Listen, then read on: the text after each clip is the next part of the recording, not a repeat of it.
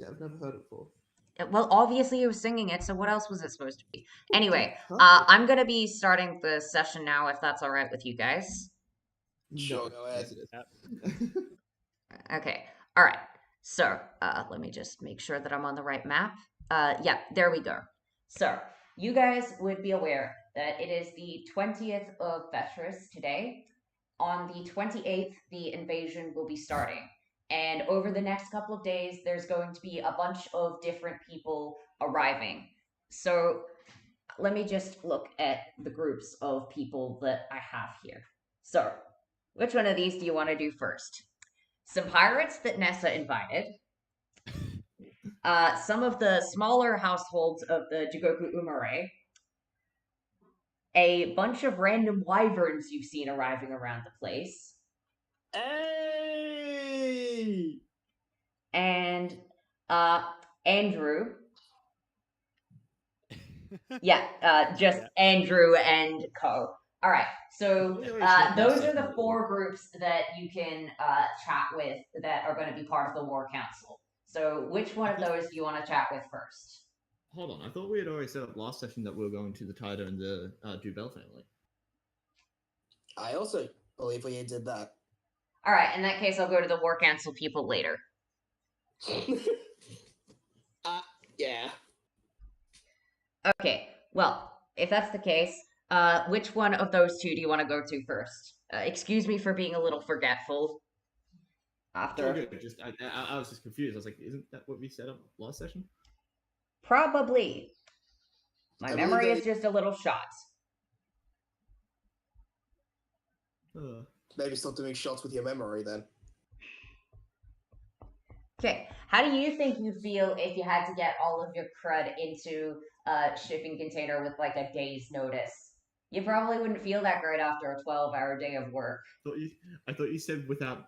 I thought you said without the gays notice. Yeah, I also believe it. Yeah, you have to notify the gays before you move. Obviously, honestly. Don't they have to notify a town before they move here? They're not. He didn't move. He's just visiting. Okay. All right. Anyway, The sounds of Alex saying, "I just not dignifying it. Just don't dignify it." no, that's the sound of I'm not processing what you said, so I'm just going on with trying to get my notes to remember the names of all of these people. I did write down stuff for one of the Dubel members. Okay, cool. In kind of stuff. All right. Well. Yeah.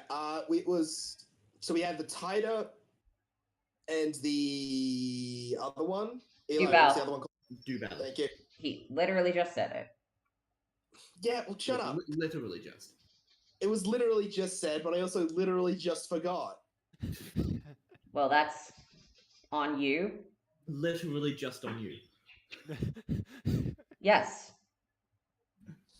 We had fun here. Yeah, definitely do. Okay. All right. So, Taida or Dubel family first. If you guys don't decide, I'm just gonna point you to the Taida family. I think we said that Kana would show up for the Taida one, and then Ryoko would go to the Dubel one. All right. Yes. Kana's from the Taida family, and the Dubel do not like the Taida family. Yes. Yeah. That was the plan. It said she was popping up to both since basically a representative of a member of the War Council. And also, you really wanted to fuck with Liam. Oh, Levi. Okay. No, I can fuck with herself all I want. I have 2 hands still. What do you use the other one for? I have a really weird way of doing it. I don't want to know the details, like a Chinese bird. guys. I don't want to know how you masturbate. Okay. I am very happy to go the entirety of the rest of my life without knowing that. What were you talking about? We were talking about fucking ourselves over. Like, yeah. It's very ezy. You know how I do it with 2 hands? I have one hand holding the other one doing my fingertips so I can buy more gacha. I was wondering what the other hand did, because you only need one hand to tap through the FGO cycles. Oh yeah, well you see the thing is I need 2 hands Guys, to exchange my money. Okay, yeah. Shut up. We are trying to do a session. Okay. All right. Unfortunately, we did some more sessiony stuff beforehand, so our fucking around energy didn't go away. Why didn't you try and get your fucking around energy out while I was setting up my laptop? You had all the time. I was telling Robbie important You stuff. had an hour. So shut the hell up and actually start doing stuff. Okay, we are going to the Taida household. All right, Okay. So let's see. So we have Kana. We have Senshin. Yes. Who else is going to the Taida household? I will. Taishiro. Okay. I love that I can do the voice and you instantly know who it is. Okay. And well then, is David coming? Would you want David there? I mean, he probably should show up because then you won't have any player character. Because if he doesn't, Andrew's definitely not going to be showing up with the law enforcement. And if you don't send David, you aren't going to have any player characters there to do anything. So might be better. Yeah, I'll send. David will go. All right, I'm in. And is Raijin going or is she staying? Fucking Raijin should go. All right, cool. All right, so with powerful families kind of seems like ideally. All right, so everyone except the outlaw is going, which makes sense. Everyone except the criminal is going. Criminal. Okay. Smooth criminal. Yep. So you guys are going to be arriving at the Taida household. You will notice that a fair bit of the outside of the house seems to just have a bunch of glowing metals around it. It seems like a lot of the filigree around the place, it looks like it's glowing from within. You're not sure what's making it do that, whether it's some kind of magic spell cost on it, but as far as you can tell, it just looks like it's an inherent aspect of it. The household looks to be very elegantly set up with fences made of this glowing metal and various rose bushes dotted around the place. You head towards the gate and a butler will look towards you, notice Kana, bow, and open the door. Ah, yes. Good to see you, Mistress Kana. And you, Mr. I imagine she would know his name, but I don't. This is actually a new butler. Oh, okay. And you, Mr. I don't believe I recognize you from before. Mr. Jacob. Ma'am. I am being trained by the old butler who is currently on a bit of a leave of sorts. Are you able to make coffee? I am indeed. Good. Though I believe that would be better suited to one of the maids. They're far more skilled in it. But if you want me to specifically make you coffee, of course I will be happy to oblige. I just need coffee. I haven't had some in quite a while. Very well. She's gonna look around frantically to make sure that Z didn't hear that. No, Z does not appear to be nearby. Actually, screw it. Let me make a perception check for him. Oh no! Oh no! Kana, make a stealth check. Oh shit! Oh god, hold on, gotta get my stuff up. Alright, let's see what you got, Eli. For Z's, I'm gonna go unmodified, so it is gonna be a 16. Kana, what is your stealth with your proficiency in it? Is it higher? Proficiency is journeyman, so half level plus. So half of 10, which is 5, plus 2, which is a plus 7, which means you would also get a 16. Wouldn't he meet it then, and therefore beat it then? You met it, which means you get to re-roll. You also add proficiency to the second roll. Okay, well. Oh. Zero good. All right, Kana, you will feel a presence behind you as the hairs on the back of your neck trickle, and Z will just go, Kana, I got you a coffee. And then when you turn around and you manage to, and the coffee is in your hand, Z is not behind you. You don't know how he did that. You are suddenly a little afraid of your youngest intern. I definitely need this coffee. Holy crap.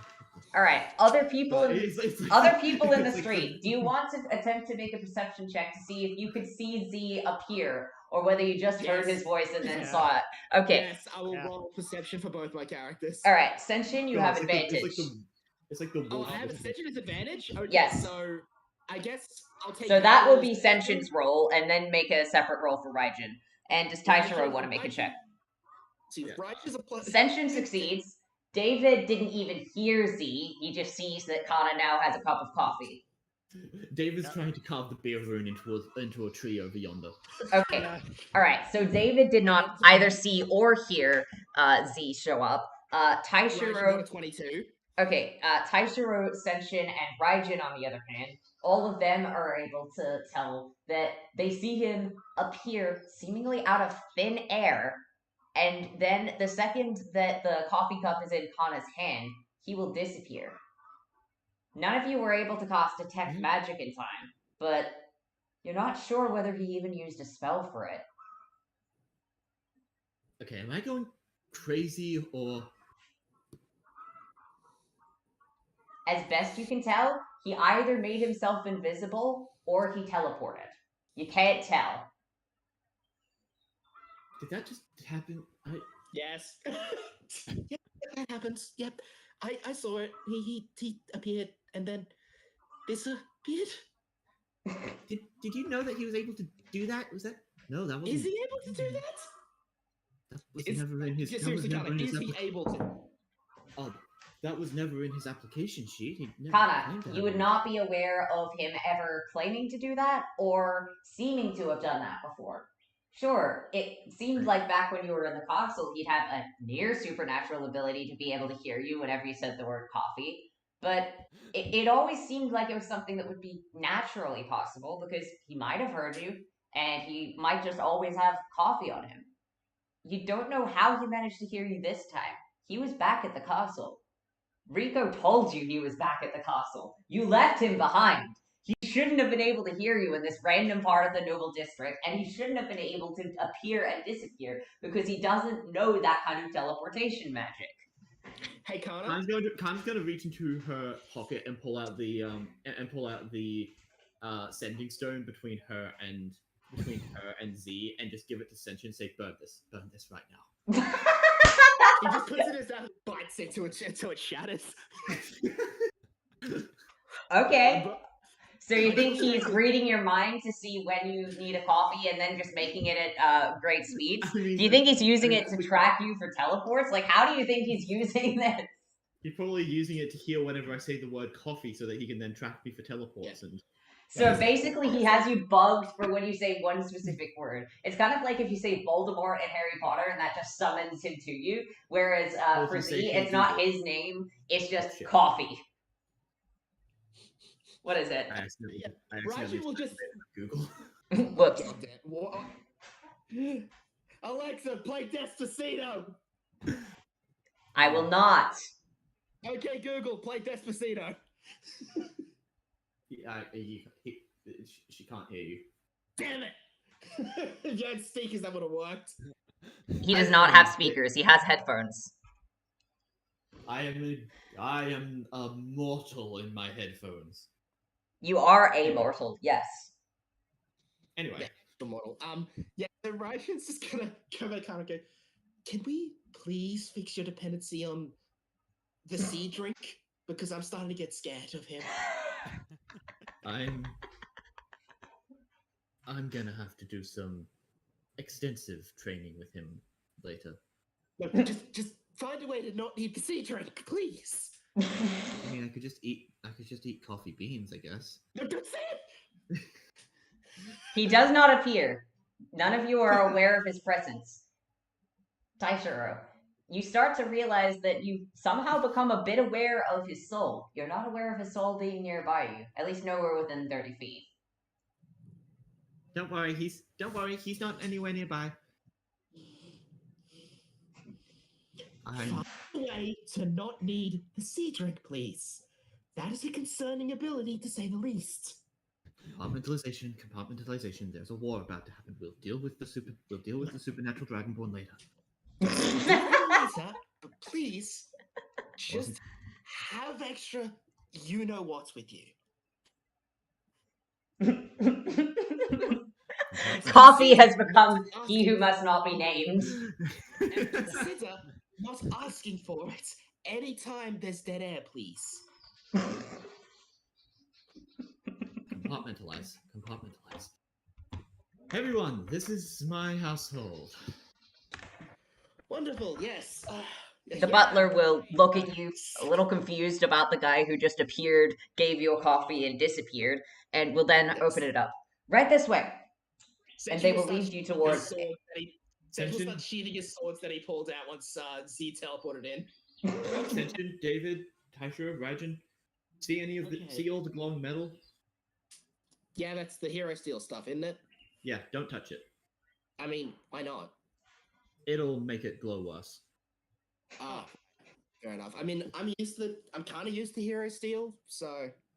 Well, you should have a fairly good understanding of the Taida family. I believe that we made a fair few trades with the Jugoku Uemura and the Yamino Atami Ryu in the past. Everybody makes trades with the Yamino Atami Ryu. We kind of own everything in some way. Not directly, but indirectly in terms of you have the most powerful business relations with everyone. So if anyone wants to trade with anyone else that they haven't got a pre-existing deal with, they go through you guys. You set up pretty much every connection in the merchant world that doesn't already exist. You could say that the Taida family is more of a provider, like how you guys sell. You're a supplier. Supplier, that's the word. I haven't had my coffee yet. Gotta drink it. Kana, you look down to your hand. There's another cup of coffee. I didn't even start this one.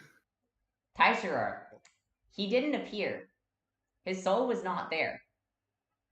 Okay, now that's weird. Stop asking for it, Kana. Just stop asking for it. At this point, I'm starting to get more worried than I should be.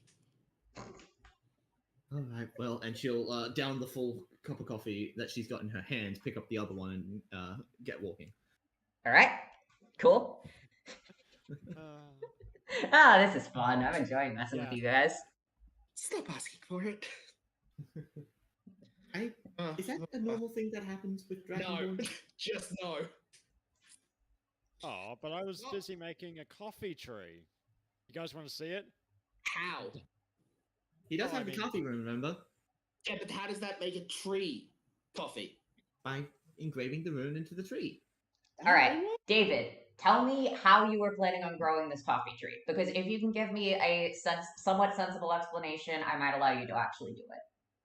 All right, so what I was planning was the tree's going to be made out of stone because David can't build in any other way. Okay, so you're planning on carving a tree out of stone and then engraving the coffee rune on it. Yeah. All right, that will cause the tree to turn into a type of fountain, which will end up just having coffee coming out of it. If you want to make a coffee tree, you're going to need to do it in a slightly different way. Okay, let's see.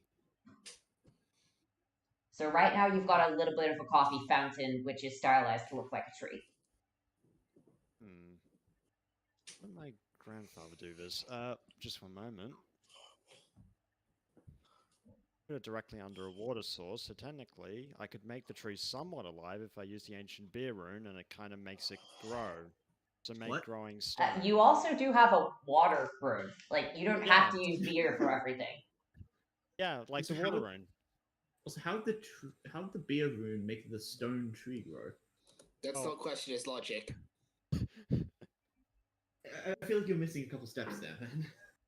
Well, I mean, It was like a road to lunacy. Yeah, well, I can use like the fire rune and kind of like use the gravity rune and kind of like shape the stone by making it into magma. So it's like magma rock. Okay, and how are you going to make magma rock into a living tree?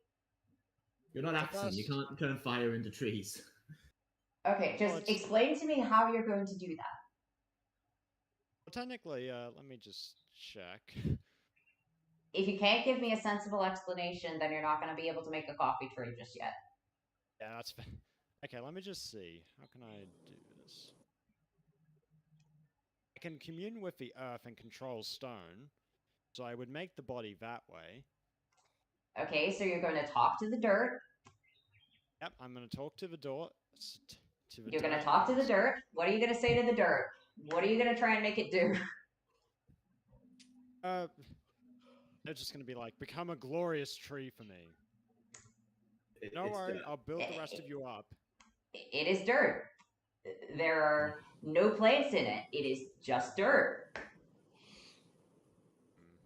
Look, this is very interesting and all, but I think that there's. Okay, I think all right. that You're we're not going able to to get make the involved coffee in this. tree because all of those explanations. Yeah.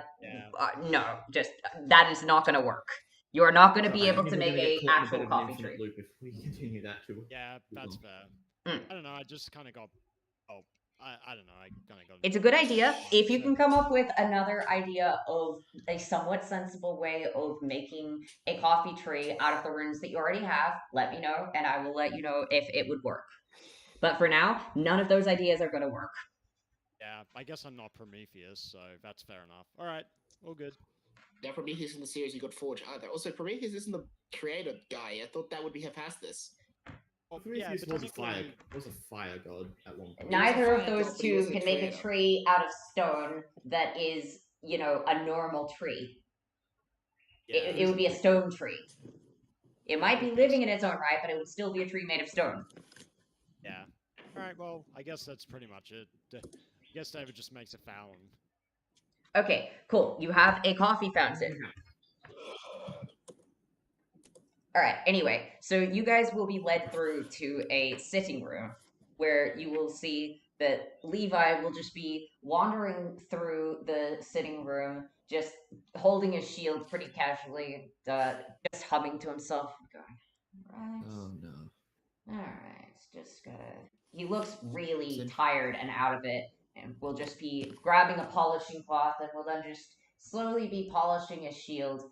And then after a couple of seconds, he'll look over, look Kana in the eyes, blink. I didn't realize we'd be having guests over today. And then he'll just straighten up his shield.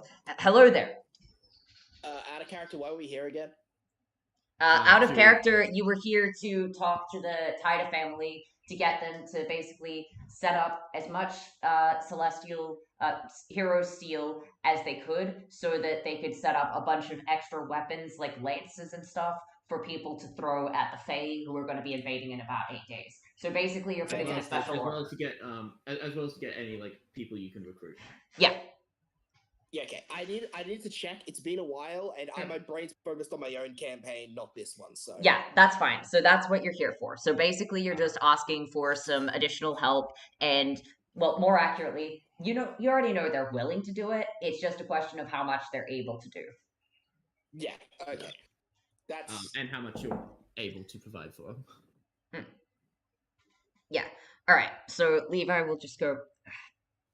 All right. I'll make sure that mother and father are here to see you. I'm assuming this is not a social visit. No, we're trying. No, this is about the invasion that's going to happen soon. So I appreciate the cooperation, Levi. Yeah. And he's just going to head into the next room. He looks like he's rubbing his eyes a bit. He doesn't usually look this tired. It looks like he normally tries to conceal the fact that he's not at 100%, but it looks like he's actually behaving like a person normally would at home. It's strange. You don't remember him acting like this much. Certainly not when you were at home. What's going on with him? After Oh, yeah? Sorry, I was just. Oh, Ascension. Mhm. Whatever you do, please don't ask him what the name of his shield is. why would I? We would be here all day. Why would I ask what the name of the shield is? Why would someone name a shield? You name weapons. But you Shield just is the shield indicate to the is sword that he's not holding. the shield is his weapon. Kind of loser uses a shield. I love you, Mash. Hey, don't insult the Shielder class! I know, Ascension is insulting the Shielder class. I am making it obvious that I do not endorse the opinions of my roleplay character. Yeah, that's fair enough. Oh man. After a couple of seconds, you will see the Earl Marcus Tida from yesterday will start wheeling himself in. And he will look over at you and will say, it's good to see you again, especially in a much calmer setting than yesterday's trial. I hope you are all doing well. Good to see you too, Dad. Mm. I know. I don't think you've been officially introduced to my companions. Mm. This is. Well, I'll allow them to do introductions. Everyone, this is my father, Earl Marcus Tyder of the Tyder household. He's responsible for mostly running the interfamily relations, deciding who gets how much hero steel to sell, um, keeping good relations within the family, doing taxes, all that sort of thing. Understandable. Yes. It's a good job to have. It's not generally one that's as difficult as the ones that my wife handles with people outside of the family, but I quite enjoy it. It definitely works well for my expertise. Oh, excuse me for my rudeness, and he'll just call in a servant. Would you mind getting us some tea and some coffee as well, please? Yes, of course, sir. Thank you. And he will just gesture to all of you, if you aren't sitting down, to sit down. It looks like the lounge area is a bunch of single chair recliners. They look to be very comfortable. He's got a very clear space where all of the other chairs are in a bit of a circle, but there's one clear gap, which is where he's sat down in his wheelchair. Mm-hmm. And there's a bit of a table in the center. It looks like this place is very much set up for meetings such as these, for everyone to be comfortable while they talk over what looks to be a bunch of tea and biscuits. You will notice that there are a bunch of small sweet treats in the center that you can easily reach if you want. Fair enough then. Well, I guess. Tasha will grab one of the sweet treats. All right, sweet. Raisha will sit. Essentially, will consider. Will basically take a long look at the sweet treats before deciding he should be responsible for once and sit down. Ah, yes, being responsible, sitting down. You just feel kind of pat you on the back. Proud of you. I was gonna eat the entire plate otherwise. Please help yourself to as many as you'd like. There's plenty more. There's plenty more plates of them in the other room. This is just the introductory lot that we have out. Yeah, I understand, but I am waiting on breakfast, and I probably nearly ate the castle out of all their resources last time I was hungry, so I would rather not deplete your larder to a significant degree. Ah, that should be no problem. Our larder is in good condition right now. If No, you it's are not. hungry and if you haven't had anything to eat. You underestimate my appetite. Father, please. Trust him on this one. I have eaten an entire wyvern single-handedly, and that was just a breakfast treat. Wow, you certainly have an impressive appetite. Not that I'd expect anything else from a amazing warrior such as yourself. So I would suggest I would not do that, because once we get started, we do not stop until we are full.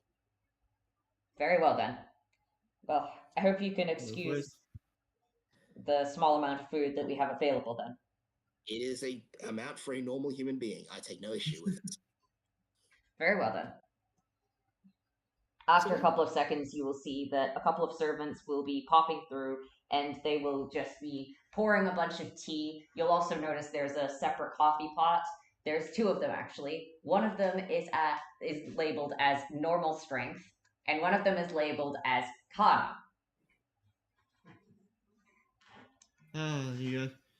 Even after all this time, you still know me so well. Don't say the C word. But of course, after all, you have a difficult job. From what I've heard, you're acting Commodore now. Yes, and you're training an entirely new squad. That would be these people here. I don't believe you've been formally introduced, so I'll do the honors. This is Senshin Jigoku Humare. This is Raijin Yamino Itami Ryu. This is David. No last name given. This is Taishiro, also no last name. Davidson. His last name is Davidson. Davidson, right. This is David Davidson. His father was also named David.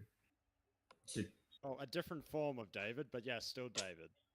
Was your grandfather named David too? Oh, he was named Davard.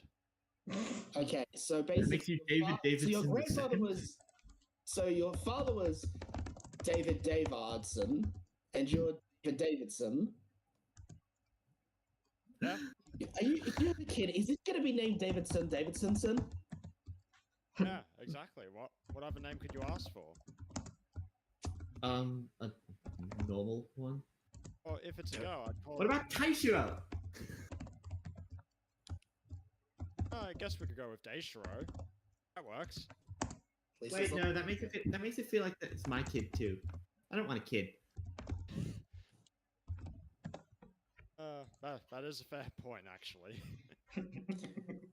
There we go. That's the family line.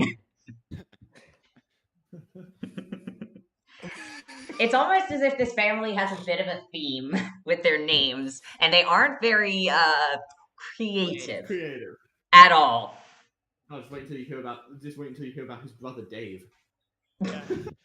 Dave Davidson and his son Dave Davidson.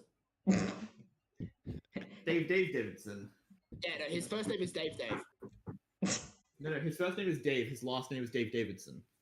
His first name is Dave, and his last name is Dave Davidson. No, his first name is Dave, his middle name is Dave, and his last name is Davidson, obviously. Jesus Christ, you can make an entire skillet song by just pronouncing the names. Yeah, you can. Dave Davidson, Dave Davidson, Dave David. Yeah, so basically, Dave. Davidson. In 5 years to the future, we'll eventually someday meet the great king of the mountain, Dave.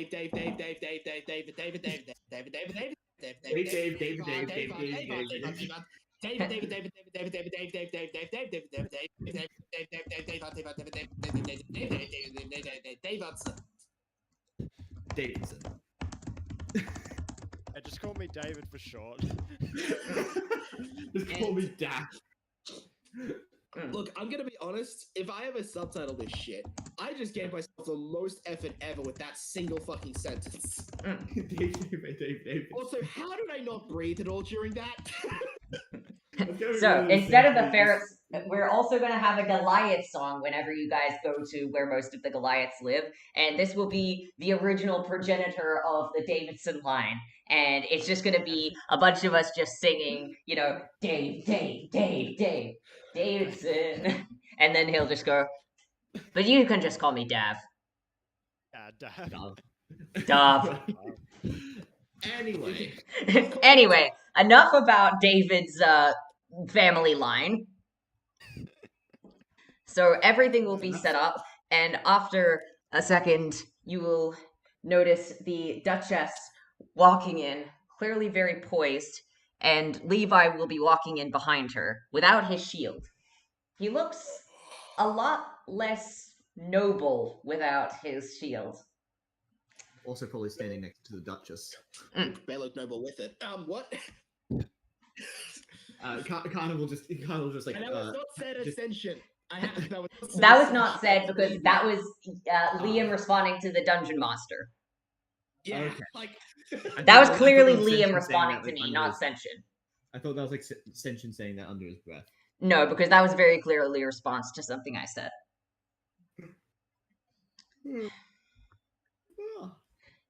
Kana, it's good to see you, and your friends as well. I see that Marcus has already gotten out all of the sweet treats. Very well. Let us get started then. And she will sit down, and Levi will just sit down in another single chair. Clearly not at the head, but just listening in. He will pour himself a cup of tea and then pass it to his father, and will then pour one for himself. Mm-hmm. Now this is truly the beverage. The beverage of nobility. And he will just clink his glass with his father, and they will both clearly enjoy their tea very much.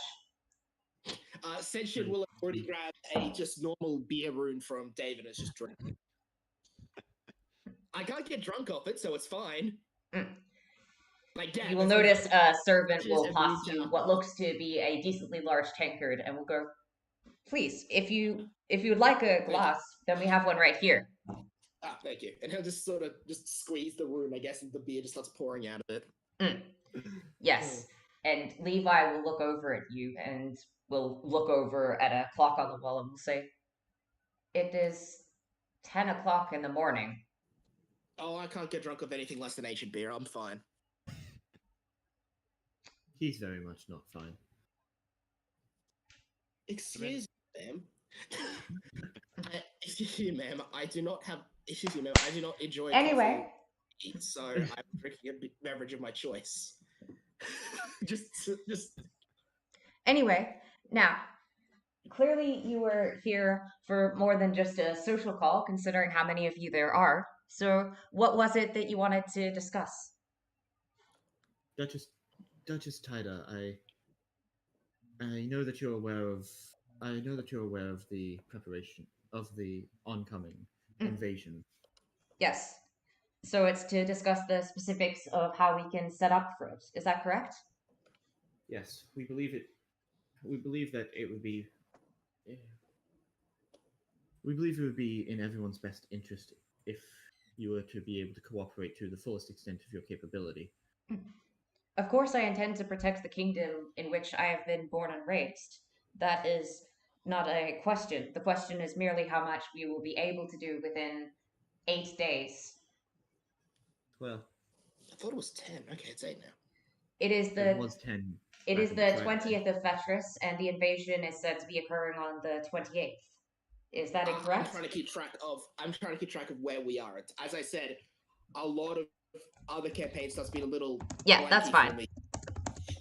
Like, I'm gonna be a lot less attention paying right now because what's the word? Able to recall this stuff because That's I'm fine. currently in the middle of writing a major arc, so Yeah. All right. like, I'm sure you can get me. Yeah, I can. I'm just not sure whether you're saying this stuff in or out of character. So if you're saying it out of character, could you specify? If it's saying I have the like, basically, if it's me, if it sounds like I'm forgetting something, Okay. most likely I've genuinely forgotten it because the characters would know it. Yeah, that's fair. All right, gotcha. Okay. Let me see. All right. I should be able to have a quick look over our documents to see how much of the hero steel we can get. I'm certain that we should be able to communicate with the other families and simply send them a greater portion next month. It will likely interfere with our trade, but such is the necessity to protect this city. And, dear, how many allies do you think we can have? Well, Obviously, yeah, what was that, Eli? I was going to say, obviously Levi can provide us with the police support, with the guard support, but Of course I can. But the more forces we have protecting us, well, that means the less that each of us has to worry about shielding our compatriots, because we will be certain of their strength. We won't need to worry as much as if they were civilians. Levi, how many does the guards number? At this stage, I would say about 300. All of them are highly trained, of course, and all of them have hero steel weapons. We can guarantee a minimum of 200 of the Jigoku Umarai. Excellent. It sounds like we have a pretty good force set up already. Are there any other forces that we are expecting? We have, let's see, this is pirates. Though I'm not sure how capable they would be at land battling. if nothing else, they might be able to provide us. They might be able to provide us with cannon fire. Yeah, they'll likely be best as range support. Pirates. We're planning on. Are we certain they can be trusted? We're certain they can be trusted more than Fae. And at this point, we're certain we don't have much of a choice. If we had far more time, you could likely just rely on more of the Jigoku Umarai. But right now, we can't count more. Right now, the absolute limit we could the absolute limit that could arrive in time, provided everything goes perfectly right and all messages received on time or ahead of it, is 1,000. We plan to interact with. Well, we missed. Sorry, long day. We plan to go to the Dubell family next and request their assistance as well. At least the other members of the squad are. Yeah, Dude, that'll you- was mine and Rajan's job. I hope that Obviously, you yourself are not planning on going, No, Acting of course Commodore. not. Of course not. There would be too much Bad blood. bias in the way. Yes. I would hope that they would see past our interfamily politics in order to protect the kingdom that we both value, but of course, it's best not to risk it. Yeah, no. There is another. I'm at least adept in war function. I'm at least adept with war negotiations and functionality, so I can assist in that department. Well, I am certain that if Arcana here trained you, then you should be incredibly skilled. Well, when it comes to specifics of fighting a war, that's more so my family's experience than it is that gained from training under her. Yes, I've taught him a lot more I've taught him a lot more about maintaining peace than enacting in war. It does make Well, sense considering the role of the Virgil Dub Brigade. Listen, mother, father, Mm. this is all well and good, and we can use all the help we can get regarding the hero steel. But there is another thing that we came here to. There is another possibility that I came here to ask you of. Very well. What is the I know this is a possibility? big- I know this is a big if, but do you think you could? Do you think you might be able to get them to come and help us? By them, you mean. And Kana, you will notice her eyes gesturing to a very specific spot, which you will recognize. Yes. Of course, that's what I mean. I will see. It is likely we are going to end up owing them a great amount, and we may require some of the kingdom's help afterwards to repay that debt, but provided they are willing to assist us with repaying that debt, then we should be completely fine to request it of them. Well, any debt that you require would happily be paid by Senshin. I believe this would be more of a kingdom's expense, would it not? I would be far more likely to ask the queen of this nation. I was simply making a jest. Besides, you know that they normally don't take money as payment. Yes, they are more likely to require certain deeds to be done. Yes, which is why I recommended Senshin for that. Mm. He's got a decent amount of experience with performing deeds for the sake of payment. Just Well- say I'm a mercenary. It sounds less disturbing. I will be honest, I forgot the word for a second there. It's been a while since I've been back at home. And I need more of this. And she'll pick up the coffee mug and start drinking it again. Levi will look over at you, Kana, look over at the spot, look at Senshin, then look back at you, and will say, Are you certain they would allow him to be the one that does the deeds? That's enough bring now. it- No, After all, they merely consider the heroism of the acts, regardless of who is doing it. And, well, let's face it, the heroic nature of someone's heart matters far more than any other matters. that is what activates hero steel, after all. Exactly. So I see no reason why he would not be capable of that, especially after saving his own kingdom so recently. I will ask. I cannot guarantee what their response will be, but I will ask, and I will inform you of whatever debt they request. As for the hero steel, we will look over our books and we'll see how much we can get. And, dear, and she will gesture over to Marcus, if you would be able to get in touch with the other families, see if they could send any warriors this way, that would be of a great help. Of course. I will get on the sending spells right away after this meeting is concluded. Oh, and Elizabeth? Yes. Can you pull out? Can you grab just a piece of the hero's steel? I want to test something with the other members here. All right. So, Kana, you will see that she will go over to what looks to be a display cabinet of sorts, and she will pull out an ornate looking dagger. It looks like it's not specifically a relic of any kind, it just looks like it's one that's designed to be pretty, and she will pass it over. It is very clearly made of hero steel. All right. You have a dagger suppose made I of should- hero steel. Now, Ascension, and Raijin, you probably both know what this does, but I should probably explain it for the other two here. Yes, make sure the other two don't panic. This is hero steel. It's a type of metal that takes the heroism within a person's heart and turns it into radiant energy to be used in combat. Many warriors and heroes in history have utilized hero steel in some capacity. The more heroic your heart, the more radiant energy you can draw through it. As you'll see, and she'll pick up the dagger, and it will be completely dormant.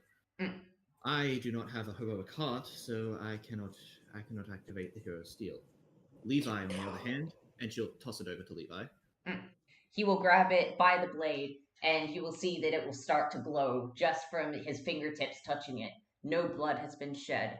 No other response. Nothing has happened. He is just holding it. Levi has a very heroic heart, and so he's able to draw an immense amount of power from the hero steel.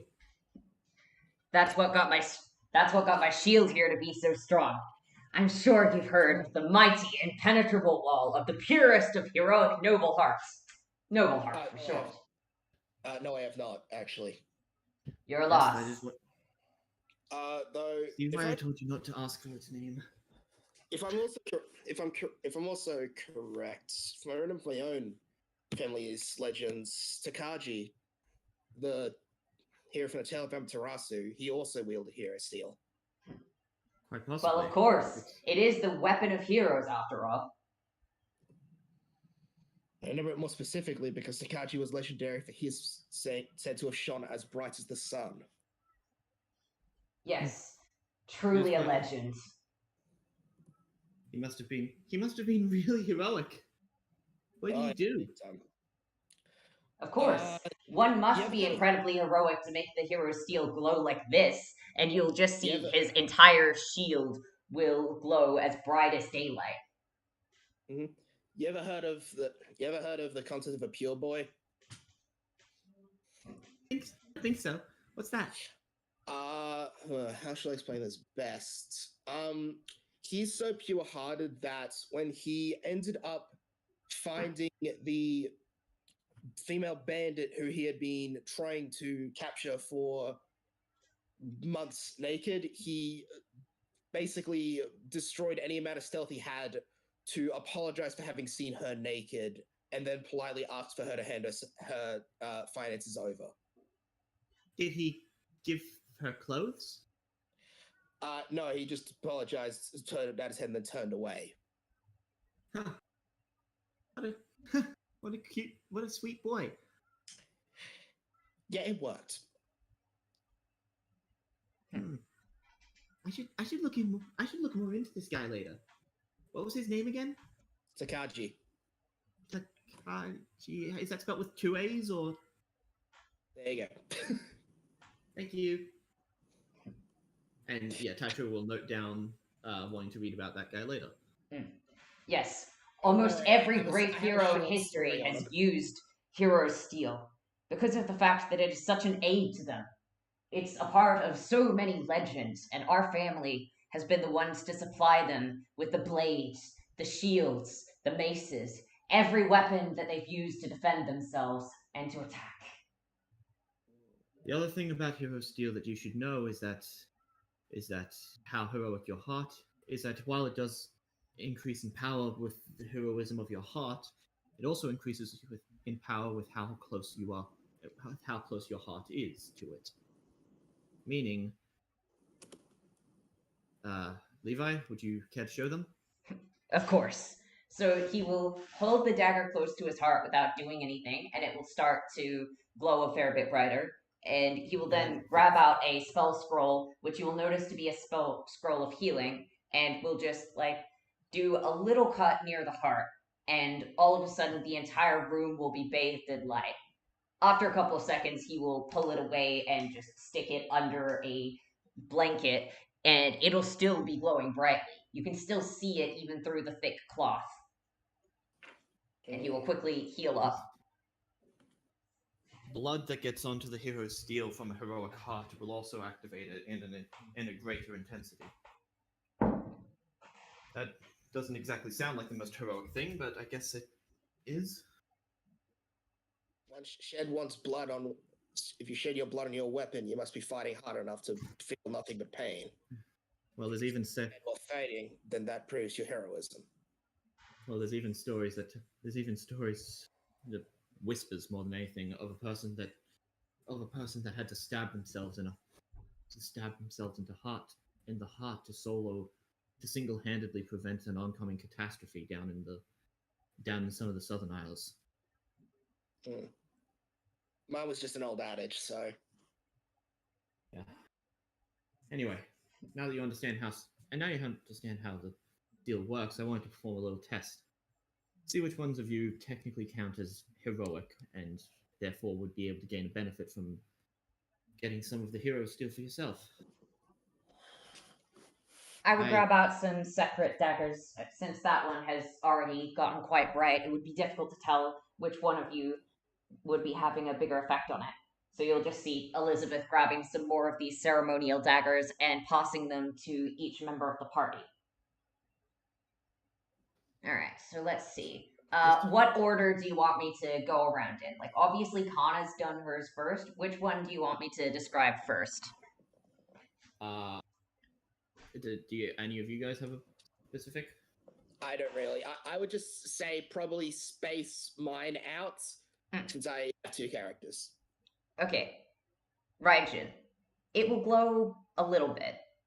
Even when you just hold it up to near where your heart is, it's clear that it has some effect and that you are able to make it glow, but it's nowhere near as bright as Levi's. Taishiro. You will see that it's glowing brighter than Raijin's. It's definitely noticeable and about the light of an average bright lamp. Then, let's see. David. Yours just... well, it appears to be flickering a fair bit. It goes between about the brightness of Raijin's to slightly brighter than Taishiro's. It's unclear why it's flickering, though. Is David drinking again? You can't see David drinking right now. Well, correction. You can't see him squeezing an ancient beer rune. You can, however, see that he was also provided with a tankard, and he has been drinking out of that. Apparently, alcohol tends to screw with heroes' steel. Guys, check it out. What's mine? It's bright. Mine's actually kind of bright. I considered heroic. Alex. Yeah? Let's see, what's mine? Ascension? Yeah, Ascensions is going to be the last one. Now, you will notice that with the dagger, there is a bit of a groove in the center. You assume that's probably for whenever people are trying to get blood on it. One half... actually, wait, no, never mind. You will notice that the groove itself will start to glow, and then will just seemingly make the rest of the blade completely invisible with how bright the light coming from it is. You can't even clearly determine where the blade begins and ends because of the fact that the light there is just completely blinding.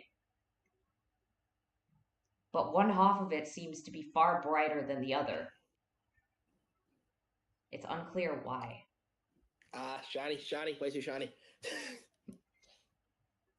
And it is clear that even when you are holding it away from your body, it is brighter even than when Levi was holding it close to his heart. Shiny, way too shiny. Okay, I feel like that's enough brightness for one day. After Since you you put chuck the it head down. away, then it will completely stop being so bright. But it is very clear that the hero still noticed a kind of duality in you, and that clearly it was able to sense two different sources of possible heroism, and one was clearly far more notable than the other. Tension. One half of it was blinding. What was the other? One half of Completely it was blinding, but the other half was, let's see, one half of it was completely blinding, and the other half was probably about equivalent to when Levi was holding it about elbow's length away from his heart. God, that's bright. Tension, that's... I don't think this ever happened before, Tension. It has not. Typically- You would be aware that whenever one person is holding the hero's steel, the glow is always homogeneous. The only times that it's ever seemed to change sufficiently are whenever a person is, well, possessed or when they're intoxicated. Both examples of which you have somewhat seen here. You will notice that the different members of the family will look over at Kana, look a little suspiciously at Senshin, look back to Kana. You will receive a message that will say, "Is he to be trusted? It is clear that he has a heroic heart, but his response." I believe he's...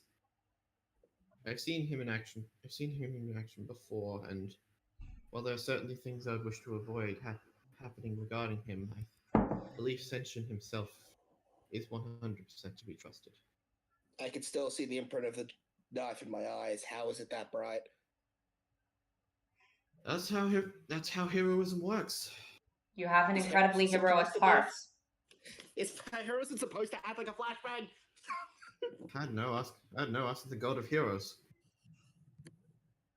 Nah, the last time I did that, he just told me you're on your own, bud. Although that was unrelated. Wait, you? That's not even untrue. I think I literally said, "Oh God of glory, give me strength." And then he just God didn't. Of glory is the god of glory is a different person. The god of heroes. They actually famously have a rivalry. Technically, the god of glory and the god of heroes are both Narvok. It's the god of champions who has a rivalry with the god of heroes. The god of champions is known as Gog, and he has a rivalry with Narvok. However, the Narvok is both the god of glory, heroes, and legends. So both of so heroes and glory are actually the same person. It's champions that is separate. I would have thought that glory would go to champions over I heroes. imagine the thing is, both of them are probably in some way a god of glory. It's just the definition of. I guess different kind. Different. I guess a different kind of glory, like glory in the arena versus glory in the world. Yeah, the issue is with those two, they tend to have a lot of overlap since they're in the same pantheon, and they also tend to largely represent similar stuff. So oftentimes, different titles are attributed to different ones of them. It's just that if people can only refer to one of them as a god of glory, they're probably gonna schmooze up to, the primordial god who's one of the zodiac and one of the more powerful ones, rather than the demigod. Which probably doesn't help with the whole which probably doesn't help with the whole rivalry they've got going on. Yeah, like people are going to pick to endear themselves to Narvok rather than Gog. Because obviously. But yeah, okay. So I legitimately just would have thought that glory. That's fine. Champions was like glory in the arena. It is it is definitely something that confuses a lot of people in universe, so that's not surprising. Okay. Mm-hmm. Well, Kana would probably know the difference, considering who the family is. Yes, considering the fact that they actively worship this god, yes. The god being Narvok, not Yes. dog. Yeah. Um, Yeah, so that gag line still works because that actually did genuinely happen at one point. it did, yeah. Yeah.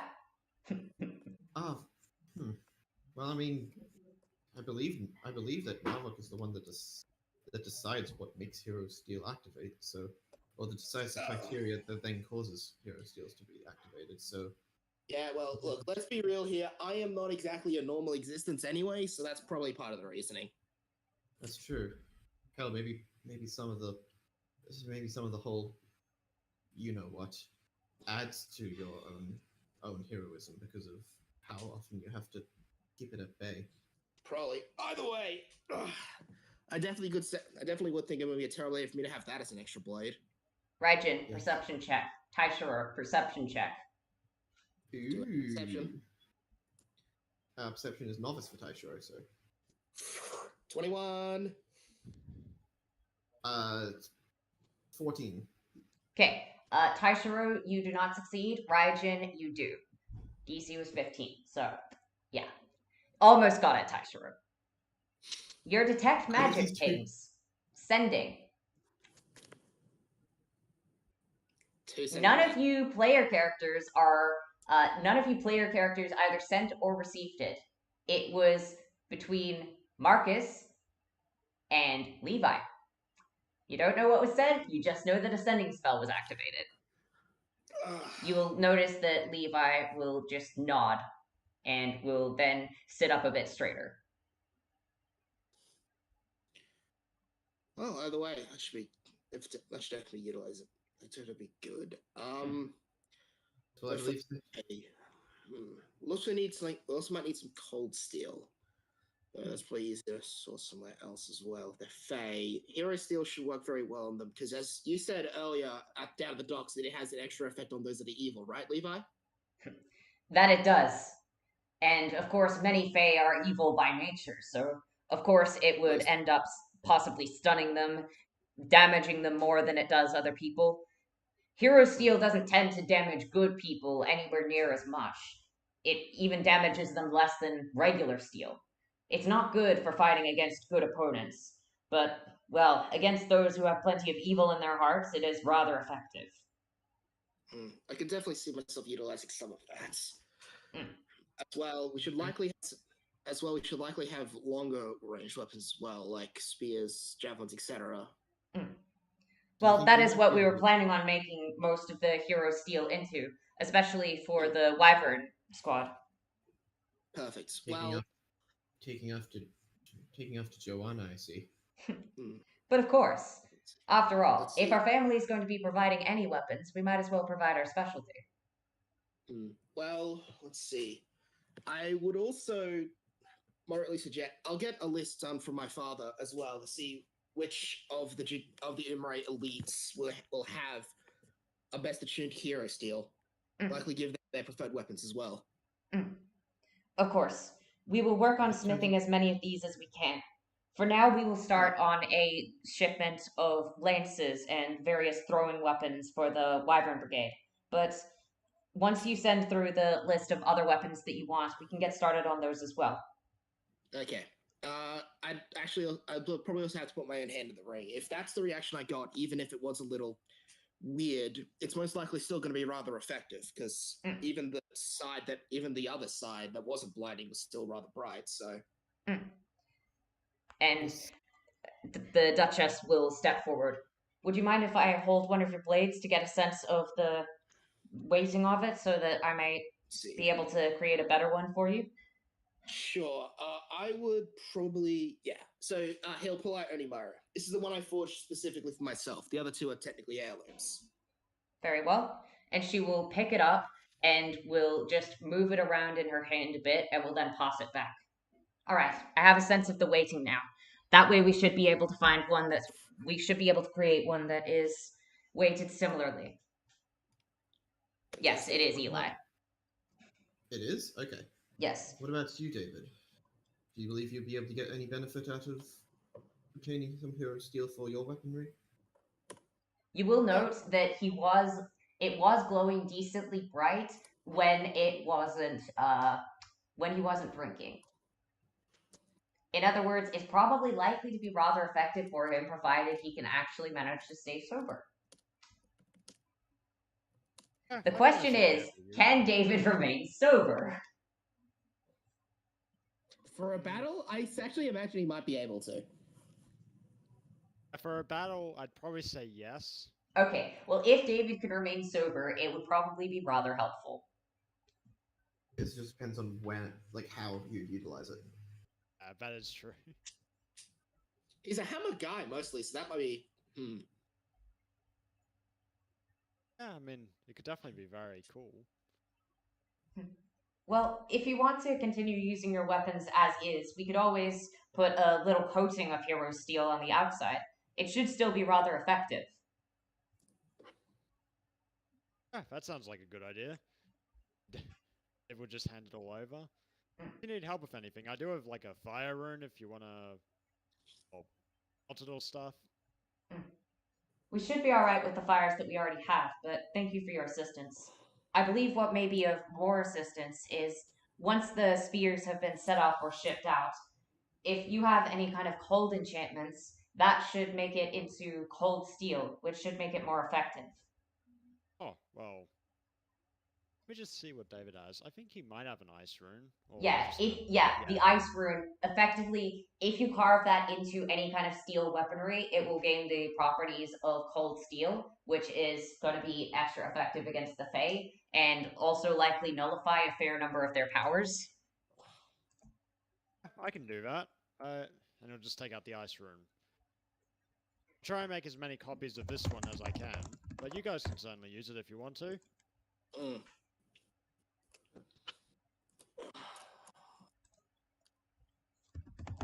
I think it'd be awesome if I could get my rapier turned into hero steel. Very well then. And Tashiro will just hand over the conductor's wand. This does not look like a rapier right now. Right, And she sorry, will just and- quickly toss it back. Right, sorry, and he'll unsheath it. All right. Ah, yes, that's more like it. And she will swing it around and will go, all right, I have a sense of the waiting now. Okay.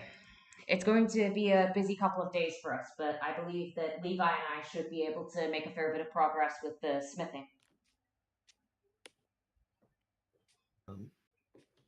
Yes, and I'm looking forward to hearing the results of. I'm looking forward to hearing the results of your interactions with the man upstairs. and Marcus will look over at you all. Of course, I will mostly be helping with the communicating with the various people that I will be asking for help from, but don't worry. I should be back fairly soon after the meeting. And I will let you know how many more of the Taida family we should be able to assemble.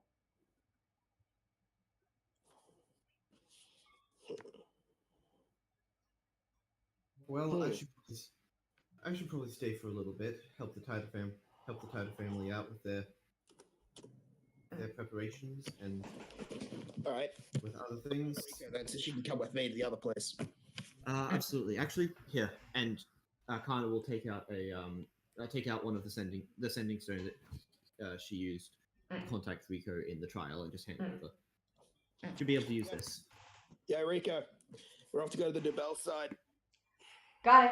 I'm already standing out in the street, so I'll see you as soon as you're done. Fantastic. Also, you guys won't be able to find me for a little bit, so don't look. Ominous, but okay. Marcus will just smile over at you all. Don't worry, she's just going to be assisting me with the meeting. Yeah, I'm not gonna. It's still ominous. No need to Well, worry. if everything goes well, hopefully it won't be ominous anymore. Ominous. I need more coffee. Don't say that. Kana, perception check. Ah, shit. Hold on a second.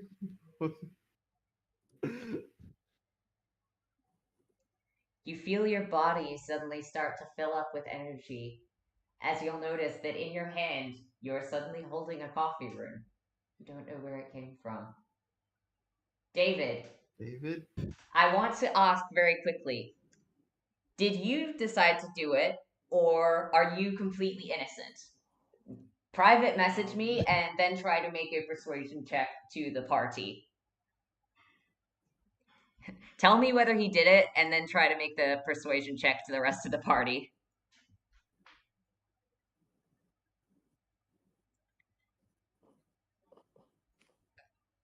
Okay, alright.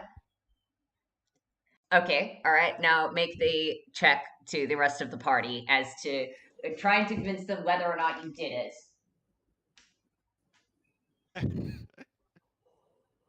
Okay, David, what are you saying to the party? And which way are you trying to convince them? Are you trying to convince them that you did it or you didn't? Yeah, it must have been that Dragonborn fella. I just saw him down over there. And you see just an illusion pop up. You see the illusion of the Dragonborn standing in the shadows. Wait, but Raishin is detect magic up. Okay, Raijin, you would be aware of illusion magic. You would also be distinctly unaware of any teleportation magic. Not that you're sure you were aware of it before. You also do not detect any abjuration magic, of which sometimes the invisibility spell is a part. So you just detect an illusion. David, did you do it? Oh no, I swear it couldn't possibly be me. It was clearly that guy over there.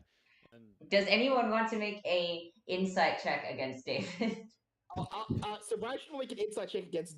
Wait, do I have insight on her? Actually, I have to check that. First up, but It's a charisma skill, so you're not guaranteed to have master in it, like with all of your wisdom skills. Insight. I do not have it with. I do not have it with her. Let's jump to my skills with Senshin, who also doesn't have it, so it'd be far either way. But this can just prove a point. She's going to walk up to the illusion and just walk through it. Yep. All right. Just Raijin. Just Raijin or whoever has any form of detect magic up, which I will allow Taisharu to do it, but only Raijin and Taisharu are allowed to make this check. Alrighty, well, Okay, Taisharu will make the check. I'll roll insight for her as well. Yeah, Fitzraijin does no good with insight, but Okay. Taisharu doesn't have any insight, but Okay, in that case, you're fairly certain that while David might have put the illusion there to mess with you, there's no way he could have managed to get across the room to put it in Kana's hand without anyone noticing him. He's not that sneaky. the kind of 7-foot giant thing doesn't really help. Yeah, so like while he did put the illusion there pretty clearly, it's also pretty obvious that no, he didn't do it. Kana got the coffee rune from somewhere, but David clearly wasn't the one to stick it there. okay. Senshin's will is finally broken and he started wolfing out some of the biscuits. Okay. Alright, you will notice that the Tidas will look back after a second to see that the biscuits are missing, as well as the plate. You're not sure where the plate went, but it clearly isn't on the table anymore.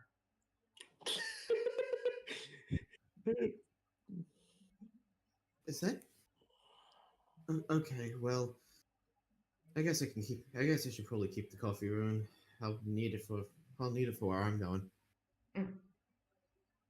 Alright, well, if that is all, Kana and I had probably best get going to get to the meeting, ensure that we're able to get all of the support we possibly can. Fantastic. Well, in that case, I've got to go talk to the other guys. Do Bell. Best of luck with your meeting. Be good to remember that for when you're interacting with them. I'll probably remember what I.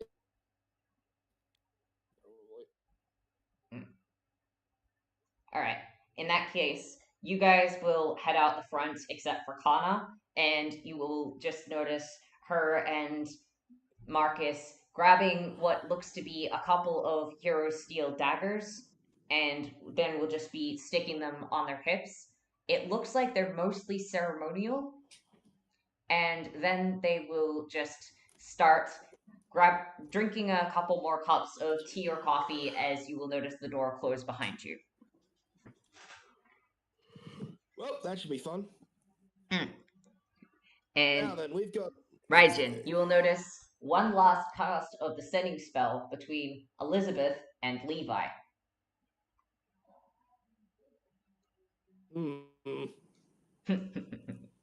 You have no Interesting. idea what they're saying, but you know they're trying to keep it secret. Well, until for a while now, Russian is just gonna keep that up on her on an ever increasing list of reasons I need to learn some sort of mind reading spell. And I mean, there's plenty of people around here in this city who could absolutely teach you that. yes, including that I can trust. Marcus, actually. Yeah, he does know that. He is very good with magic. He kind of has to be because he doesn't have legs. He has Well, he legs, does they just have- don't work. Yeah, he does have legs. They just aren't functional at all. Yeah, Alex. Yes, he would have. It's just that no one particularly brought it up. Oh my god, guys, that place was so cool, and we now know that we're heroes, and the hero steel was shining so brightly, and there was that really cool spear on the wall, and Well, that's the first part of this done. Time to go talk to the guys with the evil stuff or whatever it is. evil stuff. Oh yeah, the dead stone.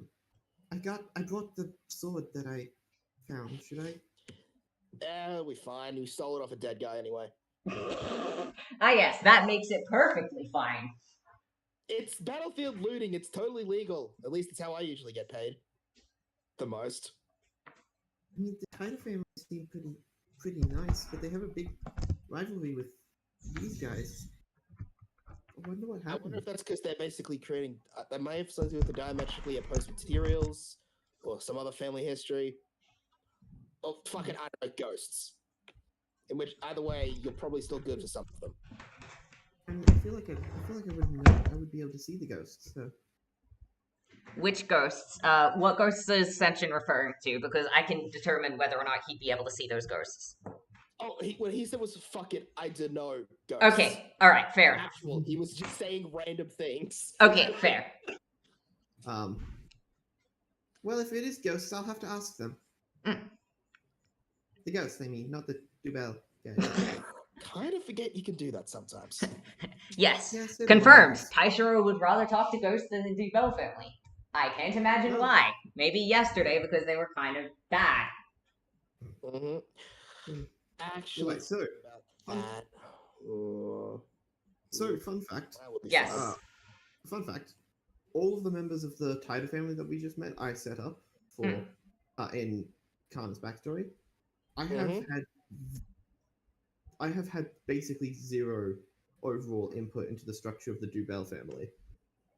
I I put in every idea that you've given me. Yeah, I did. But I'm just saying, like, I don't even know what's going to be happening here. Mm. I just know one of them.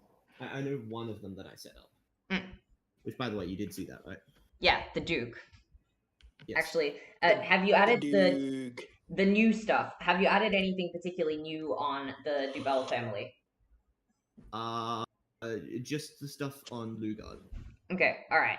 Let me just quickly double check. How new did you put it? How recently did you put it in? I did it in the last session. Okay. Alright. So down here. I can't see where here is. I'm just gonna have to go down slowly. I have to do this on my phone because I don't have a second monitor like I'm used to. Okay. Alright. How far down did you put this? It's at near the bottom, just above limited use technique ideas. Okay. Alright. I'm at the section explaining Marcus and Elizabeth Taida. Yeah, below that. Well below that. It's below the explanation of the other Okay, section. yeah. Alright, let's see. Okay. Alright. Okay.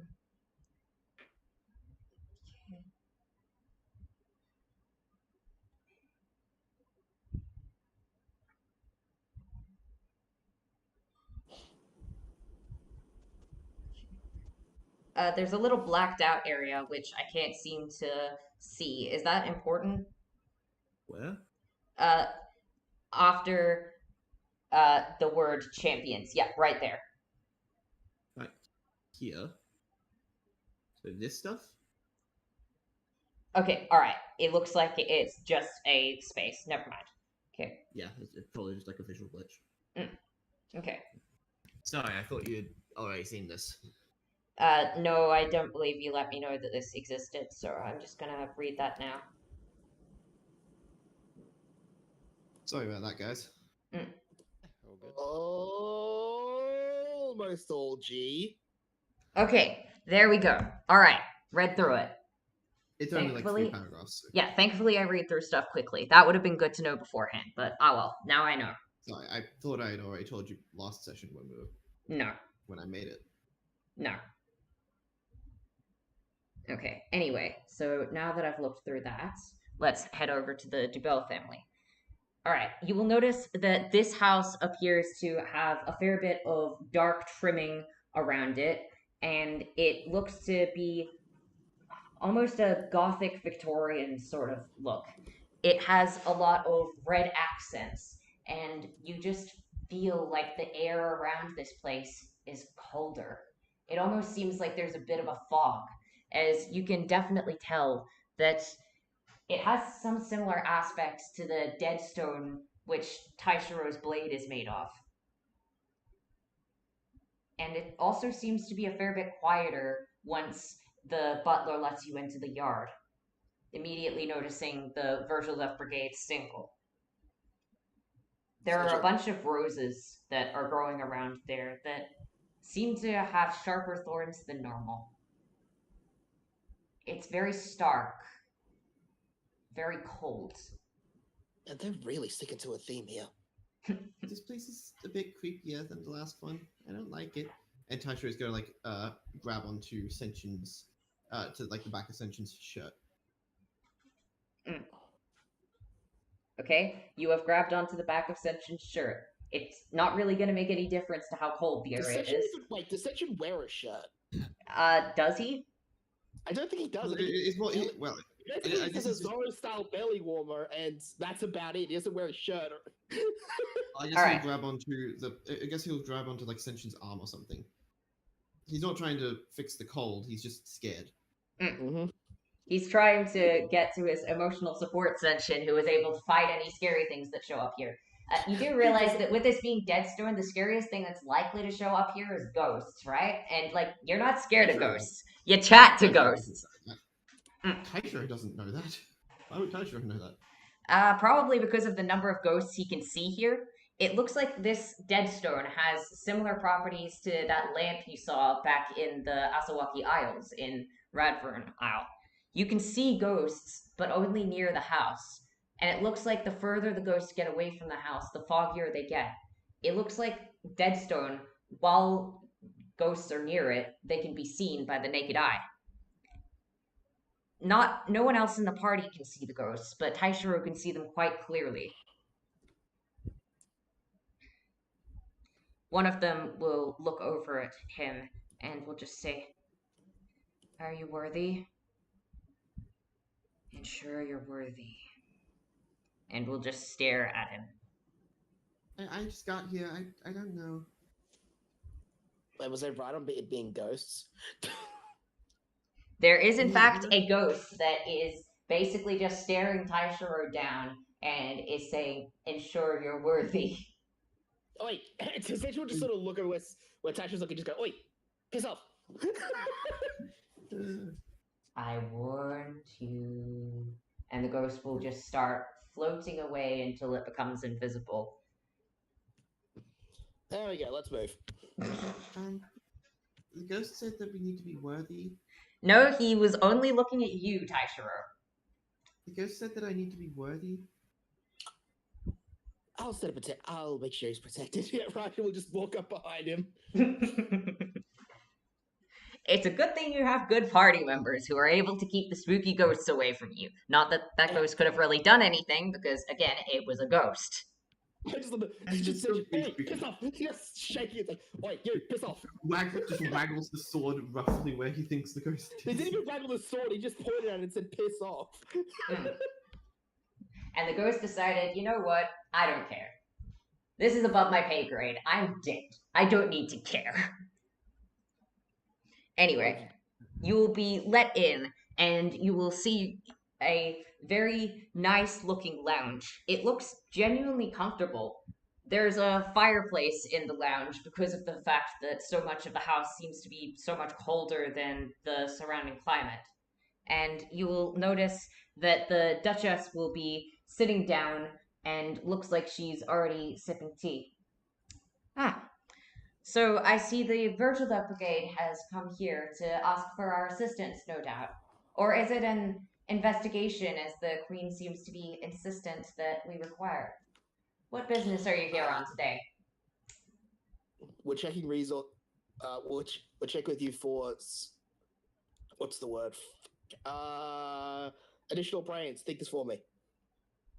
Basically, basically, I believe we were here to A, check to see if we could utilize Deadstone in some useful way, and B, ask for what people. Fair enough. We'll see in a bit. Yeah, see in a bit. And ask for what forces they can provide to the overall power. So basically, war effort stuff. Okay. Actually, I'm going to check with you about the war. Ah, I see. details. All right. If that's the That's case, also- please sit down. I will get Yeah. some of the servants to provide you with something to eat and drink. And she would just Yeah. call fair some enough. servants in. They will start also pouring tea, and you will also notice that the food that appears to be provided looks more like a light meal. Mhm. So, yes. It looks like they are providing some kind of brunch, and all of the foods that would typically be found there. Almost like a full English breakfast, plus, of course, a couple of sweets on the side. And Fair it looks enough. like they're bringing it through at somewhat rapid rates. We were just about to sit down for food, so if you would like to join us, you are, of course, allowed to. Fair enough. May as well use it too, because we've got a decent amount of work to deal with. Mm. Well, I am here. Well, technically, I am here on authority as a member of the Virtual Duck Brigade. Ostensibly, I'm also here representing the interests of the War Council as a total, seeing as I am a member of the Ryoko Umare. We should be able to provide you with some deadstone. While it won't have the same effects as cold steel against the Fae, it should still be somewhat effective. Yeah, I'm at least a little versed on it, but for the rest of my compatriots here, it would be best for a more detailed explanation. I would also like to know because I Well, I see that found one of you. this recently, and Taisha will pull out the Deadstone sword and just. I'm not really sure what it does, and I'd like to know. Where did you get this? This is an ancient artifact. Not seen in our family for over 100 years. I picked it up off a dead guy. It was what was it again? What do we It was one of the Duraga, I believe. Duraga, that was it. We picked up one of the Duraga. You got it from the Spider Queen, guys. Spider. Oh. Well, we dug it up off the Duraga's corpse. You dug a dagger off one of the Duragar's corpses. The sword, which you are showing off, you got from the Spider Queen. Right, yeah, no, I remember that because Now I remember that. Yeah. Now I remember it. Now I remember. Yeah, that was the spider. Yeah. Oh, I know it was the spider. Yes. So there was a So, dagger we got that this you from the- looked at from one of the Duragar's corpses and saw that it had labeled Deadstone and the crest of the Dubel family. However, you didn't actually take that with you. You just looked at it to see what it was.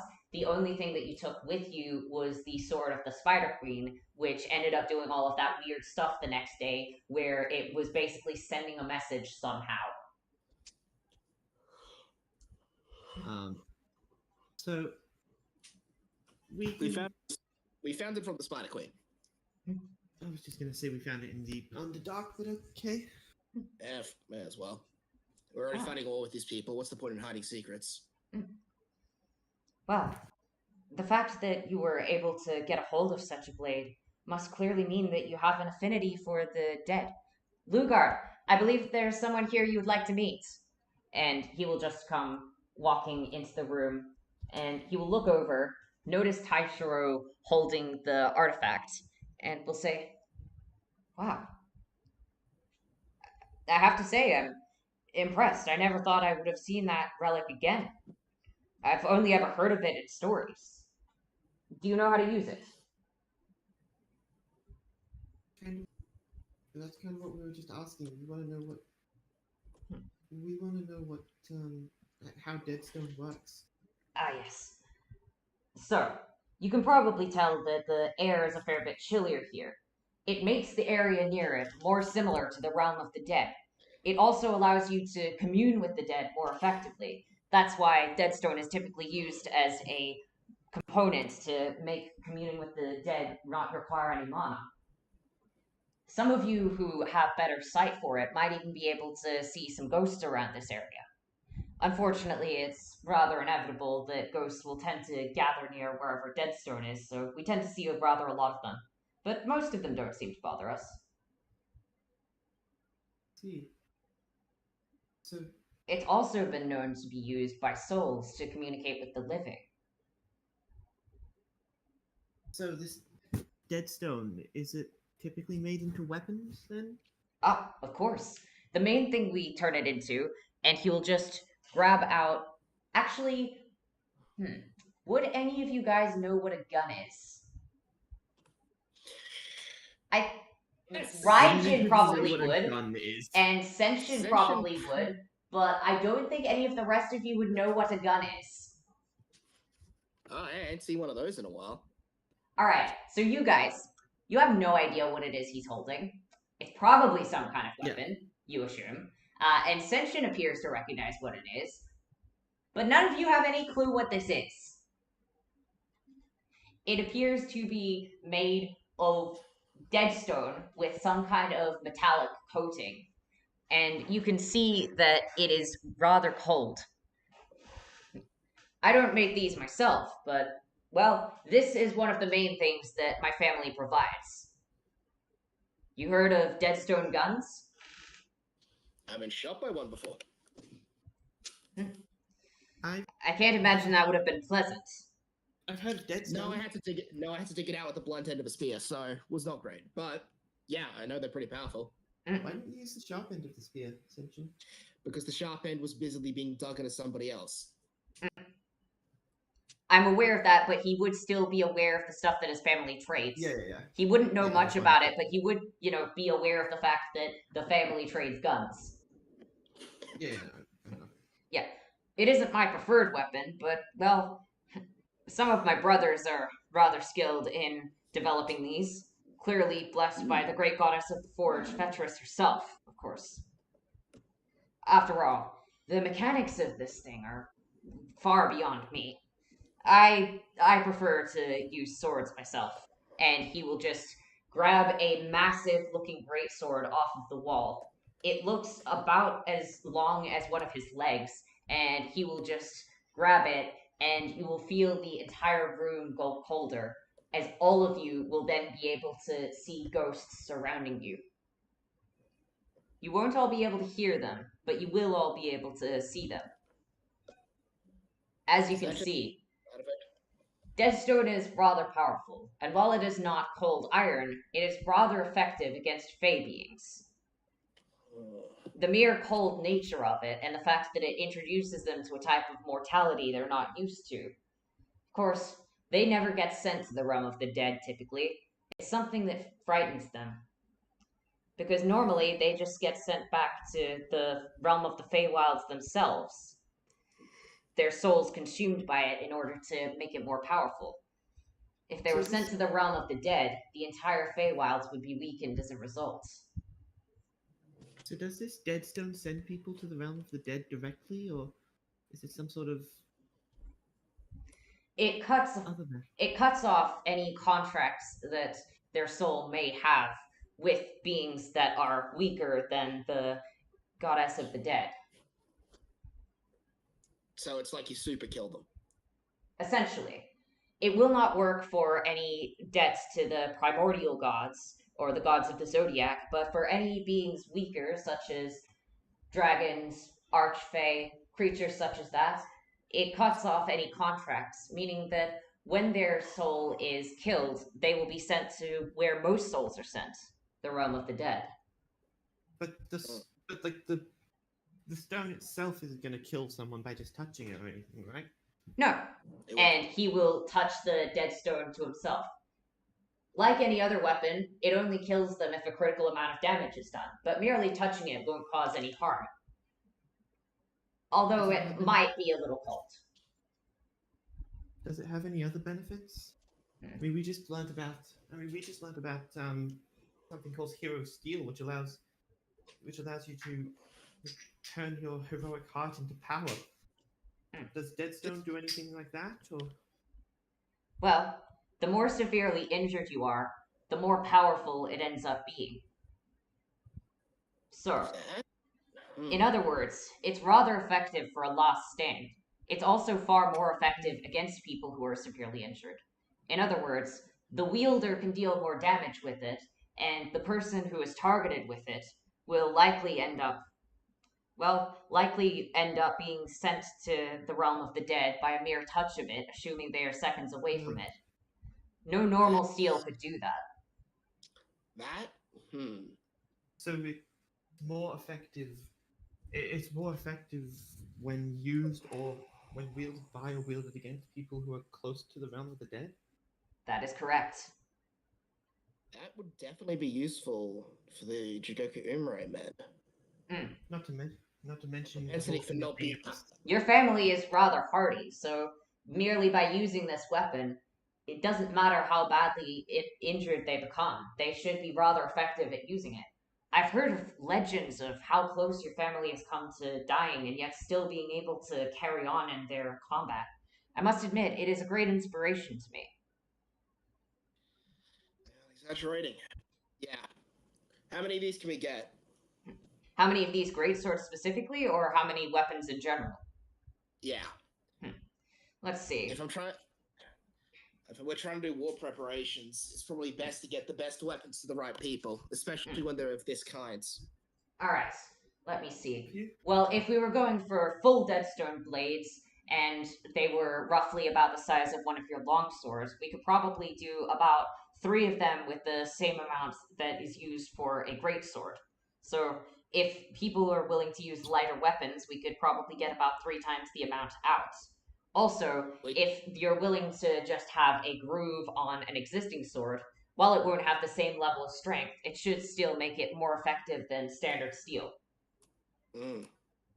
That's probably a good idea to But bring. what I would suggest as possibly an additional thing to use with these, creating little spike traps. Because if these are set up in such a way that the Fae are likely to step through them, it's likely to end up weakening them before they even get within range of the attacks. Setting up like a setting up a sort of barrier. Forest. If we set up either a barrier, some sort of like an arrow, like a dart trap or something like that. That's what I was thinking. You could definitely shred them to pieces because we know they have to come through Ilda's forest. Exactly. And that might mean that it would be far more effective than merely giving people greatswords, because of the fact that it's likely to hit more of them. There's a limit to how many Fae any one individual can slay, no matter how skilled. But if all of them have to walk through an area that's filled with deadstone, they're going to be weakened before they even reach the gates. Right. That's definitely good. And if we are to prioritize dark traps, we should likely be able to set up an entire wall made of these, so they'll have no choice but to enter through them. We might be able to make a couple of swords on top of that, but we should be able to create an entire barrier to stop them. All right. The closer they come to the city, the weaker they'll become. That'll work perfectly. Yeah, I'll definitely suggest making up a couple swords as well for those of it. So we've got to work out that we're giving those with the best equipment hero steel, some sort of hero steel weapon. Giving those at least without it, those made of deadstone will definitely fill in any gaps we have and make us very well attuned to face the Fae. Exactly. Now, anyone who is able to sustain the most amount of damage without being killed or otherwise impeded in battle, they will be the ones who will most likely gain the most strength from deadstone. That'd be definitely be our elites and the heads of and anyone in the head family. So anyone in the head family who doesn't qualify as a hero should be able to wield Deadstone really well? Well, Well, whether or not you are skilled as a hero, you should be able to wield Deadstone quite effectively. It's just the choice of which weapon you reckon you would gain more benefits from. It's or possibly both. It's more, yeah. What I'm imagining is it filling as a stopgap. Now, the thing is, so for what? I'd imagine 20 elites. If we say half of them, if for the 20 elites we say, I don't know, half of them would work fine enough just to use hero steel, then the other 10 be given their preferred weapons through Deadstone. Of the main family, we only have myself, my mother, and my father, and my brother. That should be no trouble to create swords for all of you. Swords or equivalent sized weapons. Yeah, each of us could easily use both. So, alongside, for that, that's for the best for production. I am going through my own family's efforts first. I don't know how many of those on guards should be given that stuff. Maybe a ranged weapon, like your firearms, wouldn't be a terrible idea either. I know for a fact that many of the guards know how to use guns. Although, if it would be possible, would you be able to ask the Wyvern Brigade, the riders, how many of them know how to use firearms? Because that would be useful to know roughly how many of them we need to make. Because they would be rather easier to use than, well, they'd be easier to use than lances, because we wouldn't need to create as much Deadstone with them. So if they know how to use guns, I prefer to provide them with those rather than lances, because that way we'll be able to create more. It's fine. If I can get an approximate amount, I should be able to get my brother onto the gunsmithing. I'll contact him. Yeah, when I get in contact with the Wyvern Riders, I'll confirm which of those would prefer to use what over which. Yes. Since if we have to deal with both your families, you may not like each other, but right now a war is a war, and you will not be dealing with it. As long as we do not have to directly deal with the Taida family for our production, we should have no issue. No dealings will be done. In fact, if I live out anything, I would always rather it should always just be directly between the war fighters and the production. That is the only people we meet with. In that case, there should be no issues. What about the fighters within your family? Who would you be able to provide to the armies? Well, of course, I myself would be able to fight, and let me see. My brother is more of a weaponsmith, but I might be able to summon a couple of warriors. It will be more of a magical summoning than them specifically arriving, but I should be able to gain about 50 warriors. Well, that'll fill out our troops to 550. 550 minimum, so that'll be good. But actually, that'll fill our troops to 550 that I know of. Probably more when the pirates arrive. Actually, I may be able to summon more, but I can guarantee I can summon 50. It will really depend on time. We have some pirate allies who will be coming alongside us. If I'm correct, pirates also are more familiar with firearms than they are with... Pirates are incredibly familiar with firearms, so yes, if you can give me an approximate number of how many pirates there are, I should be able to supply them all with firearms. Excellent. I hope this won't cause too many problems after this war ends. Oh, if it does, we will deal with it as we should. Being basically tell them give over the rights. Basically tell them don't use these for anything too dangerous, or the gods will smite you down, or something. I don't know. Yes. Well, it's not as if it's sacrilegious to the god of the dead, but the god of life may not particularly be a fan of the usage of these to such a high extent. And something tells me that, considering the god of life is rather familiar with the god of storms, they probably wouldn't want to fuck with the god of the storms or the god of life. No sailor would dare, especially considering the god of life is also the god of the oceans. No continuing to live, sailor.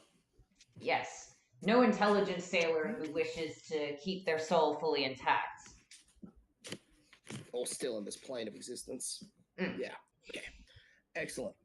50 warriors, alongside the 200 of my family, the 300 guards. And the unknown number of weapons that we will be providing. It really just depends on how many individuals need guns. We'll be able, Anyone be we able can to get get from- logistics. Once I combine the numbers with what I give grant to the Tider, Mm. we'll go with that first. Excellent. What if the tide is able to Considering grab? we'll utilize the Titus first, considering theirs have a much larger restriction to their ability. You're also far more utilitarian and what's the word? All End encompassing. battle. Our weapons can be used in anyone's hands with the same roughly degree of effect, whereas with Hero Steel, there is certainly a limit on the soul of the person using it. I'll get back to you as soon as I can, but we'll need the Titus recollection first, considering theirs are much more limiting. I'm sorry. I didn't realize that you yourself were a fighter, Mister. Ah, yes, this great sword here, and he'll just gesture to it. That's mine. Really? Have you? What fights have you ever? What fights have you been in then? Well, I haven't been in that many individually as of note, but, well, quite a few years ago, I was involved in quite a few of the wars to defend the kingdom. Fredrin Isle attempted to invade a couple of years ago. I was sent to the front lines of that fight. Let's just say that they're rather unwilling to return to this kingdom again due to the assistance of my family and many of the other nobles here. Cool. You want to quick word of advice, Taishiro? If you're gonna fuck with some military invasion, you better be sure you can win the fight. Logistics is the most important. I wasn't planning on it, but I'll keep it in mind. Yes, many of their souls had bonds to different clones that they set up. Unfortunately, they discovered those bonds were very quickly severed when their souls were destroyed.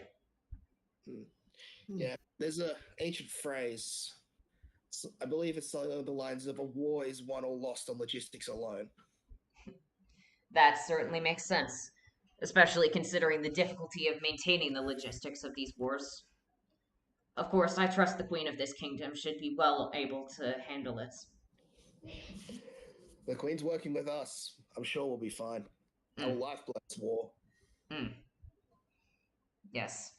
She, I definitely trust to lead us to victory in this invasion. And then I'm sure that next semester, when the college starts up again, they'll have a whole new tale to begin telling. Actually, come to think of it, many of the bards have already left. I wonder if there would be any bards who would even hear of it firsthand. That one. So she just points straight down at Taishiro. Actually, wait, Taishiro never technically let go of his hand, so he just points at his arm. Hi. In that case, I'm sure you are likely to pick up a mint from telling this story and being one of the only to see it firsthand. Okay, hold on. Let me get my notebook out. And Taishiro's gonna get the notebook out.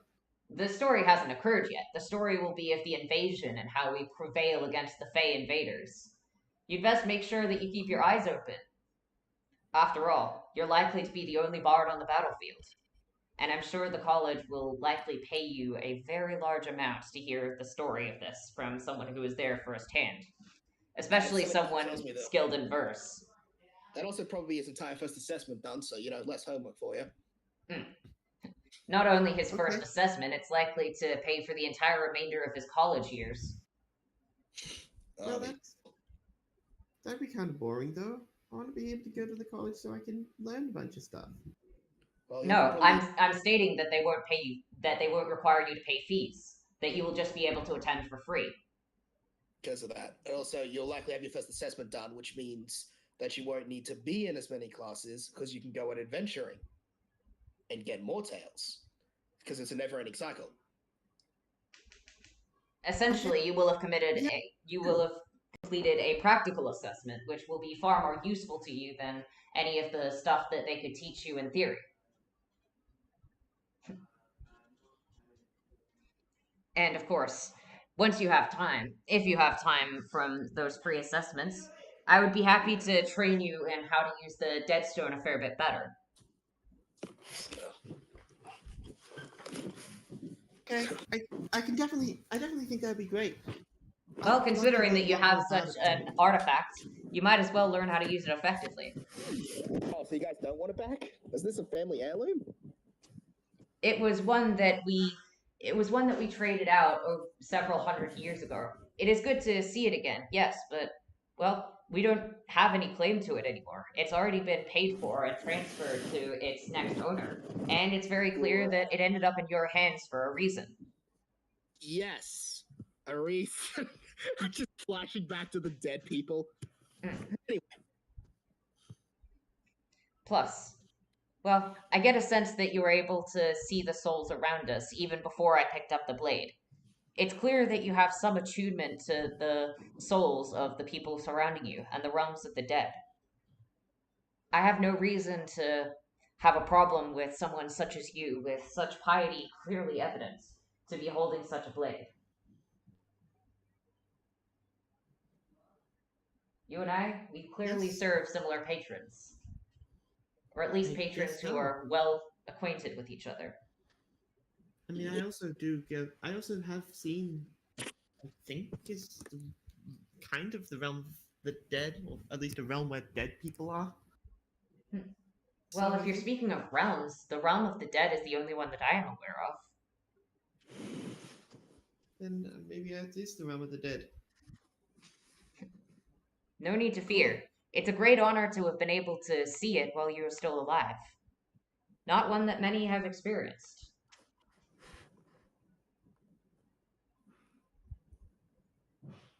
It's not something to be feared. After all, you are still living. I guess so.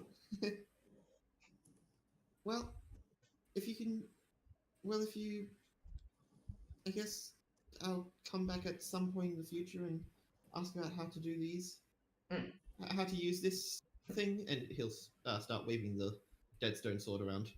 Sounds like an excellent plan. I look forward to it. After, of course, we have defeated these invaders and made sure that our city remains safe. I will get working on the various traps and swords, and I will get my brother to be working on several of the guns. I believe he's currently working on completing a backlog of them. Just to ensure he has more in stock that he can show to customers, but on the plus side, that means a fair few are already done and ready to go. Man, that's well timed for the war. Well, evidently some things just work out. Well then, that's fantastic. Okay. What about David? What about him? Oh, David's back. Yeah, we're good. Where does Welcome back, by David the go? way. Oh, right. Yeah. Yeah. Maybe. Oh, Robbie went out, but I was just going. Well, did David leave, or was that just David staring off into space? Okay, David was eating. David was eating a bunch of the brunch that was on the table absent-mindedly, and he tried to wash it down with an ancient beer. And then Senshin grabbed the ancient beer, put it in the pocket, and told him, "No, you're not getting drunk at another noble's house because you're going to end up juggling fire." Isn't that what always happens? Yes, that's why he took off the ancient beer and the fire runes. So now David is eating various brunch things and drinking beer. Does David want to say anything? Currently, it has been confirmed that they're going to be building basically a fence made of deadstone so that the Fae will be weakened trying to get any closer. They will also be getting a bunch of weapons for the Jigoku Umare because they are well known to have absurd degrees of strength. Also, the ghoul reputation and the nickname, it comes from someplace. You'll figure it out. And yeah, then they're also just going to be making a ton of guns for the pirates who know how to use guns, and also a bunch of the wyvern riders, which is basically just a bunch of kobolds riding wyverns into battle. They're also Okay. good with guns. So does David have Um, anything he wants to add to all of this? And that sounds like a great time, honestly. I mean, I Does think David have any questions, any suggestions? Oh, well, and I guess I can just commune with it. Okay, you want to commune with the dead? Oh, Let's- That's something Well, Deadstone can do. Did you want to try to commune with the dead? I guess it could be like David? trying to control the stone. Well, David, it's a stone, isn't it? Oh, You that- use that's- stone. You use stone to carve your runes into. What would happen if you carved a All rune right. into one of the dead stones? Are you going to try? What rune?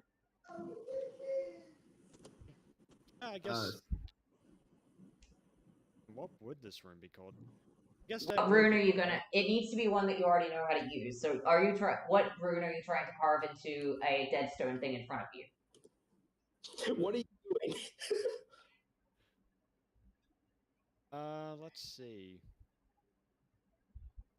I'll go with a simple one to start off with. I'll go with Spike, like the Spike rune.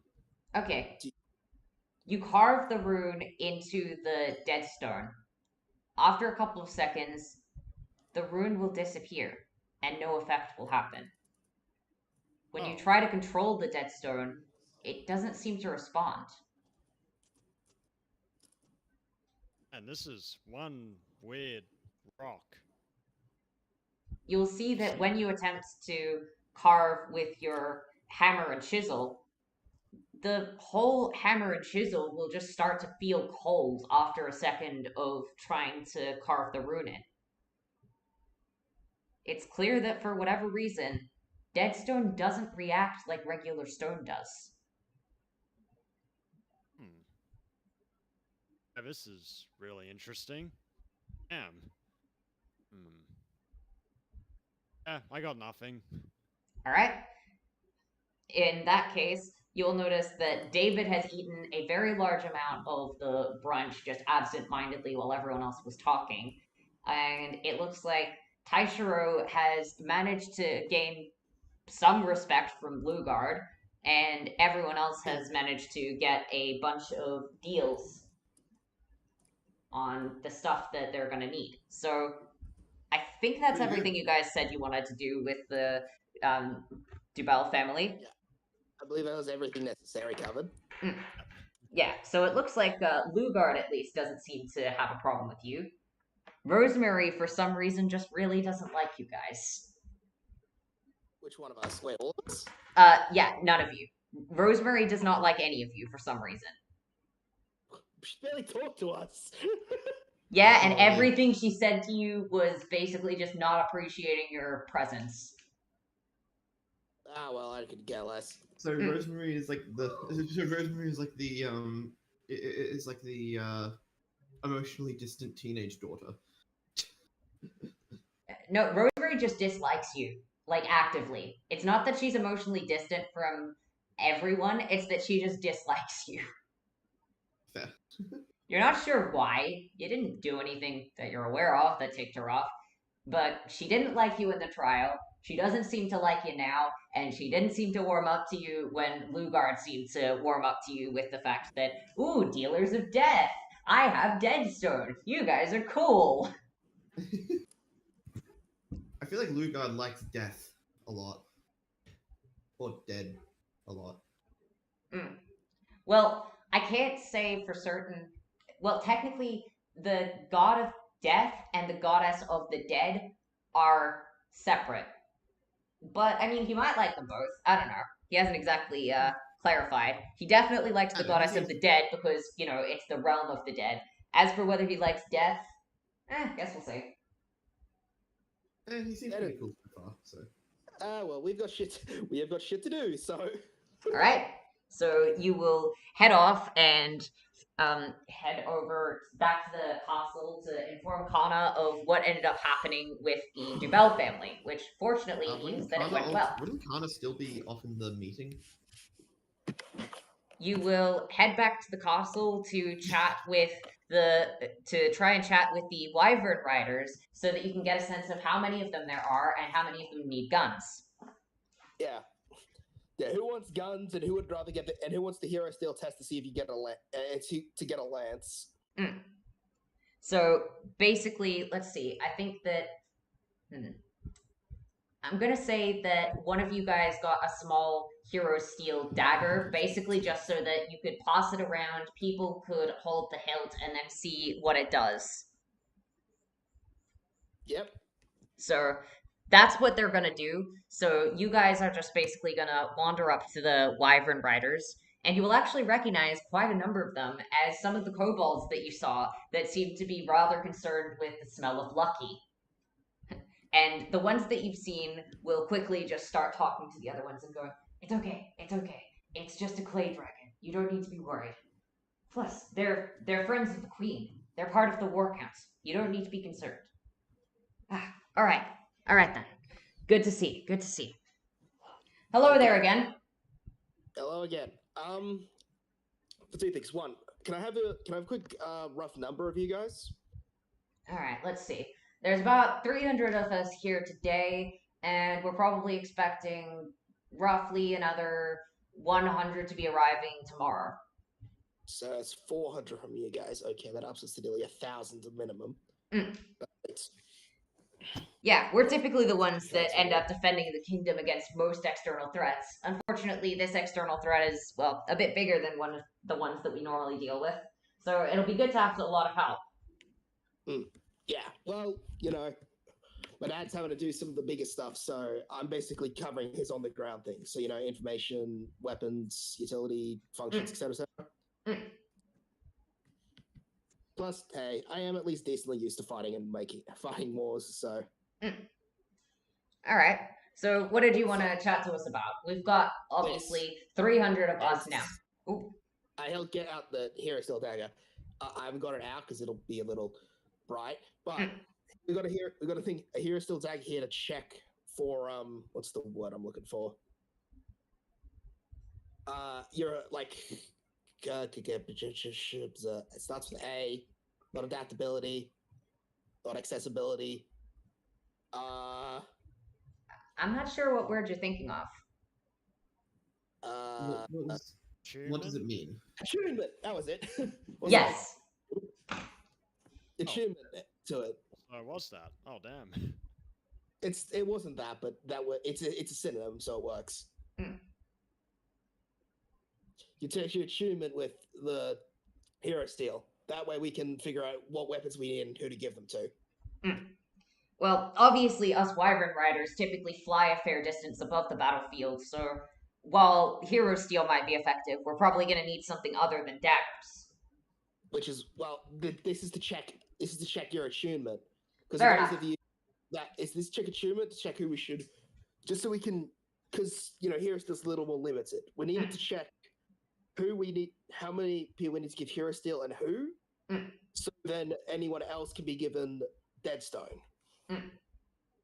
Ah, yeah. Wait, how many will some of us get Deadstone guns? Quite a few of us know how to use guns. Actually, I think all of us do. Those of you that either wish to use firearms or do not have enough attunement to Hero Steel should probably use Deadstone firearms or whatever you're most comfortable with. Well, I think there's a couple of people here that prefer to use spears, so I'll get them to the front and see how they react to Hero Steel. Boys, get in a line. We're gonna need to start checking if we're well attuned to the Hero Steel. Looks like we'll be getting some weapon upgrades. Oh, yeah. And then you'll just see a bunch of them will just start gesturing to their wyverns to just go fly around, and we'll then just start getting in a bit of a line. And he will just start instructing them. All right, single file, good. Now, hold it for a couple of seconds, see what happens, and then step away. Got it? All right. And then they'll just start passing it around. He will start directing people to those who seem to have the most response to it and those who seem to have the least. And it looks like the group has gone into roughly three groups. One of them is people with absolutely no response to the Hero Steel. One of them is people that have a slightly larger than average response, and one is the ones with the big response. All right, so let's see. only about 30 of the people here seem to have a massive response to the hero steal, so obviously they'll need to go with that. And let's see, roughly about 100 of them have no response to it, but everyone else has a roughly average response, so they probably would only get a little bit of a benefit from the hero steal, but they would still be able to use it as more than just regular steal. Well, it's more. We're on a massive time limit here, so I'd say with the middle group, they could be given either with roughly equivalent degrees of effectiveness. So these 100 over here need Deadstone. These 30 over here would suffer a lot if they didn't get Hero Steel. Everyone else, though, they could get either. Perfect. In that case, okay. Well, I'll get down those. I've got down those numbers, which I'm not keeping track of, but that's fine. Honestly, I'm not either. Well, yeah. Basically, what I'm saying is that's okay. Good. I'll get these to the Titer and the Dubel afterward. I'll get this to the Titer and Dubel. That way we can get this. Once I have all my numbers verified, I'll send to both. Well, actually, once I get all the numbers I need for Titer, I'll send to them. And then once I've got the numbers on the remaining forces, I'll send the numbers to the Dubel. Excellent. All right. Well, let us know if you need us for anything else, okay? For now, we're just going to be making sure that our wyverns are in good shape and that we've got all of our equipment ready. That and we got to set up our quarters for all the people that are getting from the far reaches of the realm. This is definitely interesting. All right. Well, if that's all, then we'll be making sure that we get our own preparations complete. Fantastic. Well then, let's get to the War Council, shall we? Got it. Well, the War Council probably isn't going to be happening until either tomorrow or the day after, because more of the people are going to need to arrive. Right. In that case, what else was on the docket for us to do? So the main things that are going to be on the docket is essentially setting up for different groups to arrive. But I'm feeling pretty hungry, so I'm probably going to take a bit of a food break. And then when we get back, I'm going to fast forward to when some of the peoples from the War Council are going to be arriving. Or rather, when the next thing happens. I will go get lunch myself then, I guess, as well. Yeah, so I'm going to get lunch, and then when we come back, then we'll be getting back to various other stuff. Sweet. All you have to do was wait. All you have to do was wait a little bit, Robbie. Anyway, see you all later. See ya. Bye. Bye.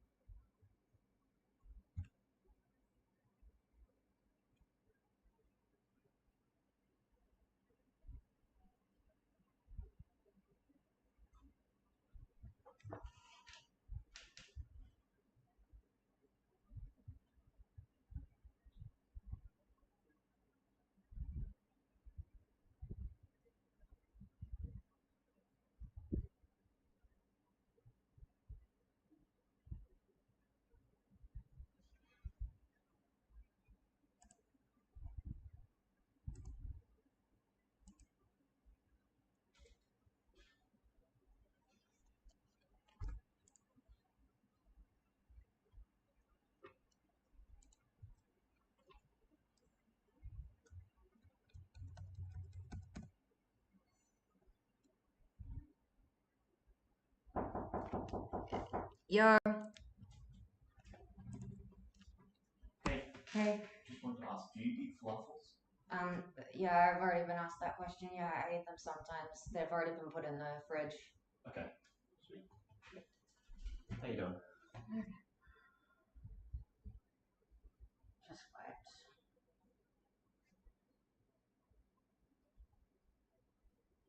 I might end up doing the combat and then cutting the session a little short. It's not like this. A lot of this stuff needs to happen this session, and honestly, I'd rather do it when I'm feeling a bit more energetic. That's fair. So yeah, I'm You kind of don't planning need to on do any after more- the break doing the combat, and then after the combat's done, I'm probably gonna call it. Look, you don't need to do any more than you are able to. I'm gonna do the combat because I don't think I'll particularly struggle with it, but that's kind of gonna be okay. That's gonna be it. Yeah, don't feel the need to force yourself to do anything. Yeah, I just, some of these people are meant to be pretty cool NPCs, so I'd rather introduce them when I'm feeling energetic enough to actually, put some more personality in. Fair enough, fair enough. Yeah. Hey, it makes sense. You did have a pretty big thing. Cookie. But, you are getting the crocodile because you asked. Crocodile. Yeah. Cookie. Come on, let's go. Let's go. Alright. See ya.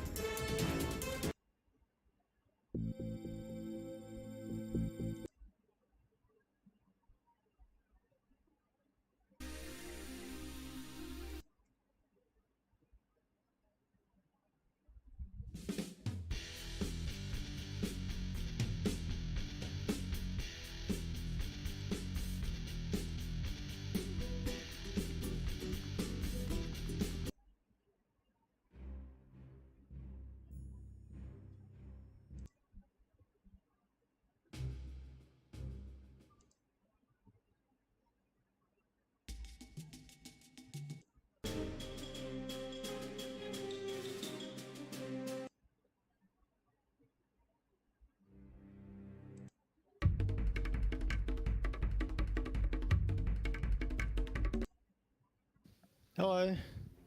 Hey, Robbie. Yeah, hey Alex. Pretty good. Yourself? Yeah, Just I'm pretty getting good. set up for the combat. Oh yes, the fun. Yeah, the Yep. fun will begin. Yep. When everyone's ready, I'm just going to let them know. By the way, the combat is going to be starting in the Red Forest, and everyone else is going to be arriving after a couple of rounds. So I guess Andrew's going to be dealing with the first couple of rounds of combat. So sorry about that. It is the crocodile, isn't it? Yeah, you requested the crocodile. You're going to be fighting the crocodile, like you asked for. Oh, I mean, there's something else that Andrew can do. He can try. I'm not going to let him do it until everyone's there, at very least. Okay, fair enough. Okay, so basically, even if this is going to work, you're still going to be getting a couple of rounds of combat. Every player is going to be getting a couple of rounds of combat before I'm going to allow that to work, even if it is allowed to work at some point. Yeah. Just the tiniest little ferret with his camera crew just riding on a crocodile to victory.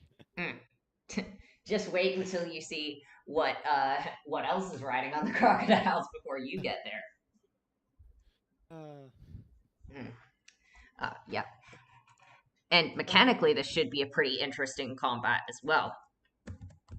Oh, that sounds like a lot of fun.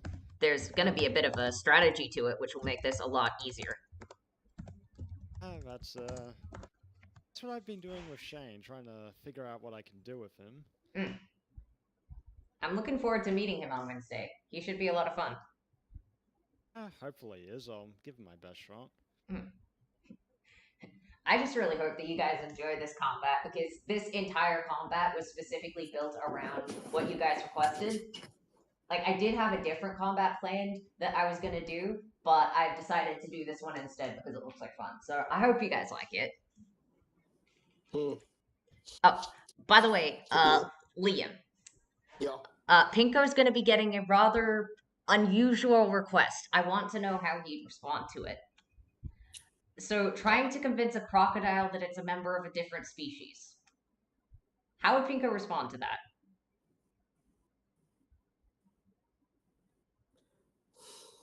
So they're trying to convince a crocodile that they're Trying to convince the crocodile that the crocodile is not in fact a crocodile, but is a member of a different race.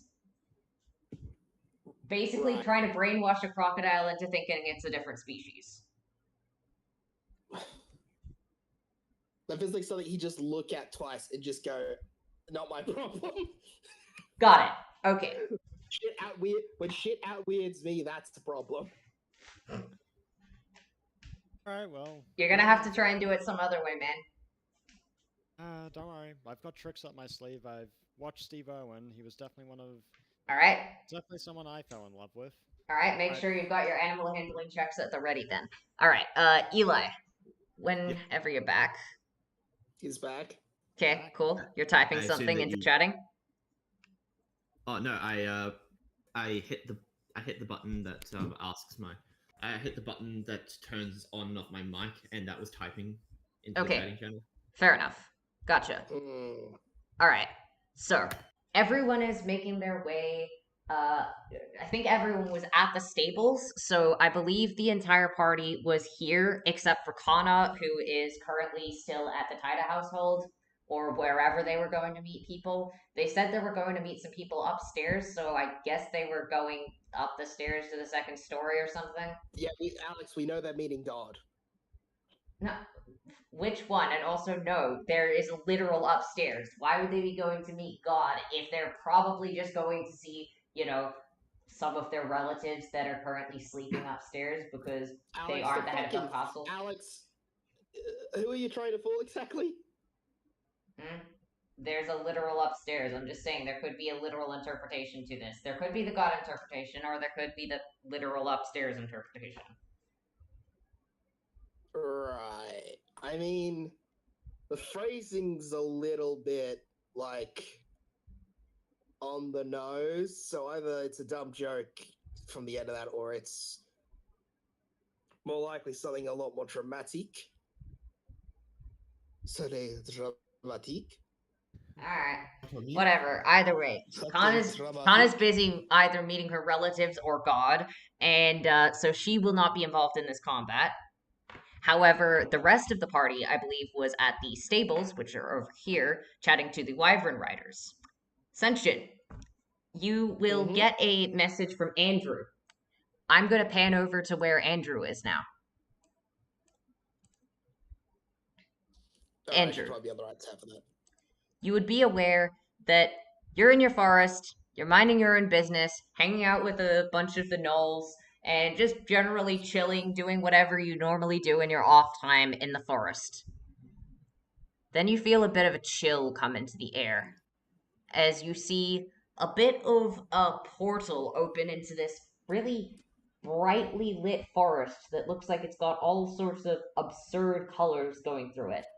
And in front of you, you see a crocodile walk through, seemingly not really paying any attention to anyone or anything that they're doing.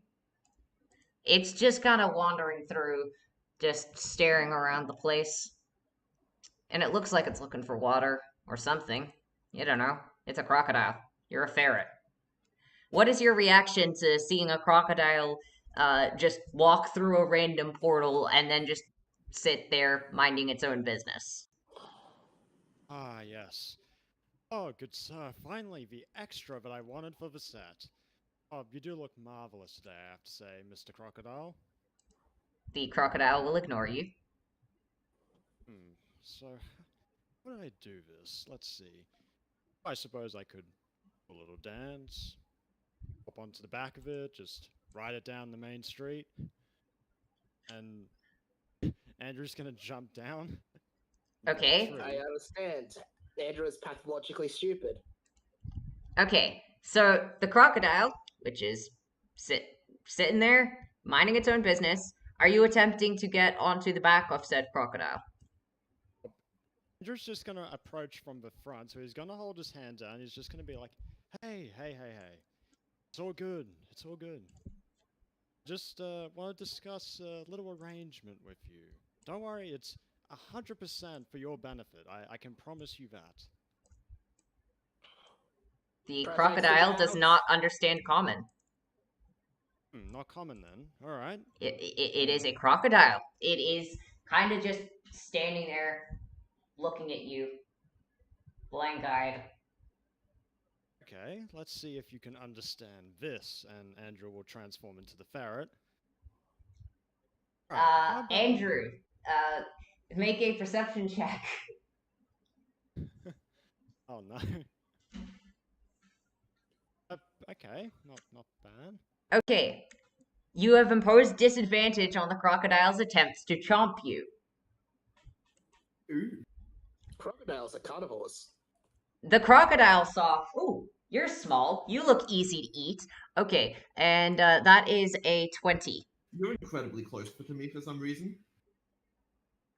Sorry. Okay. That is a 20. Does that succeed? As I said before, he is pathologically stupid.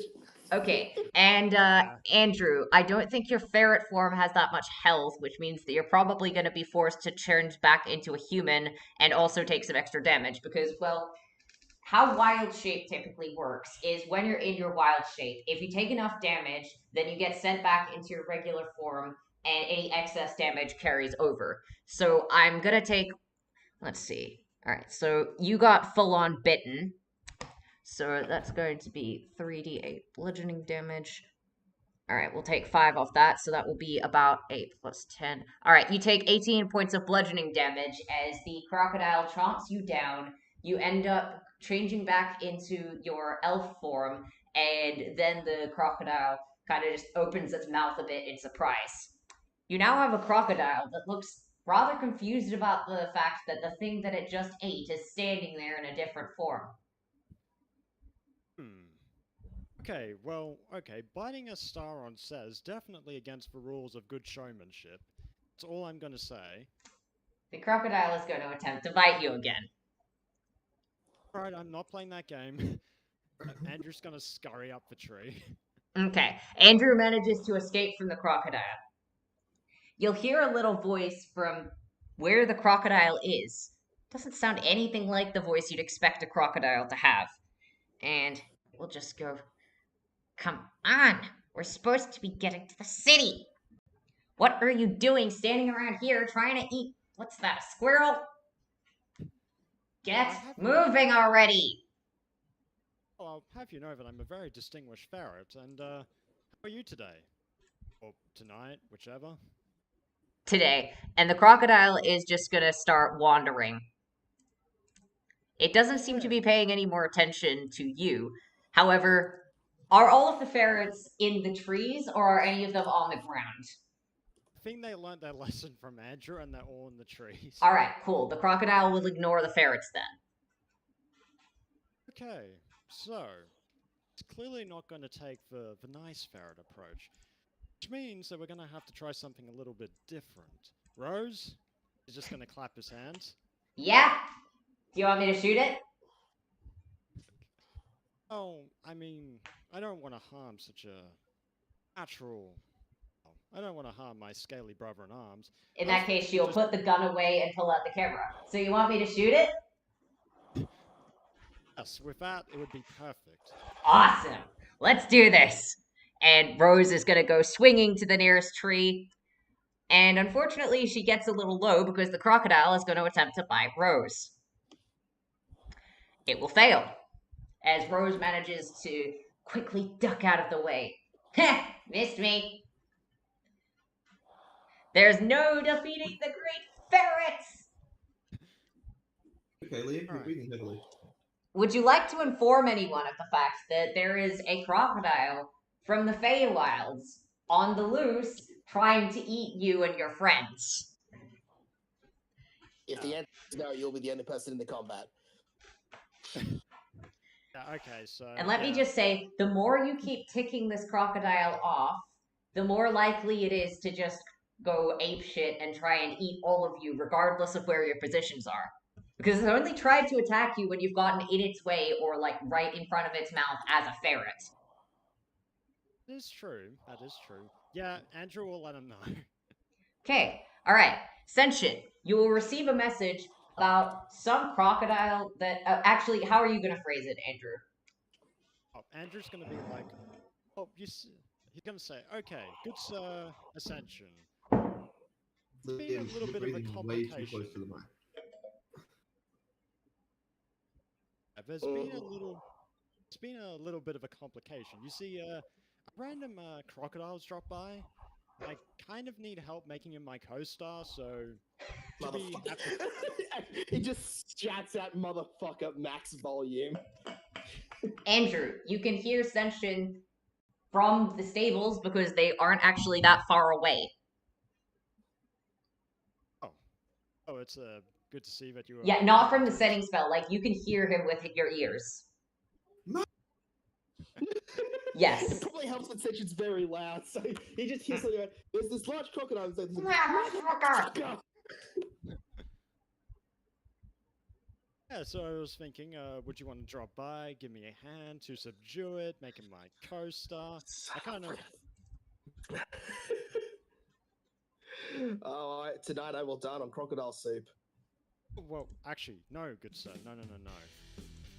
There's an agreement. That was a out of character line here.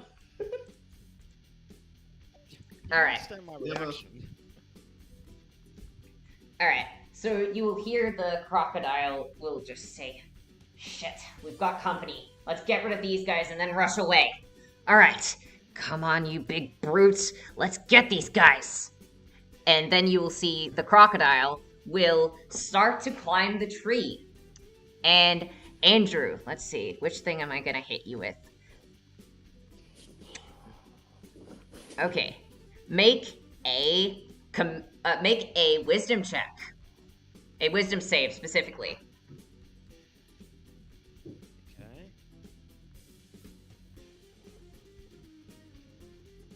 Let me just see what I got. Yeah, it's just flat. All right, you will fail, and that means, okay, let's see. This is the command spell. On a fail, the target may be commanded to perform any action within their capability. Your command is to say to the other ferrets, get on the ground, and then get out of the tree. Oh. Which technically is not directly harmful, so you have to do it. With that, the crocodile will end its turn. The command has worn off. You and all of the other ferrets are on the ground. What do you wish to do? Okay. Well, since we're all on the ground, this actually makes it a little bit easier, Rose. Now we just have to tangle this thing down and, I'll bring it down. Let's do it. What do you want me to do? Oh, just flash the camera in its eyes until it goes temporarily blind. That'll definitely look good on the front newspaper, I can tell you that. All right. And Rose will take an action to attempt to blind the crocodile. And the crocodile, what would be the DC on that? Well, it's going to be at least 10, even if there's no proficiency. You guys are level 5, so that would be 3 plus 1 is 4. Okay, so that would be a plus 4, so that should be at least a DC 14. And let me tell you, the crocodile does not have that high of a constitution check. The crocodile is now blinded. Okay, that makes things a lot easier. Alright, guys. Alright, Vine Squad, and it's gonna turn towards the ferrets. Make sure you tie this thing down, like, really well down. Okay, alright. I'm gonna make 2 separate, I'm just gonna make a strength save with disadvantage, because basically it would be 2 normal ones, so I'm just gonna make it once with disadvantage. Okay, the strength is pretty good. I'm not sure what the DC on that would be, but I got over 20 on the strength save. Not tied down. Alright, so that is 3 ferrets that you've had do their actions. Now it's your turn to do your action. And on the top of the next round, the rest of the party will arrive, so we can roll initiative.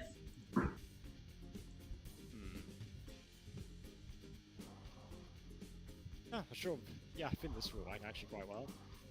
Alright, so Andrew will take out an arrow, rub it furiously against his shoulder. Alright, electricity baby. And he's gonna fire off his stunning arrow. Since he's blind, I have advantage. Mm-hmm. This is just... That you do? Oh, lucky it was advantage. Holy cow. Oh yeah. Mm. So that's plus journeyman. So I'll just roll the damage. Oh wow, max. Neat. Alright. Cool. So that is 12 points of damage against the croc here. Actually, wait. Okay. I'll also need the croc to make a save. Oh wait. Okay. it's Actually, what did you hit? Like, what is the exact number you rolled to hit this thing? It's 16 plus journeyman. Okay, so plus journeyman, that would be a 3 plus 2, so that would be a plus 5. Alright, cool. Alright, doesn't have an additional effect then. Yeah, the additional effect is that it can stun, but you have to roll a constitution saving throw. Alright, rolling a con save for Croc. Croc is stunned. Ooh. So the croc is stunned. Alright, Okay. cool. That should help out. Alright, Barrack crew. I think we can now move back into the trees, or at least move up to higher ground. Start doing that now. Okay, alright. First things first, I am going to add some turns for everybody. Everyone else, you have arrived. Kana's not here because Kana is elsewhere. However, every other party member is here. Oh, some days I wonder So if everyone it's roll initiative. Alright, the 11, that is for Taishiro. Ascension, then Raijin. What's going on? Yeah. What's going on, Andrew? Well, you see, young Taishiro, my good Noel, I was trying to get my coaster, but he's been quite disagreeable. Okay, well, the crocodile goes lost. Oh wow, my shit initiative rolls are somehow not the most shit initiative rolls. Alright, and Wait, David wait. and Andrew, I would like Yeah, you that's two to good. roll. Oh. And, Those rolls are good because they're after Taishiro, which means Taishiro can give you buffs. I before mean, you attack. yes, but at the same time, Eli, I rolled a 4 and a 2. Alright, So in that roll, Andrew first, David second. alright. Cool. So Andrew has gone. So next up is David. You will arrive to see a crocodile, which currently appears to be staring ahead blankly and not able to move because the crocodile is stunned. And Andrew and all of the ferrets have climbed up the trees. A bunch of the ferrets are holding cameras out and cheering. You have no idea what the hell is going on. You're also not particularly sure you want to.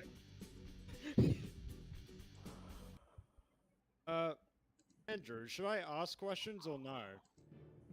It'd be better if you don't, good Goliath. When you hit it a couple times, try and subdue it for me. Alright, fair enough. And David's just gonna... Alright. Well, David's gonna use one of his new attacks. Yeah? Alright. Assassination's Hammer. And David's gonna be using...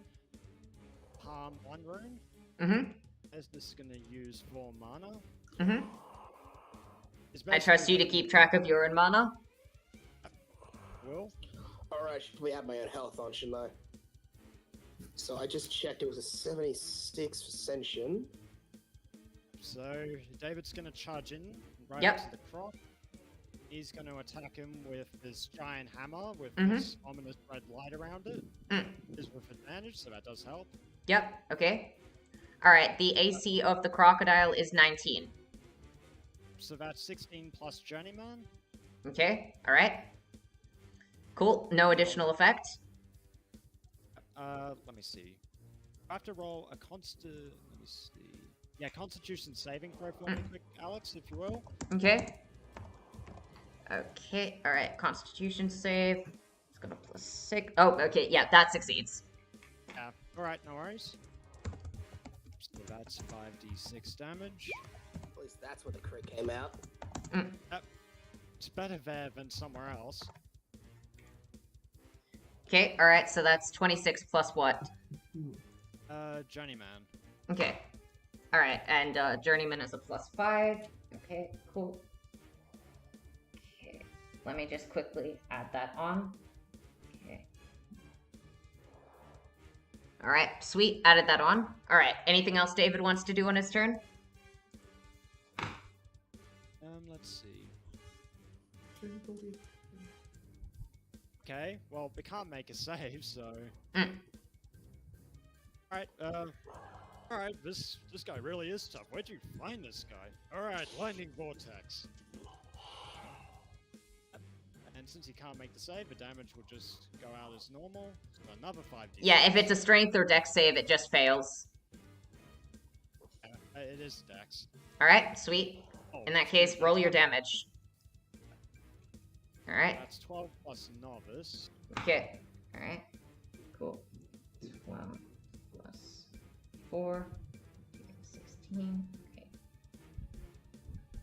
Okay. Alright. Sweet. Got that noted down. And the final and last attack that David can do.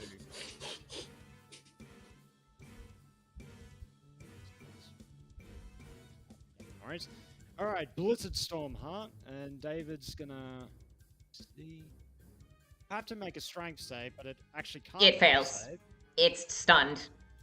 Andrew got a really good hit on it. So 3d8 damage. On top of that, Mm. see, creature is restrained until the end of David's next turn. Okay. It is currently blinded until end of Andrew's next turn. Stunned until start of Andrew's next turn. And now restrained until end of David's next turn. Alright. Well, that was a good debuff round, guys. Yeah. Taishiro. Mm-hmm. Time for a great buff round. Alright. What does Andrew do? Like, what's his main weapon? Oh, what does Andrew do? Yeah, like, what what's Andrew's weapon? Main weapon. He uses a bow and arrows. Okay, so buffs to melee damage would not be very useful. I should do. Oh, Andrew, no. There's only 2 people that realistically use melee then. And that's David or Sentient. Yes, and Taishiro himself. I mean, yeah. I probably should get some range buffs at some point though. Hmm. I'll add that onto the to-do list. Okay, Taishiro is going to, in that case, Senshin, prepare to shit damage. I already do that. Yeah, Taishiro is going to start dancing, spinning and twirling around and everything. And he'll pull out his shield and finish his dance right in front of Senshin. Senshin, you now have shielding dance. What does that do? I need to expend one use of a bardic inspiration die. I have, which is a D8. You have a +3 to your AC. That's a little unnecessary. That puts me up to 24. And you get, your next attack will deal 7 extra damage. 7 extra damage. Yes. Which will be enhanced a little further by Song of Onimaru.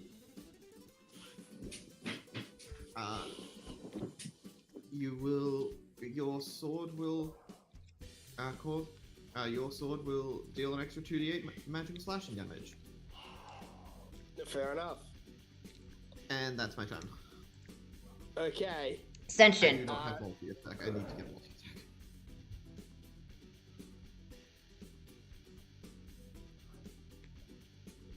That's Taishiro done. Senshin, as I said, it is your turn. There is one enemy, it is stunned. It's multiple things. Okay, so I've got a bunch of buffs on me. The enemy's stunned. Actually, you know what? She's just gonna pull out the file and go, "Oh, I have too many important things to deal with today. I'm just gonna kill the crocodile and eat its corpse." No, you can't do that. I want my Absolutely, coaster. Do we have to kill the crocodile? It's so cute. It will consume you whole. Yeah, But it's a crocodile. They're so They cute. eat Look at you. it. Look at it. Taishiro, it could easily fit you in its mouth Adorable. and swallow you whole. Adorable. my good. It has hate in its eyes, and it had nothing in its intent aside from eating whatever ferret was in front of it. And now it looks pissed. It's just gonna complete. Okay, well, how about I this? mean, it is Andrew? also just like a If wild. you could, It is also just a wild animal. We don't have to kill it. Just get it. well, I skipped breakfast and I'm fucking hungry. And I feel like crocodile. And I will open up. What do I feel like using first off? You know what? Fuck it. I'll use the buffed, but weakened in some ways. Flare Fox. Try and do a quick burn attack on. So I have advantage on this, right? Mm-hmm. Fuck, that was bad. Okay, well. You so miss. that's 17. Sorry, 15. So yeah, I miss. You miss. Yeah. Fuck it. My buffs only work if you actually hit. I'm gonna try and see if I can. Okay, I'm gonna try and hit him. I'm gonna see if I can hit him with this. By the way, do we still use mana if we miss? I'm gonna roll now. Okay, fair enough. In that case, I'm gonna roll to hit with my ultimate. The flare. Yeah, I said I was hungry, so. Okay, this. Let's You do use realize one. this probably isn't gonna cook it very well, right? Like, it's not gonna taste good. I don't care. Meat is meat. Okay. So, this is Fireblade Ultimate Form. Amaterasu's Blazing Dance. So, for a lot of mana, it's only one target. Crits on anything above a 16. I see. So, I'll roll the critical damage considering I got an 18. Yep.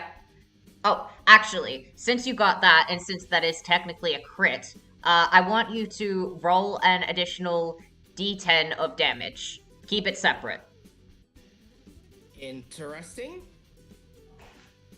So that's plus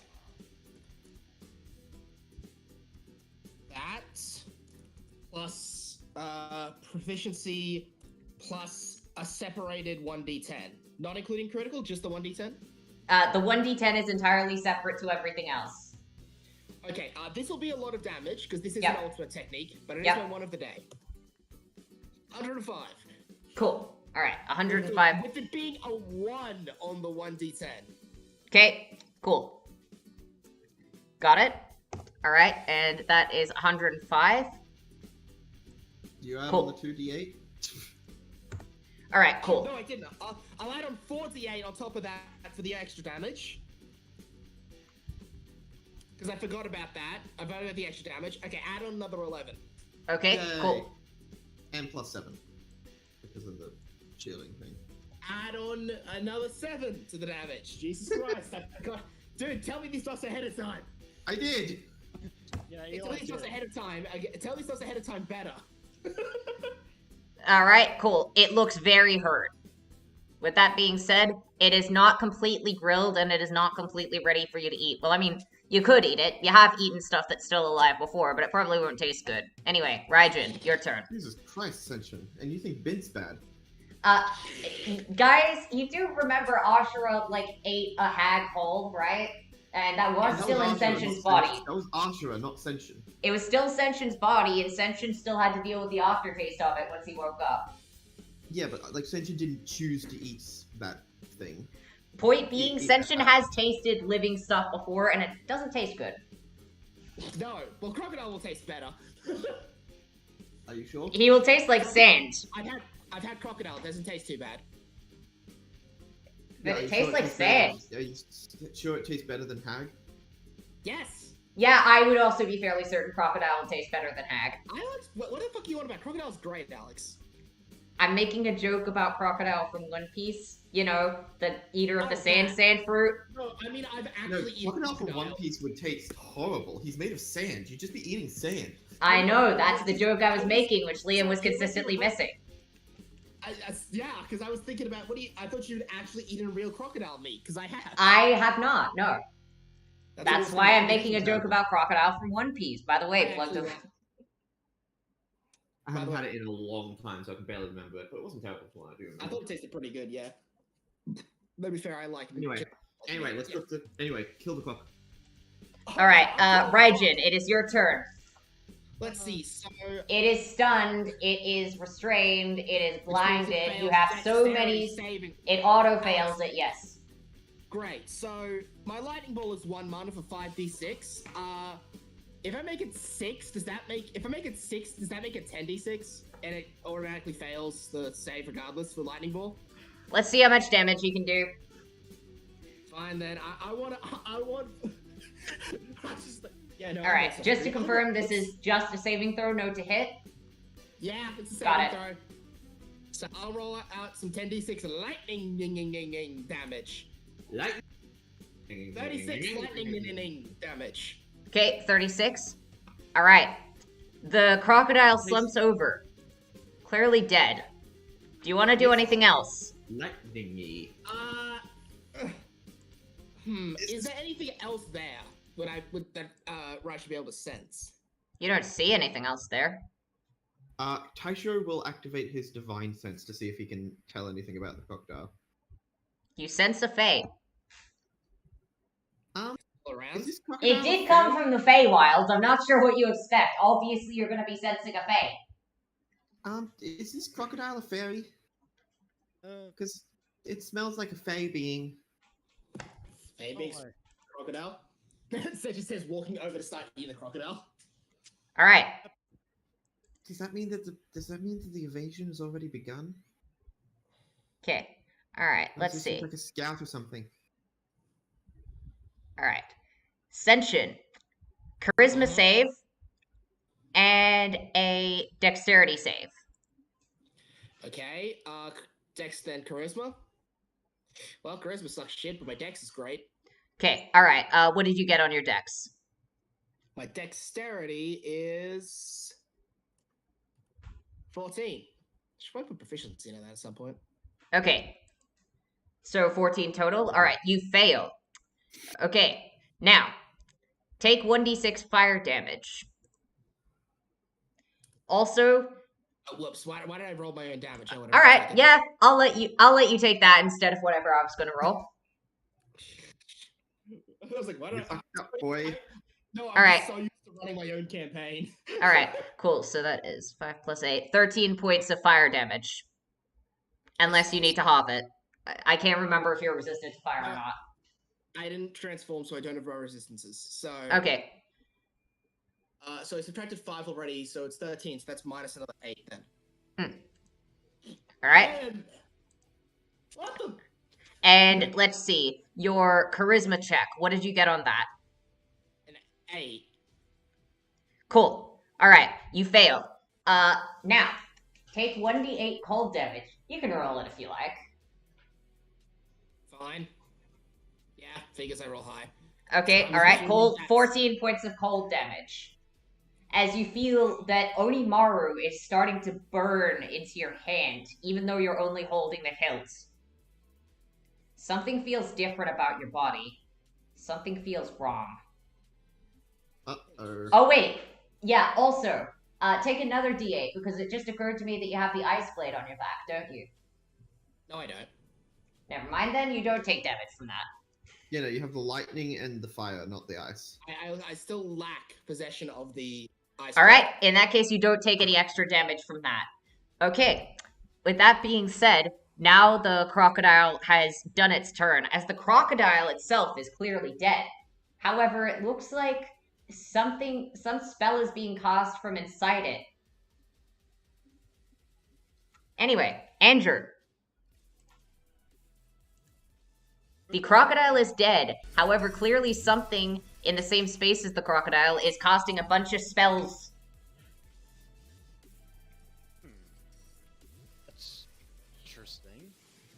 Hey, dude in there that's casting spells. If you change your mind,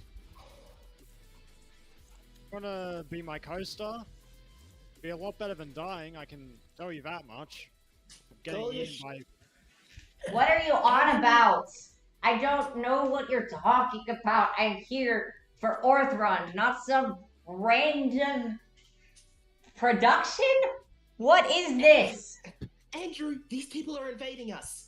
Whatever you're doing is not important right now. I'm not a person, I'm a crocodile. You're You'll a note that the crocodile does not appear to be moving its mouth. The crocodile is dead. Just right, just said that. The crocodile is dead, and I made sure of that by turning its insides into crisps. Well, clearly So you what didn't do turn you its do to insides save into you? crisps. I'm in its insides. Fantastic, I'll shoot you next. You can't reach me. You'll what him? I'll You shoot can't you reach next. me because I'm inside a crocodile. I thought you said Andrew, you'll shit I'm him good. next. Yeah, Andrew, give me a second. Because our action technically never used up the rest of our turn. Oh yeah, good point. All right, so Raijin, He's gonna- what would you like to he's do gonna- with the rest of your turn? Well, I'm gonna walk over to the open crocodile's mouth and shoot a lightning ball inside its stomach. Okay, the will crocodile's destroy mouth the is not crocodile. open. You're hearing the voice from inside it, but the crocodile's mouth is distinctly closed. Let's see. Do I have some way to resist anything that could happen to me? With the number Can I of do- different effects that could be lobbed at you, I'm gonna say that you can't resist all of them. I'm trying to work out what I could do is my question. I mean, what I'm- is if what you're I'm trying- convinced sorry, it's not inside the question, crocodile's what I'm mouth, you're trying gonna. to- You rather- could try and make a I'm strength trying check to- to open it. Hmm. You have a distinct chance of getting bitten, but you can attempt to open its mouth to try and kill whatever's inside the crocodile. Sorry, how would I be bitten? If it, because did it die on its feet or did it die sideways? It died on its feet. Okay, that makes It it could also- annoying. Yeah, it could also, like, even if the crocodile is dead, the guy inside it could just animate it slightly to make it chomp, Yes. depending on what the Theoretically. hell it is. I mean, it is a fae, so it probably has pretty good magic, including necromancy. What have I got that can do something? I'm trying to work out what I could do to. You could just risk it. I could risk it. I could definitely risk it. You'll Wait, notice that, actually- considering the fact that the pixie said that clearly you didn't fry the insides of the crocodile because the insides are fine, you get the distinct impression that your lightning ball spell probably isn't going to work on destroying whatever's on the inside of the crocodile, even though it killed the crocodile itself. It looks like this creature is using the crocodile as armor. Yeah, so that's why I'm saying open the mouth and shoot it through there. Yeah, so that's likely to be your most effective bet. Opening the mouth and then shooting an Eldritch Blast into its stomach. If only I was looking at this, I was like, if I had a fucking summon, I might be able to do this a little easier. You But I can don't summon have anyone something. to What do you want to I don't summon? have anyone.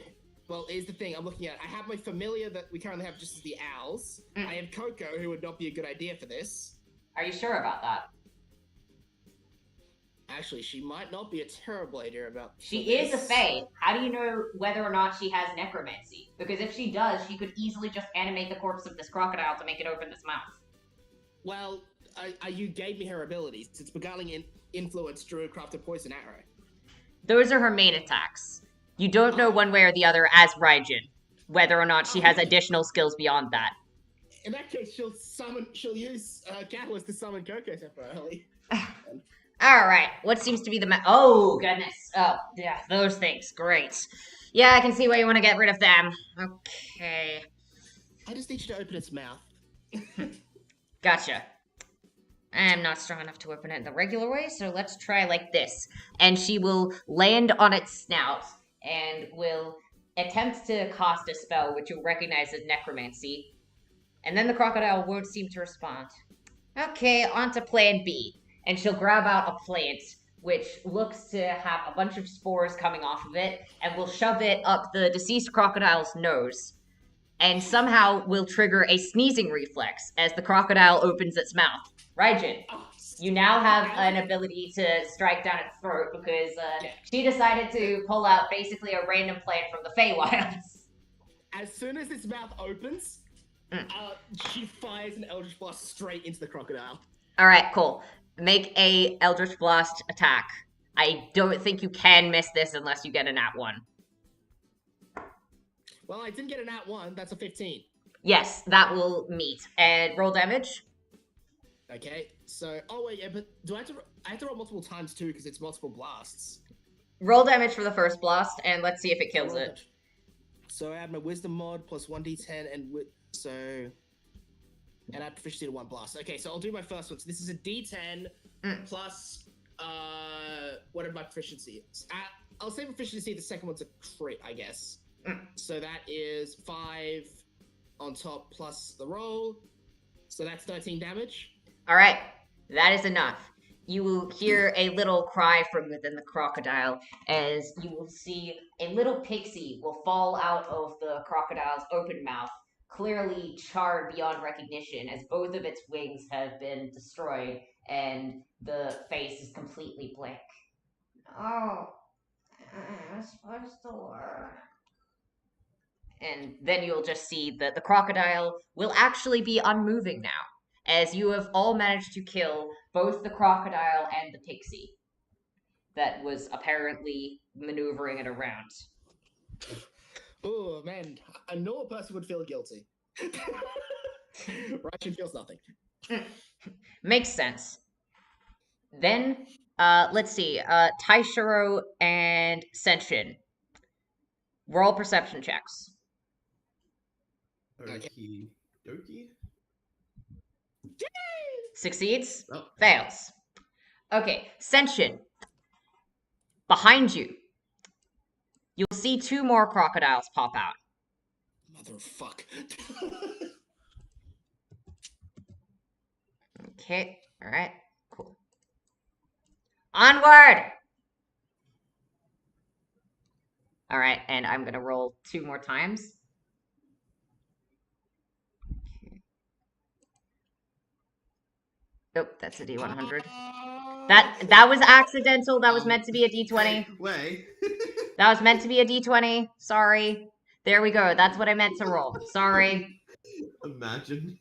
Sorry. Oh, yes, a nat 48. Okay, no, I was trying to roll a I know. D20. Okay, all right. So let's see. That one goes at initiative 11 after Taishiro. And that one at turn goes at initiative 3 between Senshin and Raijin. Now, Andrew, it is your turn. Okay, now let's have Andrew, David, and Raijin. I would like you all to make perception checks now. No worries. Oh, okay. All right, both of you succeed. Assuming, of course, that the 14 has any level of proficiency with it. Let me have a look. It's perception. If you have proficiency in it, it will succeed. Let's see. David doesn't have proficiency, so the first one All right. won't do anything. Cool. David will be surprised. Andrew will not. All right, and let's see.